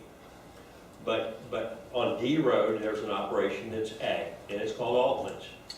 And I really don't want Altman building a non-residential packing house on my property line next to my house, with their trucks coming in at 4:30, 5 o'clock loading out, and the man say, I'm bona fide ag.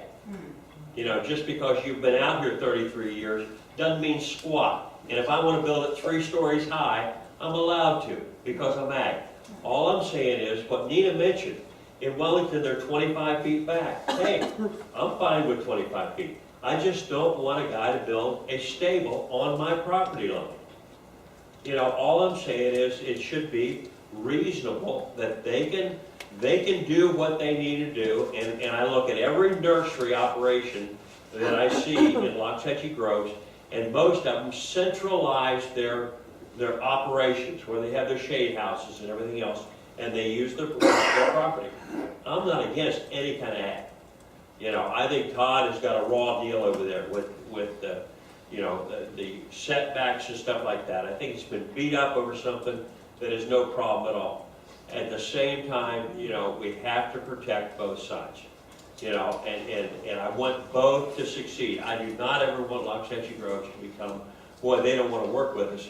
At the same time, you know what, I don't want a guy to be able to come in and bring 5,000 beehives and put them on your property line. Because that's purely ag. And why can't they do it if it's not a residential structure? So all I'm saying is that some of the rules don't hurt. And if we get an opinion on it, it doesn't hurt us to find out what we have. And if we have to live with that, then I guess that's what we have to do. But it's wrong to the neighbors, because the bottom line is we should consider the neighbors and be good neighbors. You know, and I think that's the key. I am not against any ag operation, you know, except it's a feedlot. And Howard tells me it can't happen down here, so. I have one last question. Mike, what's the estimated cost to get this opinion? It's a, Come on, give me a minimum and a max. It's not, you know, hey, Less than I'm sure you it's less than got 1,000. less than 1,000.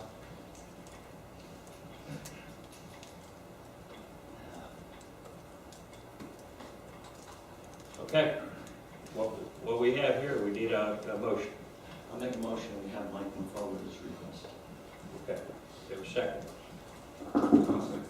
Okay, second by Ryan. Further discussion. I know that, you know, in the past, and it's gonna continue to happen, you know, there's always questions about certain ag-related, businesses that are here. And, you know, we are, as a town, whether we get an opinion from the state or we decide on ourselves, we need to make a clear delineation of what we are for and what we're against.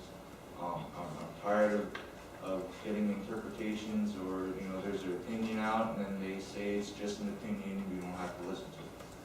You know, I'm tired of it. I just want a clear answer so the resident knows, the town knows, someone looking the best in the town knows, and there's no questions.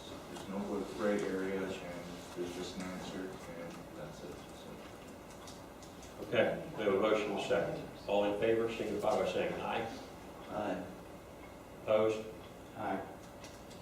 All right, and I'm gonna go with the letter. So it passes 3-2. We'll get an opinion. What I'll do is I will prepare it, and you will have to authorize what I prepare to be sent. And that will be at your next meeting. So you will see the information in that letter. Right. All right. All right, moving to 10. Thank you. Yeah, let's take a break. We have something to sign anyway. Take a break.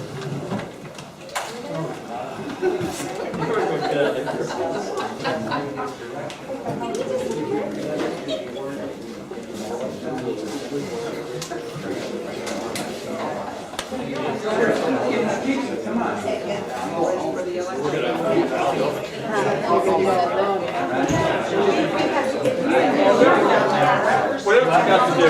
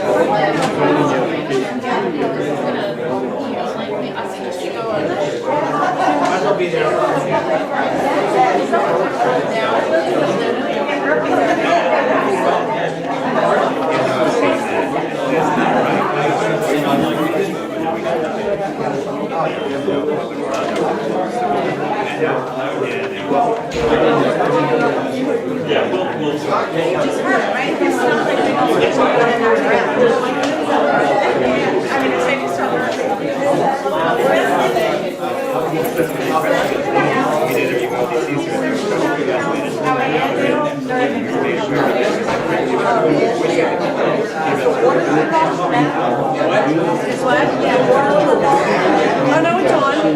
We've got to wash our hands.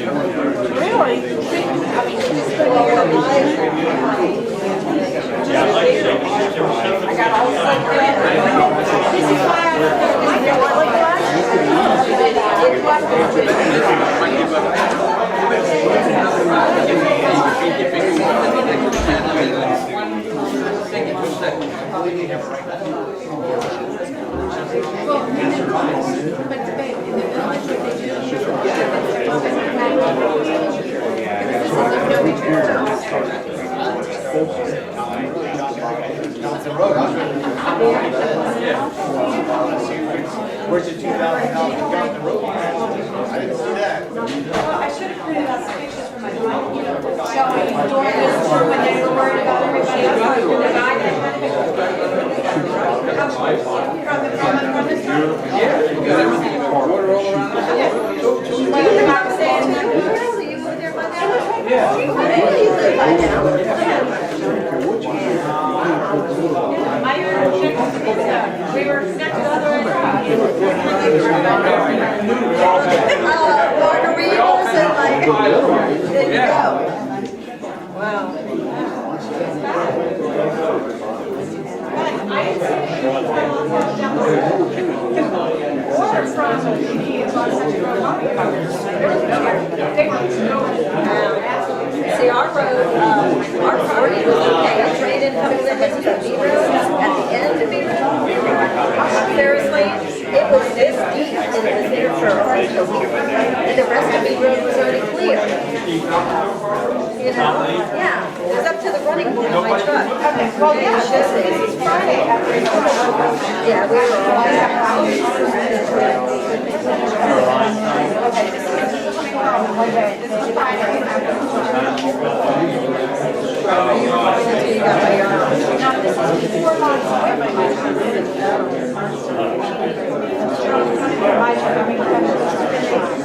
how many days is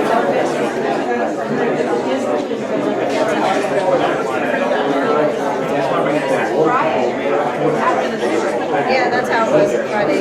Ours lasted a week, yours lasted a lot.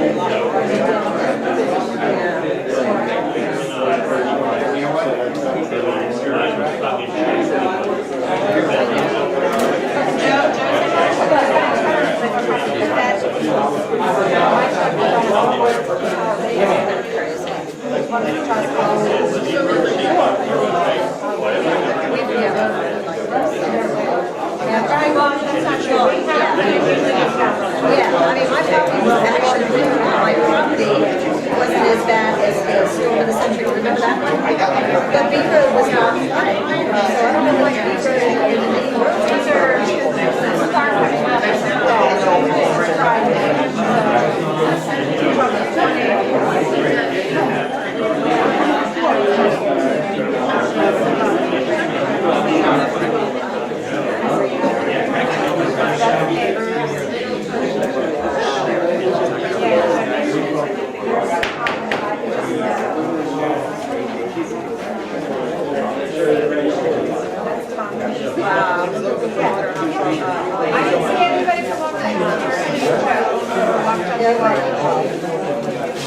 now you want to use there's Carol's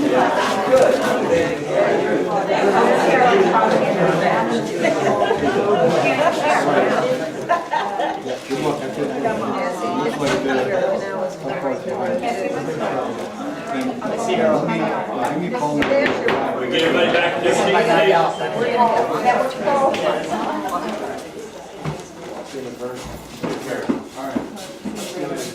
Okay, moving on to 10A.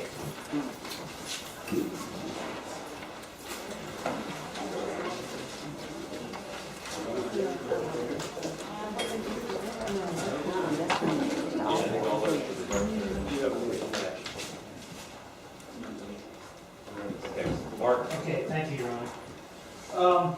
This is the issue relative to the Town of Waxahachie Road versus Todd and Sherman London defendants in its administrative fine. We remind counsel that we have not certified this fine yet with the public court because of this deliberation. You have before you an agenda report that was prepared by Beverly Tu of Tu and Taylor. Very comprehensive with all the associated documents. Bev is here and she'll be happy to go over and address any questions you may have.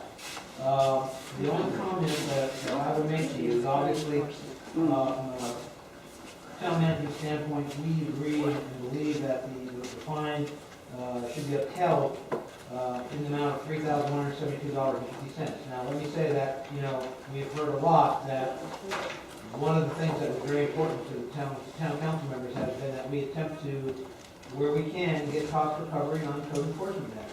And, you can't normally get the special magistrate, it's questionable whether you can get any attorney fees involved, but you can get all the time spent by virtue of our vendor. You could probably recoup my time, although I haven't tried to do that in many cases. I try to stay away from that so those bills don't run. But if we're, just the point, if we're serious in cost recovery, you certainly don't want to, find in favor of the defendant and we need to fine.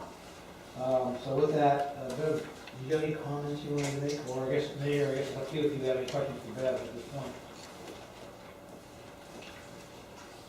Okay, any questions by council members? I have a couple questions. I'll get through this. First of all, I hear you saying this is recovery of costs that we've incurred. Correct. It's not a fine, $500 per day, kind of a thing that's included in the $3,000. It's cost. He was found, his issues were mitigated. The question is, this is all administrative fine as a result of all the hours that our vendor spent putting this case together and prosecuting it to the special magistrate. And when I go through here, it seems to me that much of the time spent, and therefore support of this charge, reimbursement of administrative fees, is due to the defendant requesting additional time and being granted extensions, and more extensions. When I look through There were several continuances, extensions. and so my concern is that if we are trying to work the problem out and provide additional time, but we're incurring costs to do that versus you're cited for the problem, you fix it, and then you're done, which is much less expense in that case, then I'm concerned that because we're trying to be cooperative and work through this thing, that we're incurring more costs, but now we're asked to eat those costs because we're trying to work through them, versus shutting the door at the front end and saying, no, $500 a day is fine, it's no forward if you don't resolve the problem. So I'm concerned that we're trying to work through this, and now we have to pay for the cost because of all the delays that were requested versus just fixing the problem, which now it seems to have been fixed. Is that correct?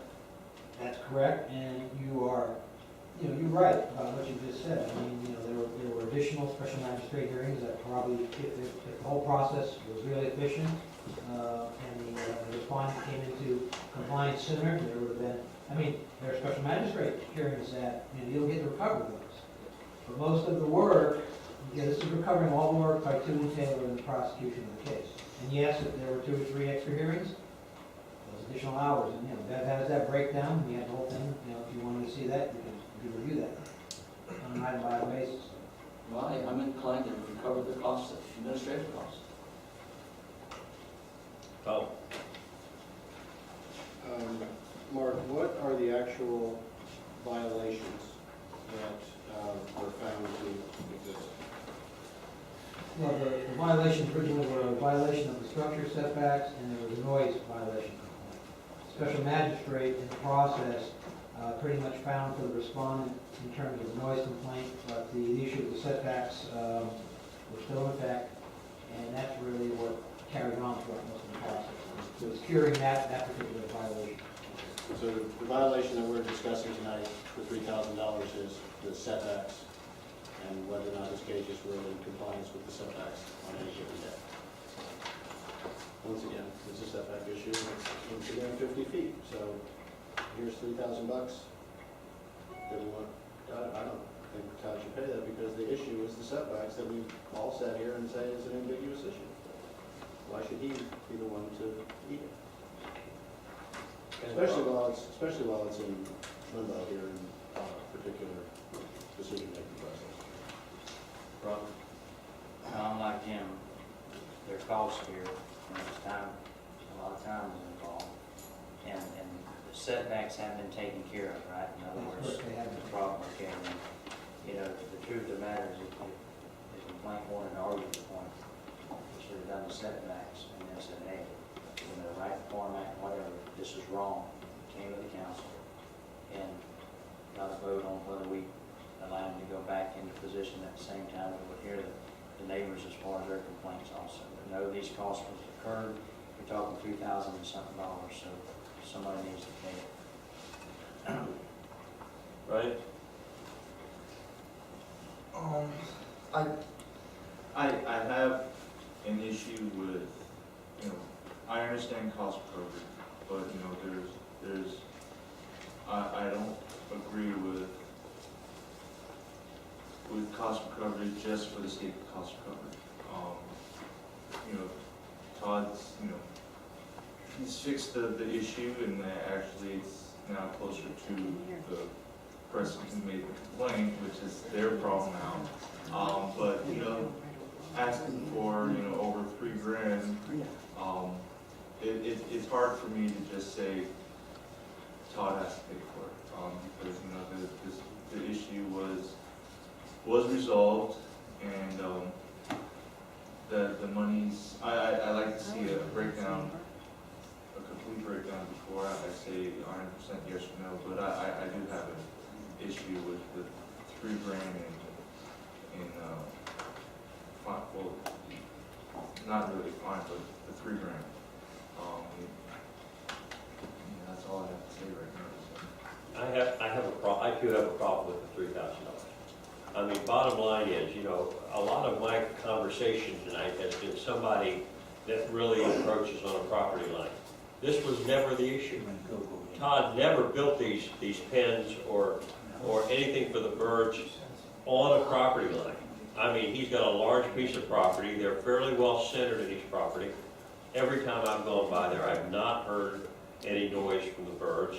It's not like you're going to hear them, because I'm a fairly close neighbor, you know, and you know, Todd has been here a lot of times talking about this issue. This is not the first time we've heard about it. You know, he's brought up the right to farm. He's brought up these setbacks, you know, and to me, the spirit of the thing was, none of his other neighbors had a problem. It was not like he said, I'm going to get you and I'm going to put this pen right over against your fence. It's really almost been the opposite, to where they have done everything they can on their property to take away any buffer so that they can say, oh, see, I can hear it now. So I mean, you know, I really feel that this is one of those issues. I mean, we're just now getting this, and, you know, hey, we've got money as a town. We're fixing culverts for people. We're fixing streets that maybe I disagree with, and we're talking a $3,000 thing. I know Todd's already incurred a lot of other money. You know, I think this is one of those things because of how it came about and what he was doing. You know, I think we ought to just take care of it. I do. But anyway, it's just my thought. I'll make a motion that we waive the fee in this particular case. Okay. Second by Ryan. Further discussion, I've got Todd McClendon and Howard Bourne to speak. Yeah, we're talking about, we'll pay for this. And we're enforcing the LDCs that were voted on by this council, except for one member. So the instructed code enforcement go forward. The amount of money is what it is because of the attempt to resolve the problem and not levy a fine. And now the town's okay for the town to pay for it. I don't know if taxpayers would think that this is the greatest use of our funds. Either we should have cut it off at the front end and say, you know, no, we're not going to give you more time, and then let them come to the council, maybe we resolve differently. We went and spent the money to try to work this out, and now the town has to pay for it. I'm not in favor of that. You know, there's a lot of other ways that could have been done. I have to disagree with Mr. Mayor that I've been to that property, and I also have land west of that called the nursery. I can hear those birds over there. So you're certainly on that roadway, so I know that they can be very loud. And I've been on the property when it was very loud, and it's, to me, as I recall, it's more of a feeding time situation. And I've been on another aviary that you couldn't hear any birds squawking, and they were very capable of on the roadway or the property line.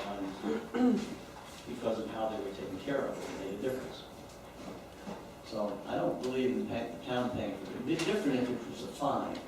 That was no money out of our pocket, that we were just saying, no, give up the fine. But we're talking about recovery of costs that we incurred because we were trying to work this through. And we didn't claim it wrong. So I just think it's kind of the wrong thing to do. Have we done it differently, and the criteria go along with it. Okay. Todd? Todd McClendon, 3041 D Road. Ron, shame on you for saying I've never come to this council and tried to resolve this. No, I didn't say that. Hey, I said, hey, I know your neighbors, okay, and I know the noise also, so I disagree with the mayor. Oh, okay. Well, my point being is, how many times have I sat up here and said there's problems with ULBC? We as a town need to fix it. Countless times before my case even started. So I've tried to beg you guys to resolve this issue, that all 5 of you know there's issues with ULBC. I tried to do my part.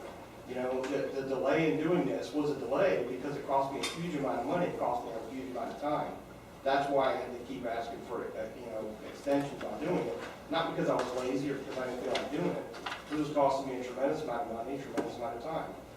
This thing didn't resolve anything. There's no resolution at the end of this whole thing. That's the sad part.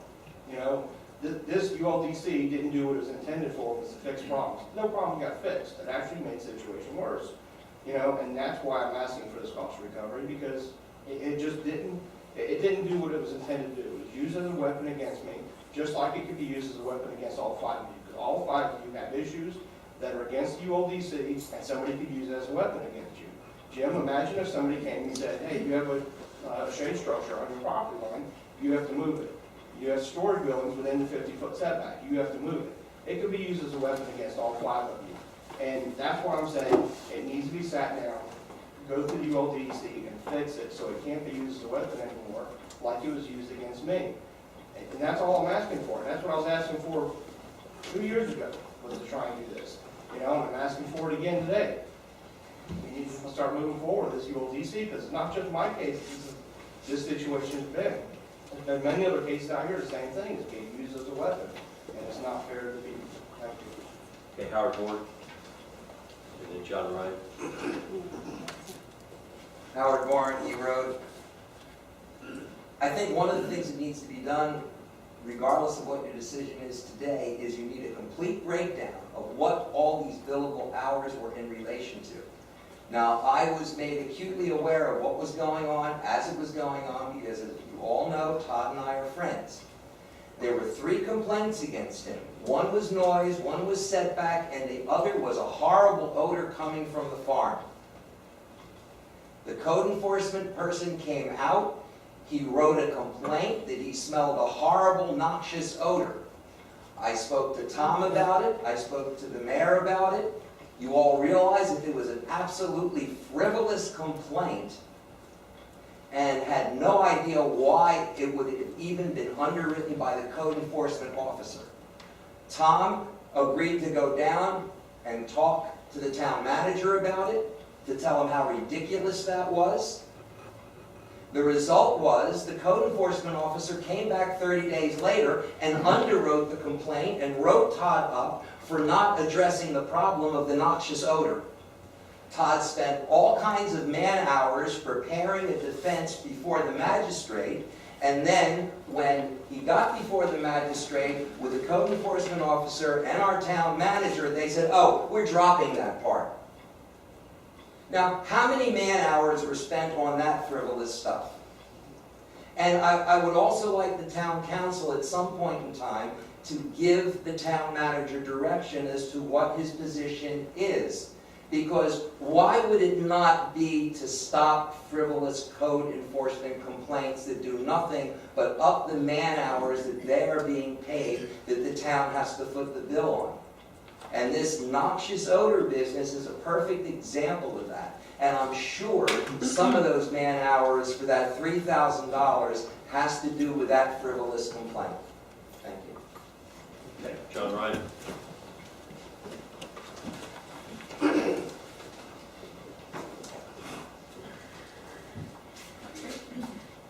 John Ryan, 3508 A Road. I have monitored this issue over the years, because it hasn't been an issue over the years. operation. I visited with his neighbors and found a problem mainly with the noise. I think some of y'all's discussion has been too much focused on setbacks. Setbacks is part of the issue because it separates the noise and the odor. But I think the main problem underlying Todd's operation compared to other aviaries out here is that the other aviaries have practices, whether it's practices in feeding or caging or whatever, that prevent some of the aggravations. And this is where best management practices come in. Aviaries don't have best management practices. They need them. Other states have them. When we had a committee meeting, one of the aviaries, one of the people in the aviaries out here sent me a copy of best management practices adopted by the state of Georgia. Now, why we don't have them here, I don't know. I don't know whether it's lack of an association in Florida or lack of a government body that really is involved. One of the problems with aviaries is that their jurisdiction is real confused. They're controlled by the Fish and Wildlife people, not the Department of Agriculture. It's a sad situation because I think a lot of this controversy could have been resolved if there were compliance with best management practices. And certainly there are a lot of aviaries out here, and most of them must do a pretty good job because we're not confronted by a lot of complaints on the other aviaries. Thank you, Joe. Quick question for Mark. Mark, is the bill at all segregated into what was spent on the setback issue that was, eventually found to be the problem? Right. Is that, or do you have the different breakouts between these, or is it recovery for all No, three? sir, absolutely not. When this was initiated, when the complaint came in, we did all three of the issues. The first issue, one being the setback requirement. And again, just so that... My question's simple. Is the $3,000 relative to all of it? Yes, or sir. just the, okay, that's the answer. Thank you. So, two of the things that we're charging were found to not be an issue. So I think to charge somebody for something that they're not guilty of would not be fair to begin with. And the setback, which we all, with all deference to John, it's the thing that he was found guilty of. That is the issue. They said the sound wasn't an issue, and they didn't prosecute the noise. You can't say, hey, you're not guilty, but I'm going to hold you responsible for it as if you were. The issue is they were found guilty of the setback issue, and it really is a simple question. Do we enforce the fine or not? I think that the setbacks have been an issue. Todd, anyone has spoken about it more than anybody. And no disrespect though, but it's really, that's my decision. It's based on that I don't think setback should, if anything else, they're excessive. And he was put through a lot of, and enough. Well, first of all, let me ask you, did you receive there is a breakdown in your package, or should be, there is an exhibit that breaks down this cost? I don't have it. If it includes everything, it proves my point. I really don't want to argue about it. My point is, we should not, if these are the charges for everything, they should not be charged for things that you Well, if I can don't. clarify, the majority of the charges are for the setback. Because the two other issues were, like in the November magistrate meeting, that's when they were dropped. Doesn't change my thoughts. We have a motion. Okay. We have a motion and a second to dismiss the $3,000 and exclude the town payment. All in favor, signify by saying aye. Aye. And I'm going to go with that. All opposed? No. Aye. Okay, so it passes 3-2. All right, moving on to B1. Pain management. Oh, I'm sorry, before we go any farther, we've got some residents, and I'm going to step out of what we normally do. There's some residents here that have an issue with a Compton Road, so we're going to hear them rather than stay for public comments. So anyway, and then we might not get all the way through these LU, DC, ULDC. All All right, Ron, you wanna, how do you wanna handle this? The problem with Compton Road is a drainage problem. It's a drainage ditch along the side, north, I believe it's the north side of Compton Road. All right, and here's how I feel about this. We talked about after the fact of the flood and stuff.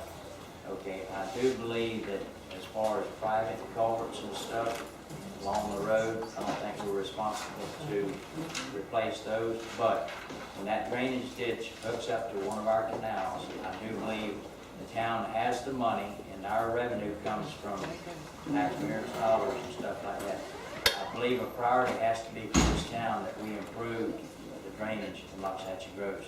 So when you've got a drainage ditch that supplies as many homes as Compton Road does, and our problem is that drainage ditch needs to be cleaned out, I think we can afford to clean it out.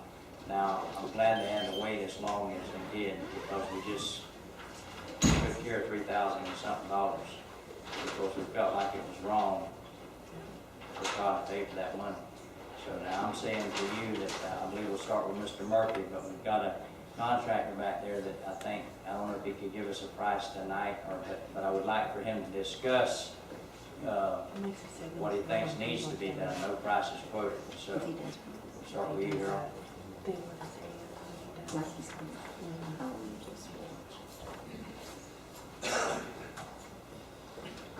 Harold Murphy, 13245 Compton Road. The road and the drainage ditch belongs to the city or the town of Loxahatchee. When we paved the road, we had to give that property up to the town. And the residents on the west end of Compton, or halfway down at least, we've got pictures here if you can see them. On the east end of Compton is the canal that's almost dry.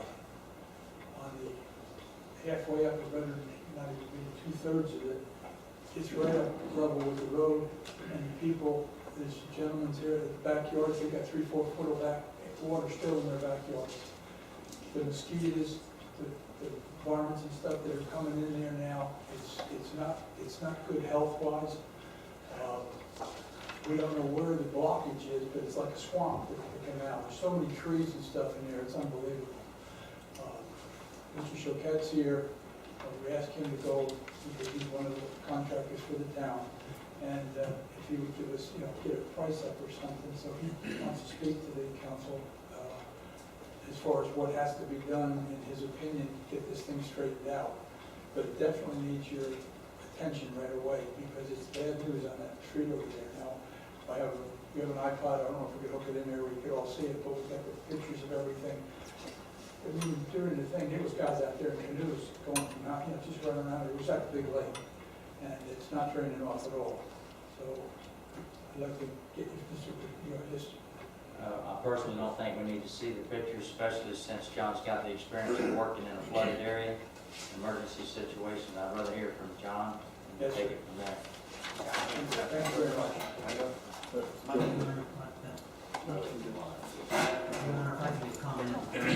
What's that?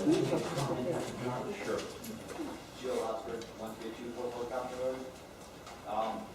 Not here to complain about anything. We've watched this people in the 80s got their rates from.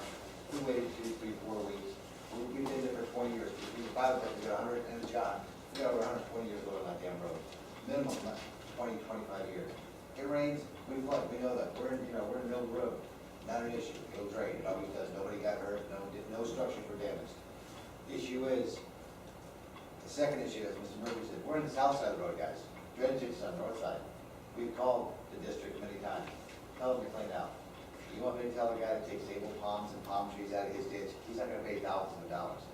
I'm trying to drain into Mr. Murphy's ditch to get down one way or the other, nowhere. This is the first time. It's been gathering for years. We try to keep our culvert clean. He pays to have his stuff cleaned out. It doesn't go anywhere. As of last Wednesday, I came out here and Cleve came out there. He drove out to the house. I said, you gotta help me do something there. I walked in the backyard. I have 2.5 acres. It's knee deep right now. It never has been. It drains after 5 or 10 days. And that storm, it should have taken 2 or 3 weeks. We're okay with that. It's been 6 weeks. The mosquitoes. I paid $200 a week. Got my side 2 weeks. Feedback. You can't cut it yet. That's just way too much. I know we don't want to spend people's money, but I'm on the north and south side. I drain into those canals. They don't clean them, the whole south side is flooded. So that's all we're asking, look into it. That's why John's here, but we were told too, when we did the roads, 13 feet from the center, they're about 12 feet. And there's palm trees and there's sable palms. Last night you roads checked all the corners. They're fine at the end of the street. So it's just nothing between, and it's just, it's a swamp. If you can look into it, we'd appreciate it. All right. John, come on up.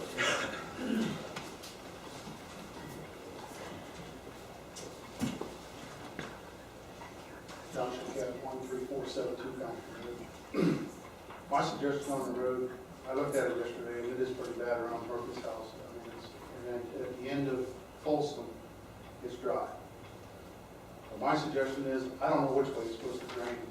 I think I should shoot shots at the canal at Folsom, see what that culvert is, shoot the shot at F Road Canal at that end, and see what it is, and then shoot the water at Mr. Murphy's house and the bottom of the ditch at Mr. Murphy's house to see which way it's supposed to flow. I can't determine which way it's supposed to flow. If it's supposed to flow west, there's quite a bit of work has to be done.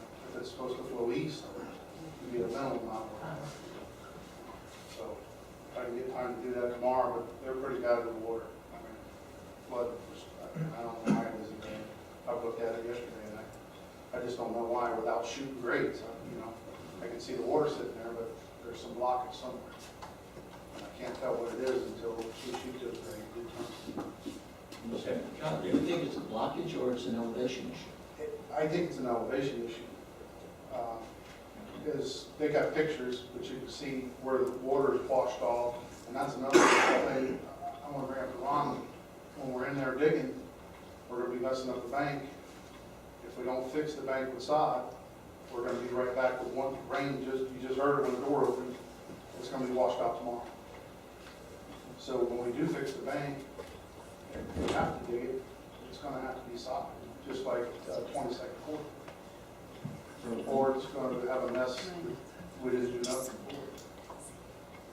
You think it's, potentially you're gonna dig to the east to lower that, so that if you find it flows that way? I can't tell you if it flows that way. Right. I have to shoot the Otherwise- culvert. Otherwise, you're gonna dig to the west to just allow water to have a deeper ditch to be in? No. No. To go into that. I got to shoot the water in F Road Canal. For some reason, my determination is that culvert's blocked up just because I seen the pump running there. Okay. And that culvert, something's wrong with that culvert that's going underneath that road. Okay. I mean, it sounds like if the water's higher than the culvert. No. The culvert, I want to shoot the water in the canal, shoot the water in the Compton Canal, and see, that'll tell me if it's equal. Okay, I can't answer that question right now. okay. Then I want to shoot the culvert at F Road, see what the bottom of the base is. Then I want to go to Murphy's and see what the water's at, and then see what the bottom of the canal's at. And then go down to Folsom, see what the bottom of that culvert is. And then I can determine which way it's going to flow. Until then, I can't. Is there a best case, worst case in your estimate? In other words, if it's a culvert blockage going into the canal on F, is that, I mean, that could be a culvert replacement? Or Possibly could it be culvert just replacement. blockage? Plus, there's a lot of clearing to go that way. I mean, heavy clearing. Okay. I would probably say at least as much as, not more than 22nd Court, which was around $14,000. Sounds like you have worst case and worst case. And it's work, it's bad. I mean, to me, it's an issue of safety and health and Well, so you gotta we think need- about septic tanks and stuff, there's water standing around their septic tanks and they're not draining correctly. Yeah. And if it's leaching out in that, then you got issues of. So we have an issue that I think the town would act on under safety and well-being of the citizens, as if it's an emergency, and it is quote an emergency, even though we're a number of weeks past Isaac, which was only a state of emergency, so to speak. So we get input from Mark. Yeah, Mark. My associate, Bill Underwood, let me step back a second. We have always operated, as long as we've been here, under the premise that the three roadways that were Ogeman, several years ago, for the county, that being Compton, Bryant, and Marcella, are town roads, considered non-district town roads. My associate Bill Underwood did some research, and he has told me that these three roads were actually deeded to the water control district, based upon that use agreement that all the owners signed when the Ogean went down. Now, I can't sit here with a document in my hand tonight and tell you that's the case, because I didn't know this was gonna come up and be, it's not agendized. So, we'll do that research tomorrow, but I guess the public policy question here is, number one, we have district roads and non-district roads. I wasn't aware that we now had town canals. And I've heard some of you say you don't want to be the second water control district. So I'm hearing it's a town problem right now, but I don't know for sure. Maybe it's a water control district problem. So I'll be happy to do whatever, but I just want you to be aware that there are some issues that we're going to have to look at. That's all I can tell you at this point. Well, certainly you have to move forward as a town manager to get this done. Can you do that, and what criteria do we have that you would do that on? If we were to give you direction to do that. We then have to, Mike and I would have to look at it from a procurement standpoint. I'm not really sure how we're going to procure it at this time, unless due to the storm, we were able to call it an emergency purchase. Well, the amount was it's under 25,000. Yeah, that'd be in the pickup, Right. You have that second? Yeah, anything between, I think it's between 5 and 15, you're supposed to do. However, if the town by 4/5 vote finds that the process is not, the competitive process is not in the best interest of the town, you can waive it. By making that motion, you need to make some findings in that motion. And we would have to come back with a contract or a confirmation of the contract, even if you authorized us to sign a contract, get the work done before your next meeting, but you would have to ultimately confirm that under your code. But that is one exception that you have, but that would require forfeit vote of the council. That is not in the town's best interest to procure it, and again, making specific facts. If you deem it an emergency, you have to make that, you can do that. You can make a finding in a motion that due to emergency, you're authorizing Mark to do it, but you would have to be comfortable, you have sufficient facts to understand that as of tonight, the condition that you're trying to alleviate is indeed an emergency. So those, otherwise, we get to locate the exact provision for this amount, but there is some due diligence that's required, even though it's less than 25,000. We'll get there in a second. I'm inclined at this point, first of all, we can't wait 2 weeks for another meeting, because we've already, I think, waited many 2 weeks too long. I'm not aware of this problem. Last time we had a meeting, we should have probably tried to address it then. But now, I don't see waiting 2 more weeks. I don't understand this concept of who owns the road, if it's a water district. I really don't want to get into having that slow us up to decide. We could probably do some due diligence between, give Mark enough direction that says if this in fact is a water control district road, then we can certainly urge them to do it. But I don't understand how it can be. And if it is, do we get this problem solved by just telling them to do it? I don't necessarily think so. So it's within our authority to grant, as long as we stay under the 25, I think, an extension of emergency condition, because they obviously haven't left that road. That we give you, we choose that part of our exception to our give Mark the authority with get some facts, maybe we get, John can give us a real sharp pencil estimate to get us through this, I'm sure he will, that we can fall under that number, and tonight we can give you that direction. I don't see, I guess I'm looking to make a motion based on what you said, Mike. Include all those criteria, give them some direction, do a couple of things as far as due diligence, but I don't want to come here next meeting and find we haven't done it, if it's possible to be done between now and then. Yeah, I think with the town council's approval, purchase of 25,000 can be done, and so that's what you're asking to be done those other exceptions go when you have to use competitive selection, which is in excess of Oh, 25,000. yeah, those, the open market requires 3 quotes for that. I'll Yeah, remember that if you- on 5. That's my motion, so to speak, if I can so encapsulate what I said, instead of call it a motion. Okay. I do understand the problem. However, the problem is deeper, and for everything to always be an emergency that enables us to get around this and get around that, I think is really a hell of a way to run a town.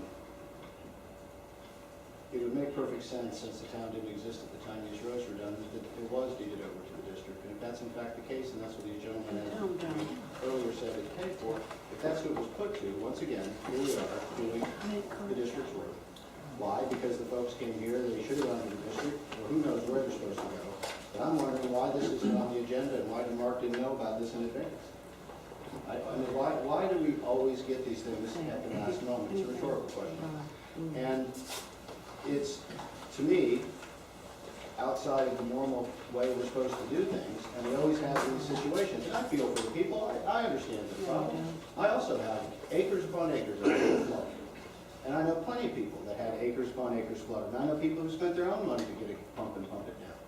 But if that is a canal and it does belong to the water district, shame on them for leaving it in the condition it is. If you don't think it is, I think we need to know. And, you know, if everything's just, we're gonna do whatever, the water district doesn't do its job. Once again, facts are always in dispute. And that I really find to be hard to operate.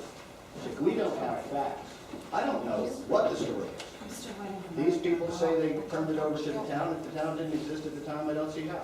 If the town did exist and they turned it over to the town, would somebody please give Mark the piece of paper so he can see it? It's that simple. But we always have this continuous, you know, nebulous.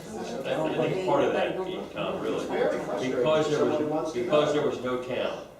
That was done by our county commissioner. And I think what happened is for the county commissioner to justify him doing it, somebody had to own the road. But I don't believe the water control board never voted to accept those roads. It was a just deed of public basically said- easement. What's that? It was a deed of public easement. It was Yeah. not deeded That's all to it the was, district. no canals, no roads. There's plenty of issues that, you know, I mean, it's a Mike town is fully road. aware of what I'm talking Yeah. about. You know, there's issues here with expansion of the funds that were collected for this town for another district or for, there's responsibilities. If this is private property, then it's a private responsibility. If this is district land, it's district responsibility. If it's ours, it's ours. I'm sorry if people don't like the federal system of government in the United States of America, but that is how it works. We can't exempt ourselves from it, as was earlier said tonight. We have to go along with the deals, and I am the first person to say the government is overcrowded with bureaucracy and all this stuff, but we should obey the rules or else there's no reason to have any of them. All right, Ron. First of all, John is right. It was deeded over as public easement, okay? And they had to do that to get the ocean put down on their roads, okay? And it's back to, we got a problem here, and it's drainage, flood control. We have the opportunity to fix it now. Procurement policy, are we under the procurement policy if it comes in under 25,000? Or if it's over 5,000, do we have to get 3 contractors to bid on it? Help me out there, Mark. If it's over 5,000, then you need to get 3 quotes. That's why I'm suggesting you might have to try to do it as an emergency purchase if you're inclined to do the work in a quick fashion. Okay. Worst scenario, we get the 3 quotes. I personally think we treat it as an emergency purpose and we get the job done. They waited long enough. Now, the comment was made, why all of a sudden? You know, we have problems that come up all of a sudden. Okay, I talked about the people on Compton Road and the people on Bryan Road, but when I talked to them, they had a problem also about redoing their road, like we agreed upon months ago, okay? I just found out recently about the drainage problems. Now, something tells me that other people knew about the drainage problems prior to, I think Thursday I found out about it, okay? And that's when I told the people, come to the meeting, talk to the council. We've got the money in the bank. We can take care of the problem. And that's why they brought John along. So no, I don't have a problem taking care of a flooding problem. Now, the other thing is after we take care of the problem, let's do a better job of maintaining the ditch, better than what we've done on 22nd Road North, okay? We have a problem maintaining things, okay? We solve problems, but we have a problem taking care of it after we solve them, so. But no, I think we need to move ahead with this, and I'll make a motion that, No, we've got a motion. okay. Then I second that motion. We now have a motion and a second that we'll find out. Now, I think, my thought is, John, you're exactly right. We need to find out what's going on. If it has historically drained, you know, then it's probably a combination of something stopping up the culverts, plus the additional rain we're getting. I mean, we're still getting rain almost every day. So, you know, but we've got to figure that out. If it's an elevation problem of the property, then there's really nothing we can do as a town other than, you know, make sure that the culvert, the drainage ditch is running. I can draw all that out, the shots down through there. But the F-road canal, I want to slide a 20-foot piece of PVC through there 4-inch and see if it is blocked. Now, I maybe can't determine, you know, it might be open, you know, this much, it might be, you know, it's supposed to be an 18-inch culvert. maybe you can get Ron to get some of the guys with the fire truck to blow that hose through it. We did that on 22nd. We did that on 22nd. We didn't know if the culvert was, and the culvert was 3/4 blocked, okay? Well, But no, if the culvert's salvageable, it may not be salvageable. It's blocked and it's salvageable. I got these balloon bags, and what I do is I put a pump in there, load a bag up, and force 6 or 8 inches of water through there and blow it out. But you have to block it all. They were pumping in the canal before, it was just circling. So The only reason block I, it, you won't do that. the reason I used the tanker, John, it was cheaper, but no, you do that. Can I ask just a couple questions? Because, you know, the weakness of not knowing all the information. As part of that motion, if there's anything that the town would need from the district, I mean, we're talking about this is the possibility of being a deed of public easement to the district, and being within that deed, which was to the district, that if that part of your motion be that if there's anything that the town needs for the district, that they provide the consent direction at their meeting next Monday night, so that can be conveyed to them tomorrow, that this came up tonight, and without knowing if we need anything from the district, at least the request comes from town council to determine whether they Can I amend my motion to include consent? Oh, I know. We have an amendment to the motion. And the second, we're interpreting that motion as saying that if we get what we need, if we understand we have the rights to get there, or we have the authority to implement your motion, which is if the district requires any written consent, the town manager can sign it, send it into this project, similar to what you did when you owed the North Road. I don't know if they require it, but otherwise, the concern would be, does he have the authority to implement your motion if he has to accept some conditions from the district? See, now, it doesn't change the motion at all, but what I would like to see done is have the survey done, look at what needs to be done, and try to get the thing open and flowing right now. And then treat the Do a fix now and do a long-term We need a solution fix. later. We So need you're a only fix. authorizing the fix today. Right. Vegetation slows down flow, but it doesn't stop I flow. think we can work on it. I mean, that's my thought, you know, and we take care of the problem where I they're. just want to make sure we're clear, because we'll be doing this before your next meeting. We don't want to overstep the bounds of what your motion I mean, is. am I stepping out of bounds? No, I agree with you. I agree with you, Mayor, and that's what we're trying to do. What we got now,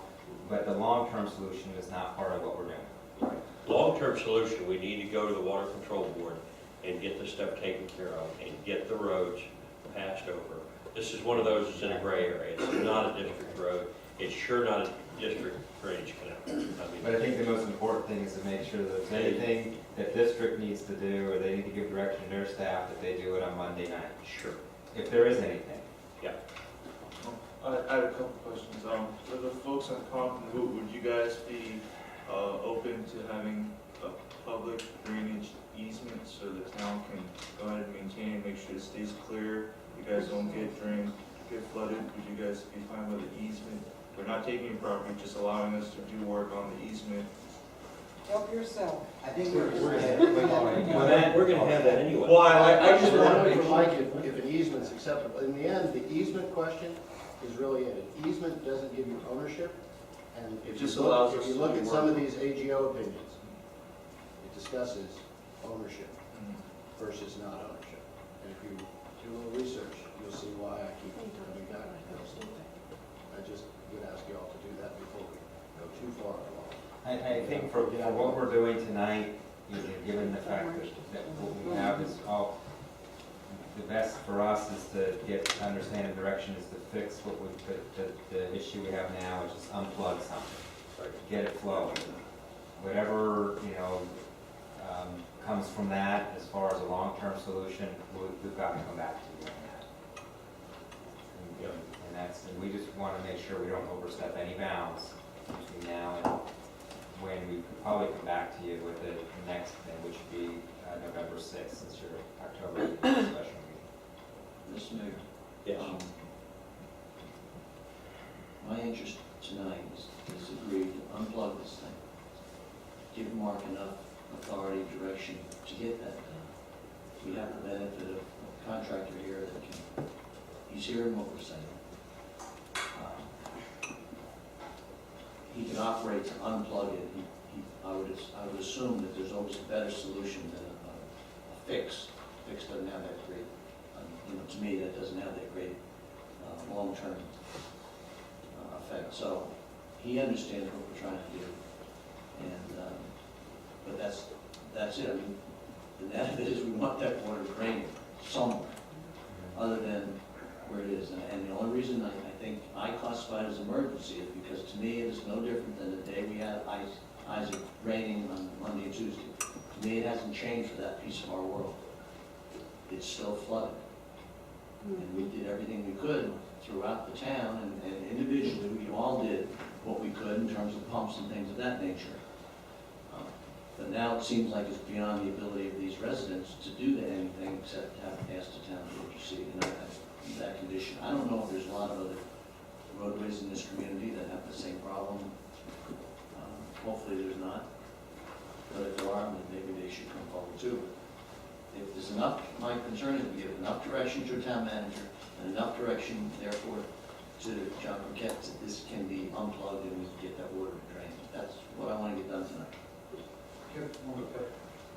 On F, near F Road, I want to make sure that we're not, if we have to go in and clear trees behind Donald Barnes' house, and maybe Mr. Murphy can answer this.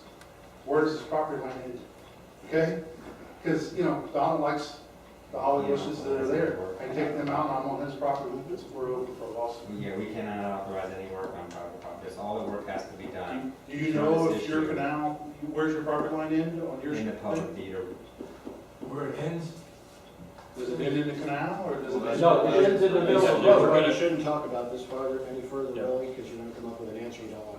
Right. That's why We're gonna do what we can do within the easement. There's a lot of trees down there, and we might have to do that to open it, I don't want to take it. Well, if it's historically drained, it's probably a culvert someplace that's blocked. So that's what I'm hoping, we get that open, it's gonna drain. And then we'll deal you will with not, it. you're limited to within that easement. Okay. Yeah. You're Elizabeth? Yeah. For you, Tom, you had a question about we're coming to you now. We waited for the drain. We didn't want to overreact 2, 3, 4 weeks. There was people that were hurt. We come up here 2 weeks ago to the Thursday meeting, block the district. They instructed us to be taken care of. There's money in the budget. We're going to look at it. We can clear it. I went home and told those guys, hey, it's going to be taken care of. Until a week later, I hadn't heard from anybody. I drove back up here. He drove out to the house, looked at it. He walked all the ditches. He was informed by Mike that there was culverts covered up. He got out of his truck, he walked that whole road, he said every corner was fine, the F road into Compton. There was so much traffic, half of it was, make sure your yard, your culverts are good, but the other half was in the ditch, not going anywhere. We're not talking about 6 weeks, 6 months, we've called for years about this. And all they tell you is, go tell those neighbors to clean your ditch out. I can't go tell Murphy to clean his ditch out, he ain't going to, all right? My stuff drains over there. But the gentleman he's talking about at the end, it's full of trees. There's a dam in there. There's dirt 5 feet high. Lock Country Road, I mean, the district did what he wants to do, move the dirt, and allow it.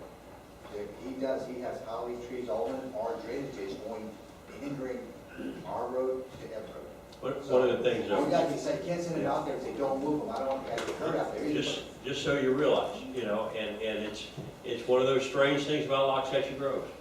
The Water Control District did not have the power to do things like that on roads that were not deeded over or not district roads from 1927. So all those new roads from the Water Control District belong to the residents that live on them. The drainage and everything, just a fact of life. We as a town now are able to take the roads and the ditches along, because we're going to take them together, and they will be the town's responsibility then to make sure that the property's drained and people have access to their house. Two different entities, two different problems, there's only so much the Water Control Board can do, because they're not allowed to spend public money on what is a non-district, issue. So you've come to the right place now, and we're going to take care of your problem. Whatever you guys can do. We have to remember that we just have to get all the T's, everything done right. We should not be doing, and I appreciate that it's flooded. I agree, we need to get the flood doubled. But we need to not let this drop. We need to find out who owns that road, who owns the ditch, who's going to take responsibility, and proceed forward. One thing Clete was talking about some of these neighbors was the issue of, like they did with the culvert crossing, where they create a special unit of development so that some of these things can be done, and that the neighborhood that benefits from the drainage improvements pays for it all together and in total. Rather than taking the money out of general funds, that may be a way that we can address some of these issues. Certainly, it's not something we're going to do for the quick fix that we're asking Johnny to do tonight.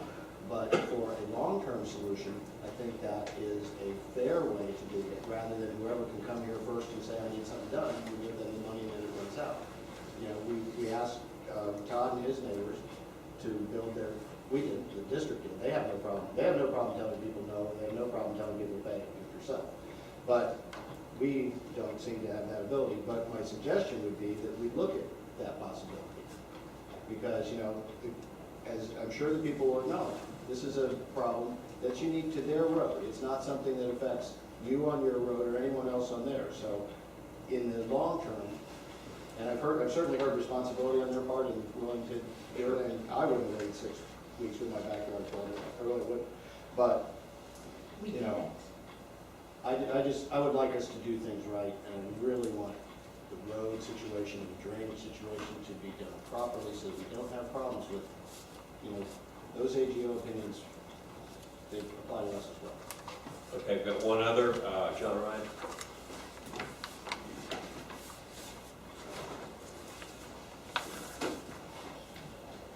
John Ryan, 3508 A Road.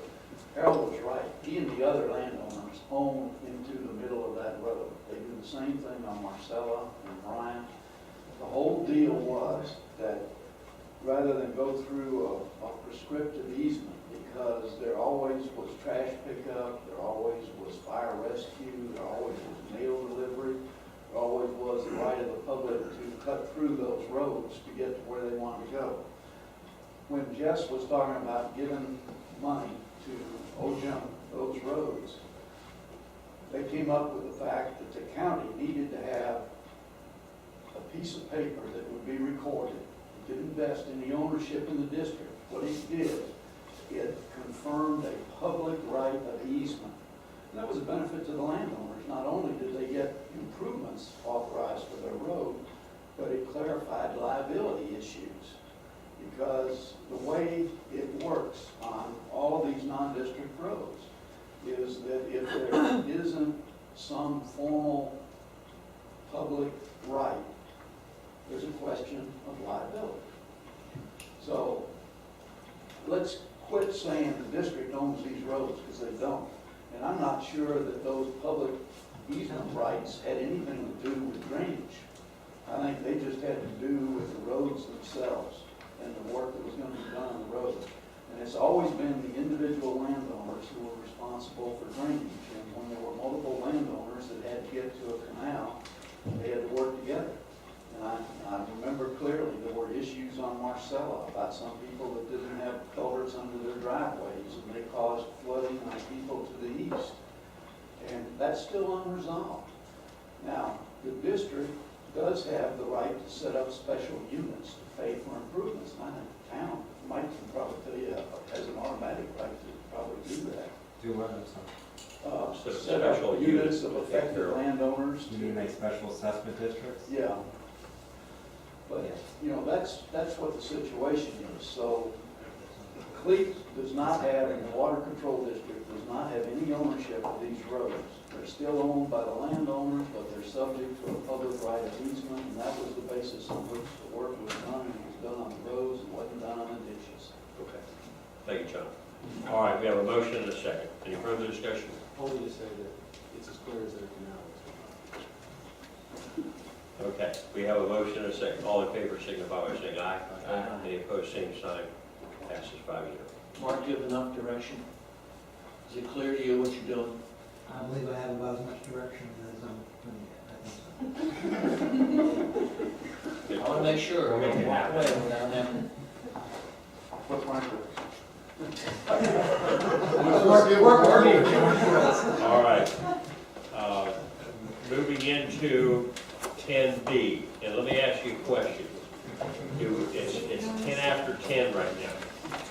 Do we want to start wading through these? We're going to take one up. What do you want to do? Can they, let me just, we'll overview and then think that would be helpful, we'll clear it up and talk about it. And I apologize, we didn't mean to bomb you with tons and tons of paper. What we did was, we were, Mike and Jim and I, thinking about all the issues that we have talked about previously. As you know, when we talked about several months back, the original, the target documents that, you know, we had LRM do the research on. One of the things I said to you at that time was, when October starts, our first meeting, we'll start to come back to you with ULDCs. And we thought it was better to try to come back to you with some of the problems that have come up over the course of the year, rather than just taking the first 3 or 4 sections of ULDC and starting to go through those page by page, whatever. So I've indicated in the agenda report that accompanies all these items that, you know, you probably, the best thing we can do tonight is decide on a format as to how you want to do them. You know, there are many ways. We could do them as a special meeting. We can do them on a special meeting basis. We can eventually, especially at the start of the year, if you wanted to, we can turn these into your second meeting of the month, totally reserved for ULDCs. I've had the opinion given to me that maybe what you ought to do is turn it over to a new committee that would be convened to review the items and then sunset them. That's what I'm going to try to come back to you with a recommendation in November as to the best way to do these things. So, you know, obviously the intention was not to give you a bunch of stuff that you'd be sitting here for 3 hours, you know, going through. And again, I apologize for the lateness of the hour. So I think the best thing we can do today is try to come up with a format and a plan of action as to how you want to do them in the future, and then we'll react and adjust accordingly. All right, what are your thoughts? Ron? Well, the best part I liked about that, Mark, was the new committee, and I personally think we may have enough people in this room tonight to pick that new committee. I've already picked mine. I'll pick Mr. Howard. So if the other council members, first of all, we need to see if we got enough to pick a committee. You know, I'd like to pick a committee tonight and get the ball rolling. You'd have to establish it. You'd have to formally establish it. We need to bring it Okay. back to you. No, I agree with Ron. I think the committee is the best way. I think the people that we pick should be, as Howard definitely is, a stakeholder in what's going on. I'm in agreement. I think that, you know, they are the ones that are passionate about some of these issues, and we can at least, you know, identify them and bring them forward. I really would not look forward to dealing with one of these every year, you know, 2 or 3 of them every meeting night. You know, it was hard enough pounding through them the first time, so, you know, and obviously that didn't go so well. So anyway, anybody else? Yeah, I'm open to the committee also, but I'd also like to say that, you know, that I would like to make sure that the format of the committee would allow for enough public input as well, you know, not just opinions of the committee, but whoever comes to those committee meetings, you know, are time to speak their mind and you know. Maybe the committee workshop, they can have. If each one of us choose somebody, you know, then accordingly, like we do typical committees. Yeah, we would bring it back to you with a resolution, saying each point, they run with your term, and then in this particular case, you can give them a timeline or time frame to finish their work. The other thing you have to consider is if you want to give them direction and how you want them to proceed. Are they going to proceed based on certain sections or certain issues that you provide them, or are they going to proceed like you did when you wrote the ULDCs, start on page 1, go through the whole thing and give a final report? You know, those are just two options. And the second thing to remember is, even though you're going to have a committee do this work, it still is going to have to go through the planning and zoning board because they're your LPA. So you could, but that doesn't mean you can't have the committee set up and go through it and work the issue. I just don't want, because the way the ULDRs are enacted, they have to go, when you get to that point, it'll have to go to P&Z. My thought is we get some input from the community, we get some, you know, to find out which ones are the hot issues, and let's tackle those first. We already kind of know which ones we've been dealing with, and we tackle those first, because some of them might not need much at all. The committee could say that certain ones are fine, so Yeah. we leave it to them to. So, you know, and we need to get some way of getting input from the public, you know, as far as which ones they have problems with, and, I mean, you've already got 5 of them listed here that are probably the top. Yeah, these are ones that we've already brought back to you, or, for example, the moratorium on paint clinics. We kind of waited out the problem, and what we found, and given changes in state law and law enforcement uptake and everything else, that, you know, you may not need specific regulations on that subject matter, but, you know, that is something that needs to be wrapped up. Okay. So you're saying we should wrap that up tonight? I wouldn't end the moratorium, but I'm saying it should be on your list to finish. And the reason for that is because it's an open-ended moratorium that's relying, and because of what happened at that time, when there were extenuating circumstances. You haven't had anybody come in and get denied. But town management was vested, at least it was the old town management, was vested with the authority to come up with something. It's kind of, we've kind of inherited it, and, you know, basically I want to, you know, get your direction. Is that something you still want us to work on? I've got it, we'll take it a little out of order. I've got 2 public comments, Virginia, and then Nina.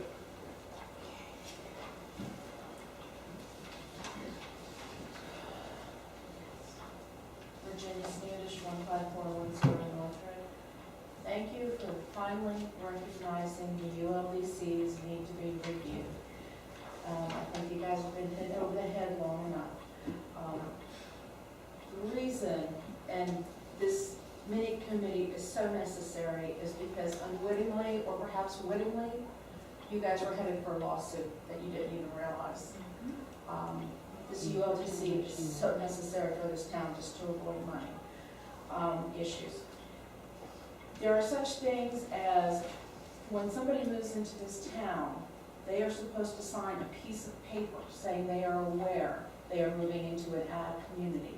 Also, if someone's supposed to start an ag business, if they weren't ag before, the neighbor next door does have a year to complain.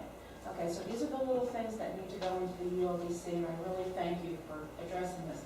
I want to make sure, though, that you address things, that this committee specifically addresses the equestrian commercial definition, and that it should not be a special use. There are so many things in that ULDC, and I think it's great that Ryan said, let's get input from the community. There are so many people sitting home fuming right now that may end up being part of that future lawsuit that you guys may or may not have seen coming.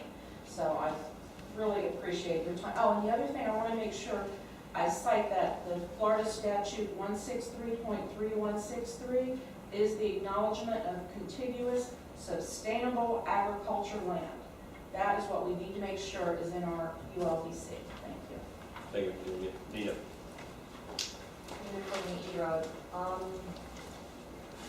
As Virginia said, regarding the equestrian use, the fact that it is commercial equestrian use, any of it, is supposedly a high impact, such as, for example, what Land Science South is proposing is absolutely ridiculous, and it should be something done sooner rather than later. And I don't mean to wait for a committee for that.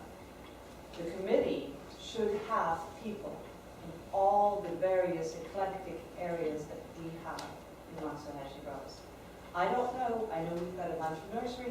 sitting up here, I don't want to see just nursery people represented. I want to see them represented, but not just.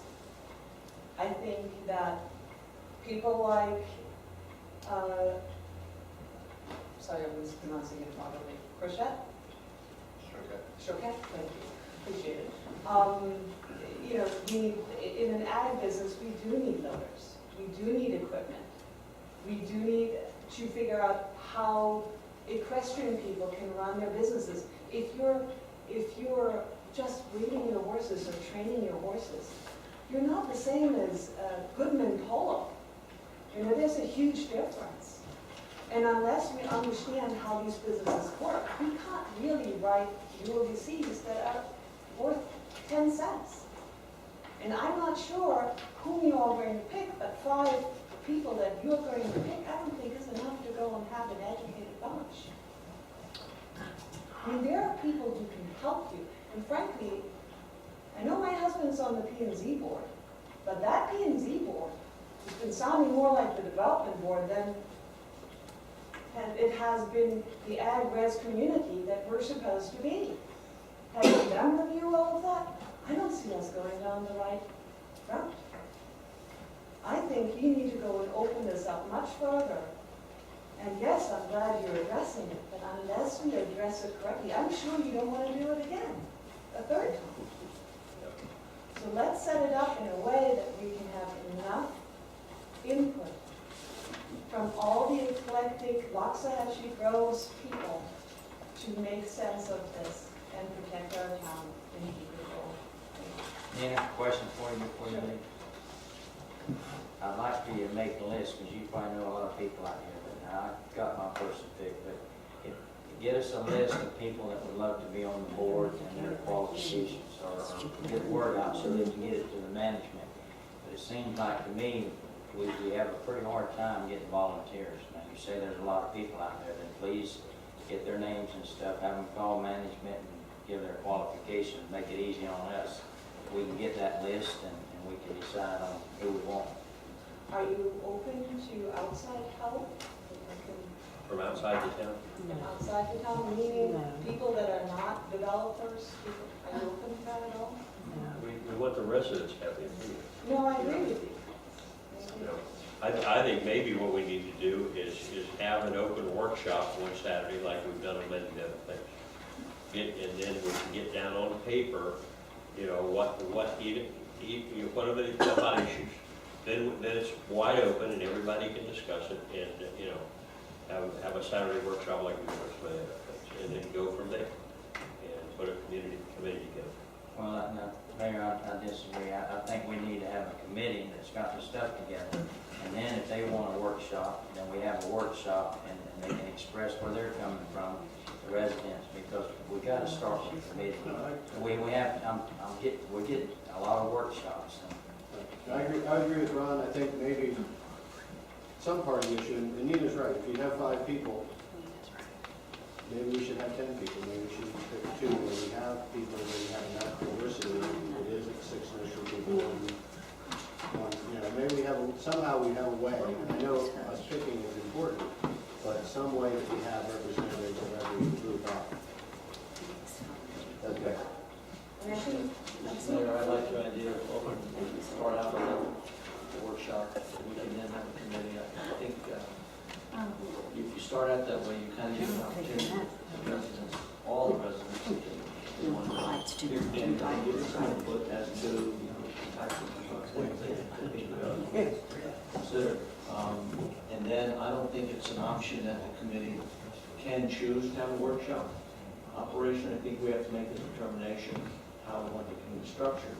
I think going forward, you continue with the workshop format, because you always want to allow those that may not be able to serve on the committee to also be at the committee and have an input. So I would at least start design for that one. But I would kick it off with a workshop. But I like that.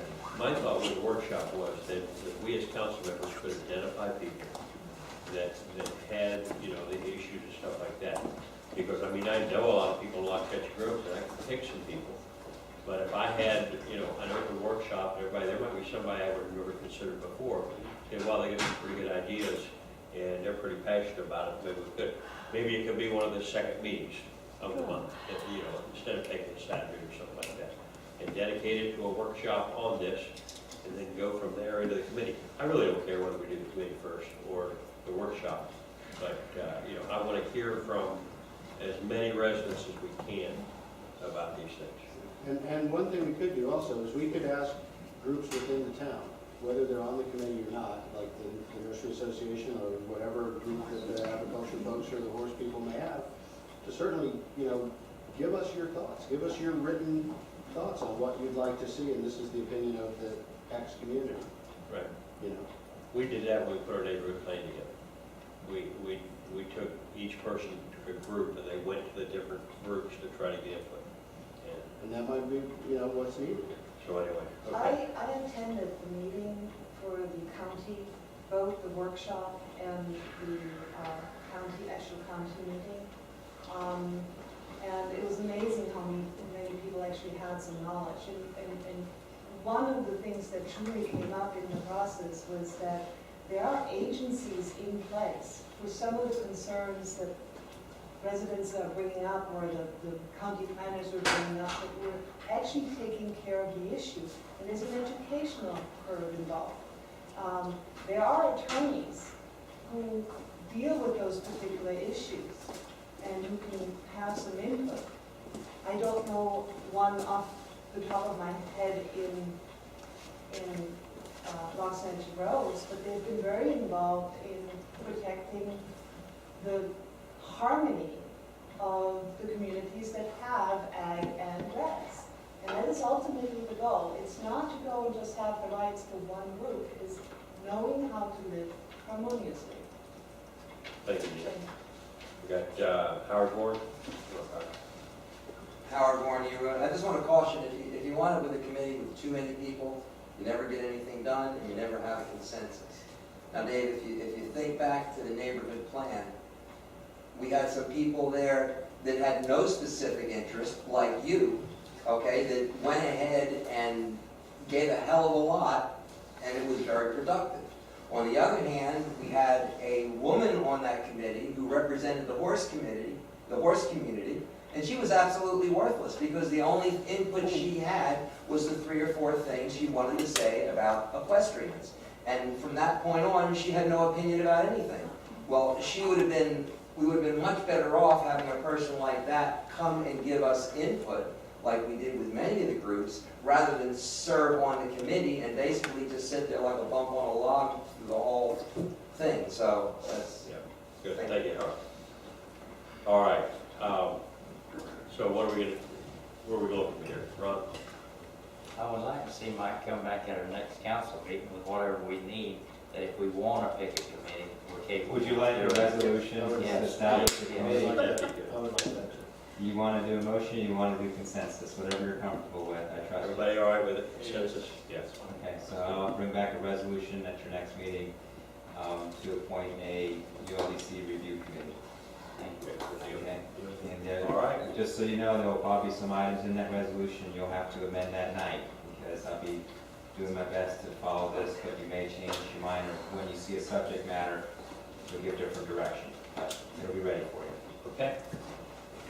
Thank you. All right, so we're ready to move on. Do we need to get this Hyde Park Road hedging done tonight? All right. If you'll be quick. Okay, so the hedging's already been done. Hedging. Hi, Jim. Give me 3 minutes, that's all I need, 3 minutes. Hey, Hyde Park Road hedging, the request came in. Initially, Frank Shaw had asked Fire Rescue to go out and ride this road because he felt like it needed to be hedged. They went out and rode it, and they basically said that with our fire and rescue vehicles, but presently they could respond with their fire and rescue vehicles, but it should be monitored as future growth of some of those trees could delay response in the future. And then the fire chief sent pictures to Mark. Long story short, here's the second response from fire rescue after the road was hedged. Just as a follow-up, I noticed the shrubbery and trees on Hyde Park Road have been trimmed down significantly and much improved since last month. kudos, as it certainly makes passage for fire rescue vehicles much easier and faster. Please feel free to pass this on to the Water Control District. So a job well done. Now, here's what I'm here for tonight. I put in the request, but a young lady, Linda McKinley, put in a request on the 20th of September. The Water Control's mower was broke down, but they got it fixed. I put in a request. The request for town authorization, it was denied by Mark on a certain date. And the reason, I spoke with Mark personally, and I feel like he was justified in denying it because he denied it because we don't have an interlocal agreement, and he couldn't approve us paying the district to cut it. So when I approached Mark, I asked Mark, I said, I realized the money was the major problem. I said, would you authorize just having it hedged, but not authorize paying of the hedging? And Mark told me he would authorize the hedging, but no money. And I told Mark that I would bring the money situation to the council and see if the council wanted to pay the district. The district was willing to hedge with the option of not getting paid for it or getting paid for it because we felt like it was justified. Now, a couple things.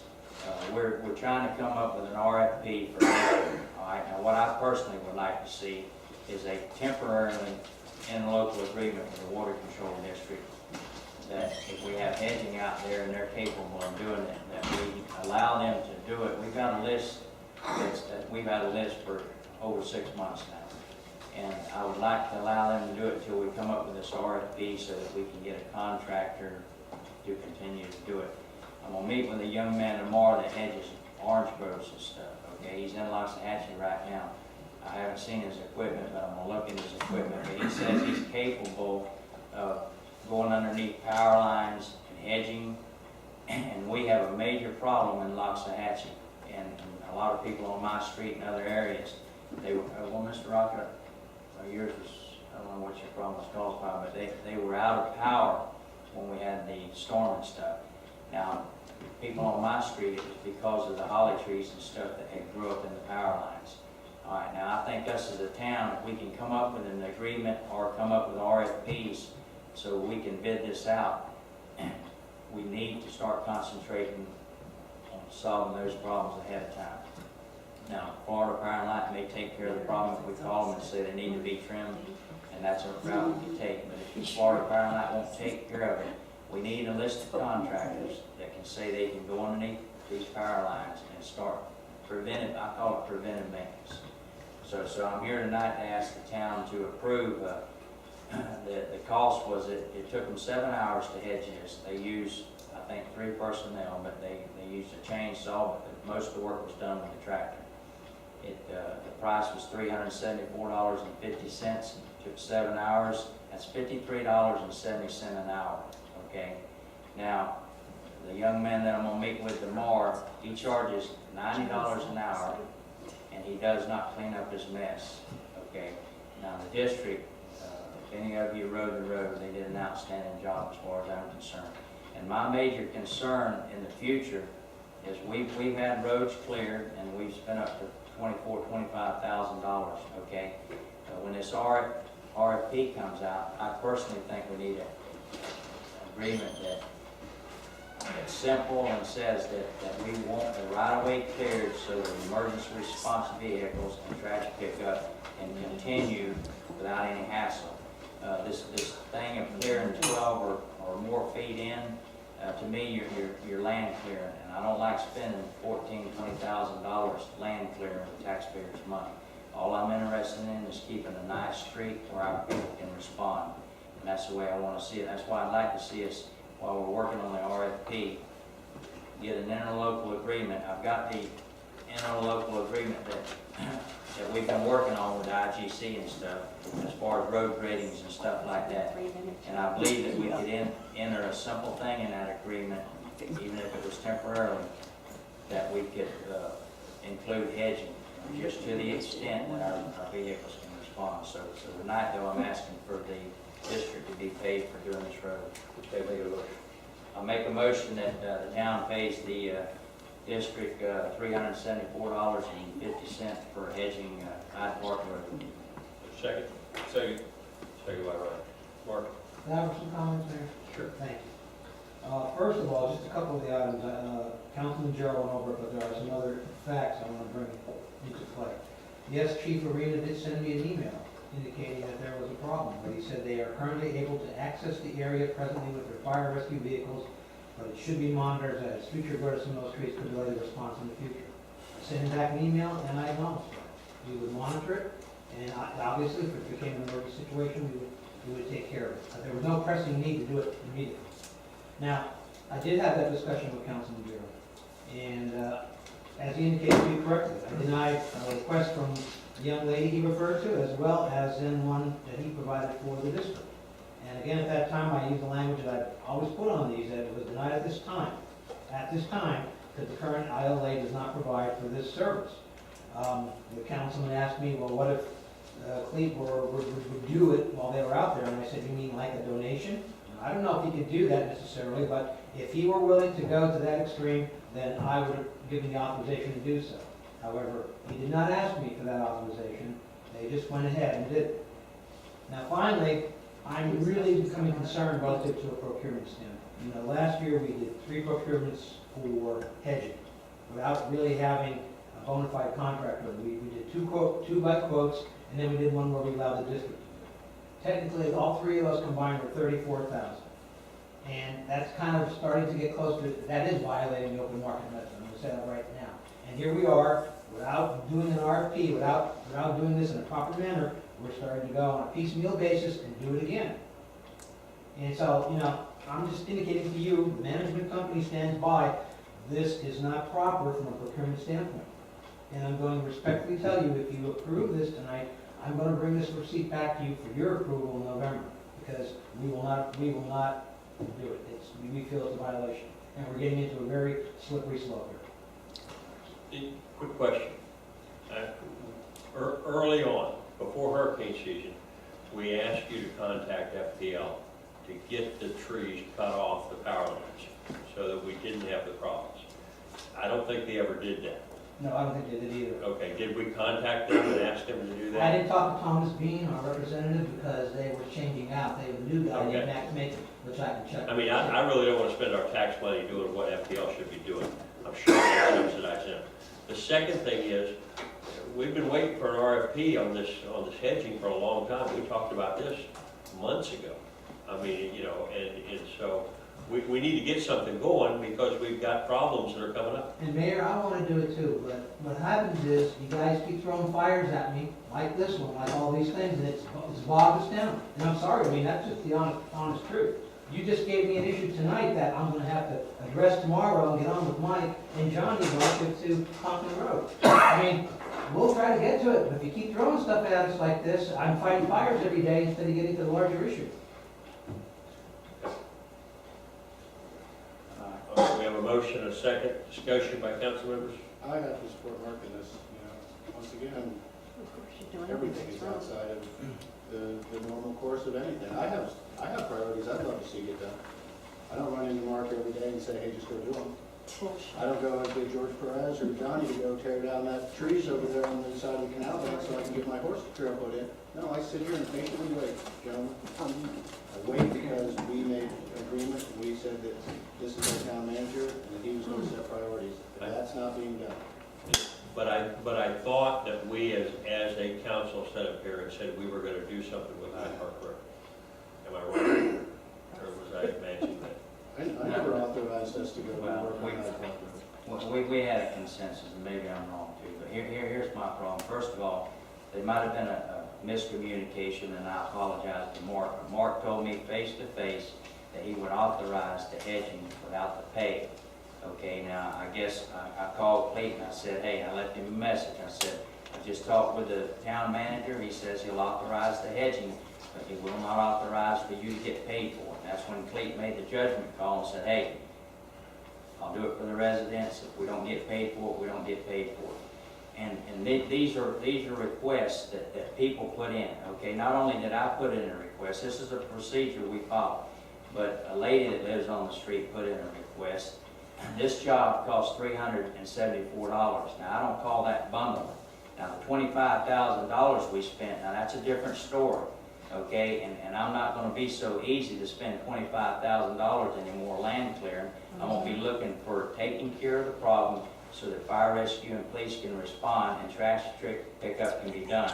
And I've got to read this because this upsets me that we don't want to pay this. And like Tom said, he's patient and he waits. Well, I'm not patient. When residents call in complaints, when it affects their trash pickup, I talked with Pete with Waste Pro.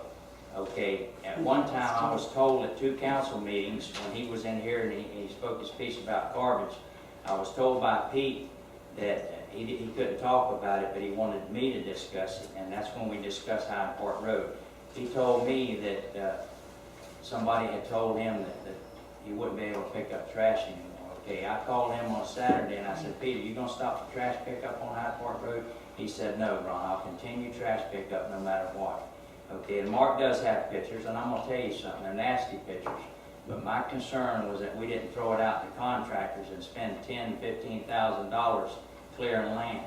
And I've got to read this because, like I said, I'm a little upset. But here's some comments that was made, okay? On September 27th, somebody rode this road, Hyde Park Road. They observed the district doing something for the residents.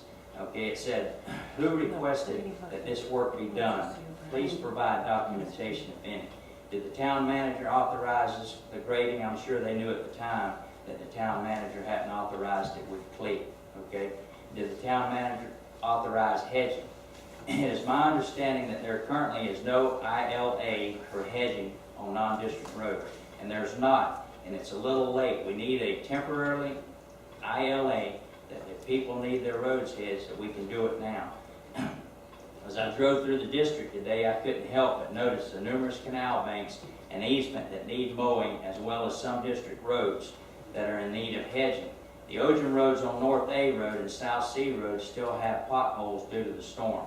The canal banks within the district need dirt to stabilize the road edge, as apparent on North A Road. The question that I have is why were 3 district employees devoting the better part of this afternoon on a non-district road when there is so much work to be done in district easements, canal banks, and roads? It was my understanding that the district work was first priority and work for the town was second. Please provide documentation from the town managers for question 2 and 3. Okay, I've always stressed I don't classify roads in Loxahatchee as district and non-district roads. They're roads of Loxahatchee, and eventually, when the time is right, they will become all town roads. All right, so I don't like people telling me that when the district gets all their roads mowed and all their problems solved, then they can spend time taking care of town roads. We've got money to pay, and whether it's the district that does it, I don't really care, okay? It can be contractors, but I've asked for a list of contractors that will do hedging. I have not seen any list yet. And now I'm gonna meet with a man tomorrow morning that does hedging, and I'll come back to this council at the next meeting, and I'll tell you all about it. But we need an interlocal agreement, and I'm tired of us splitting this town with district road and non-district road. When people call in a complaint, and this is a process that we worked out that both the town and the management team was satisfied with. When they call in a complaint and they do it right, then if we can respond to it, we need to respond to it. And that's the end of my discussion. Thank you. All right. Any other council members? Got one, Howard? Yeah. The problem is not quite as simple to resolve as just, let's have another ILA and let's have there is this complex relationship between the road control district and the town council. So we've got to be aware that there are certain things that we're doing today that complicate anything to do in addition. Without going into too much detail, the concern I have is that I don't know how this got done, again, without authorization, but we seem to have a request that was specifically said we're not going to pay for this, but we had it done anyway.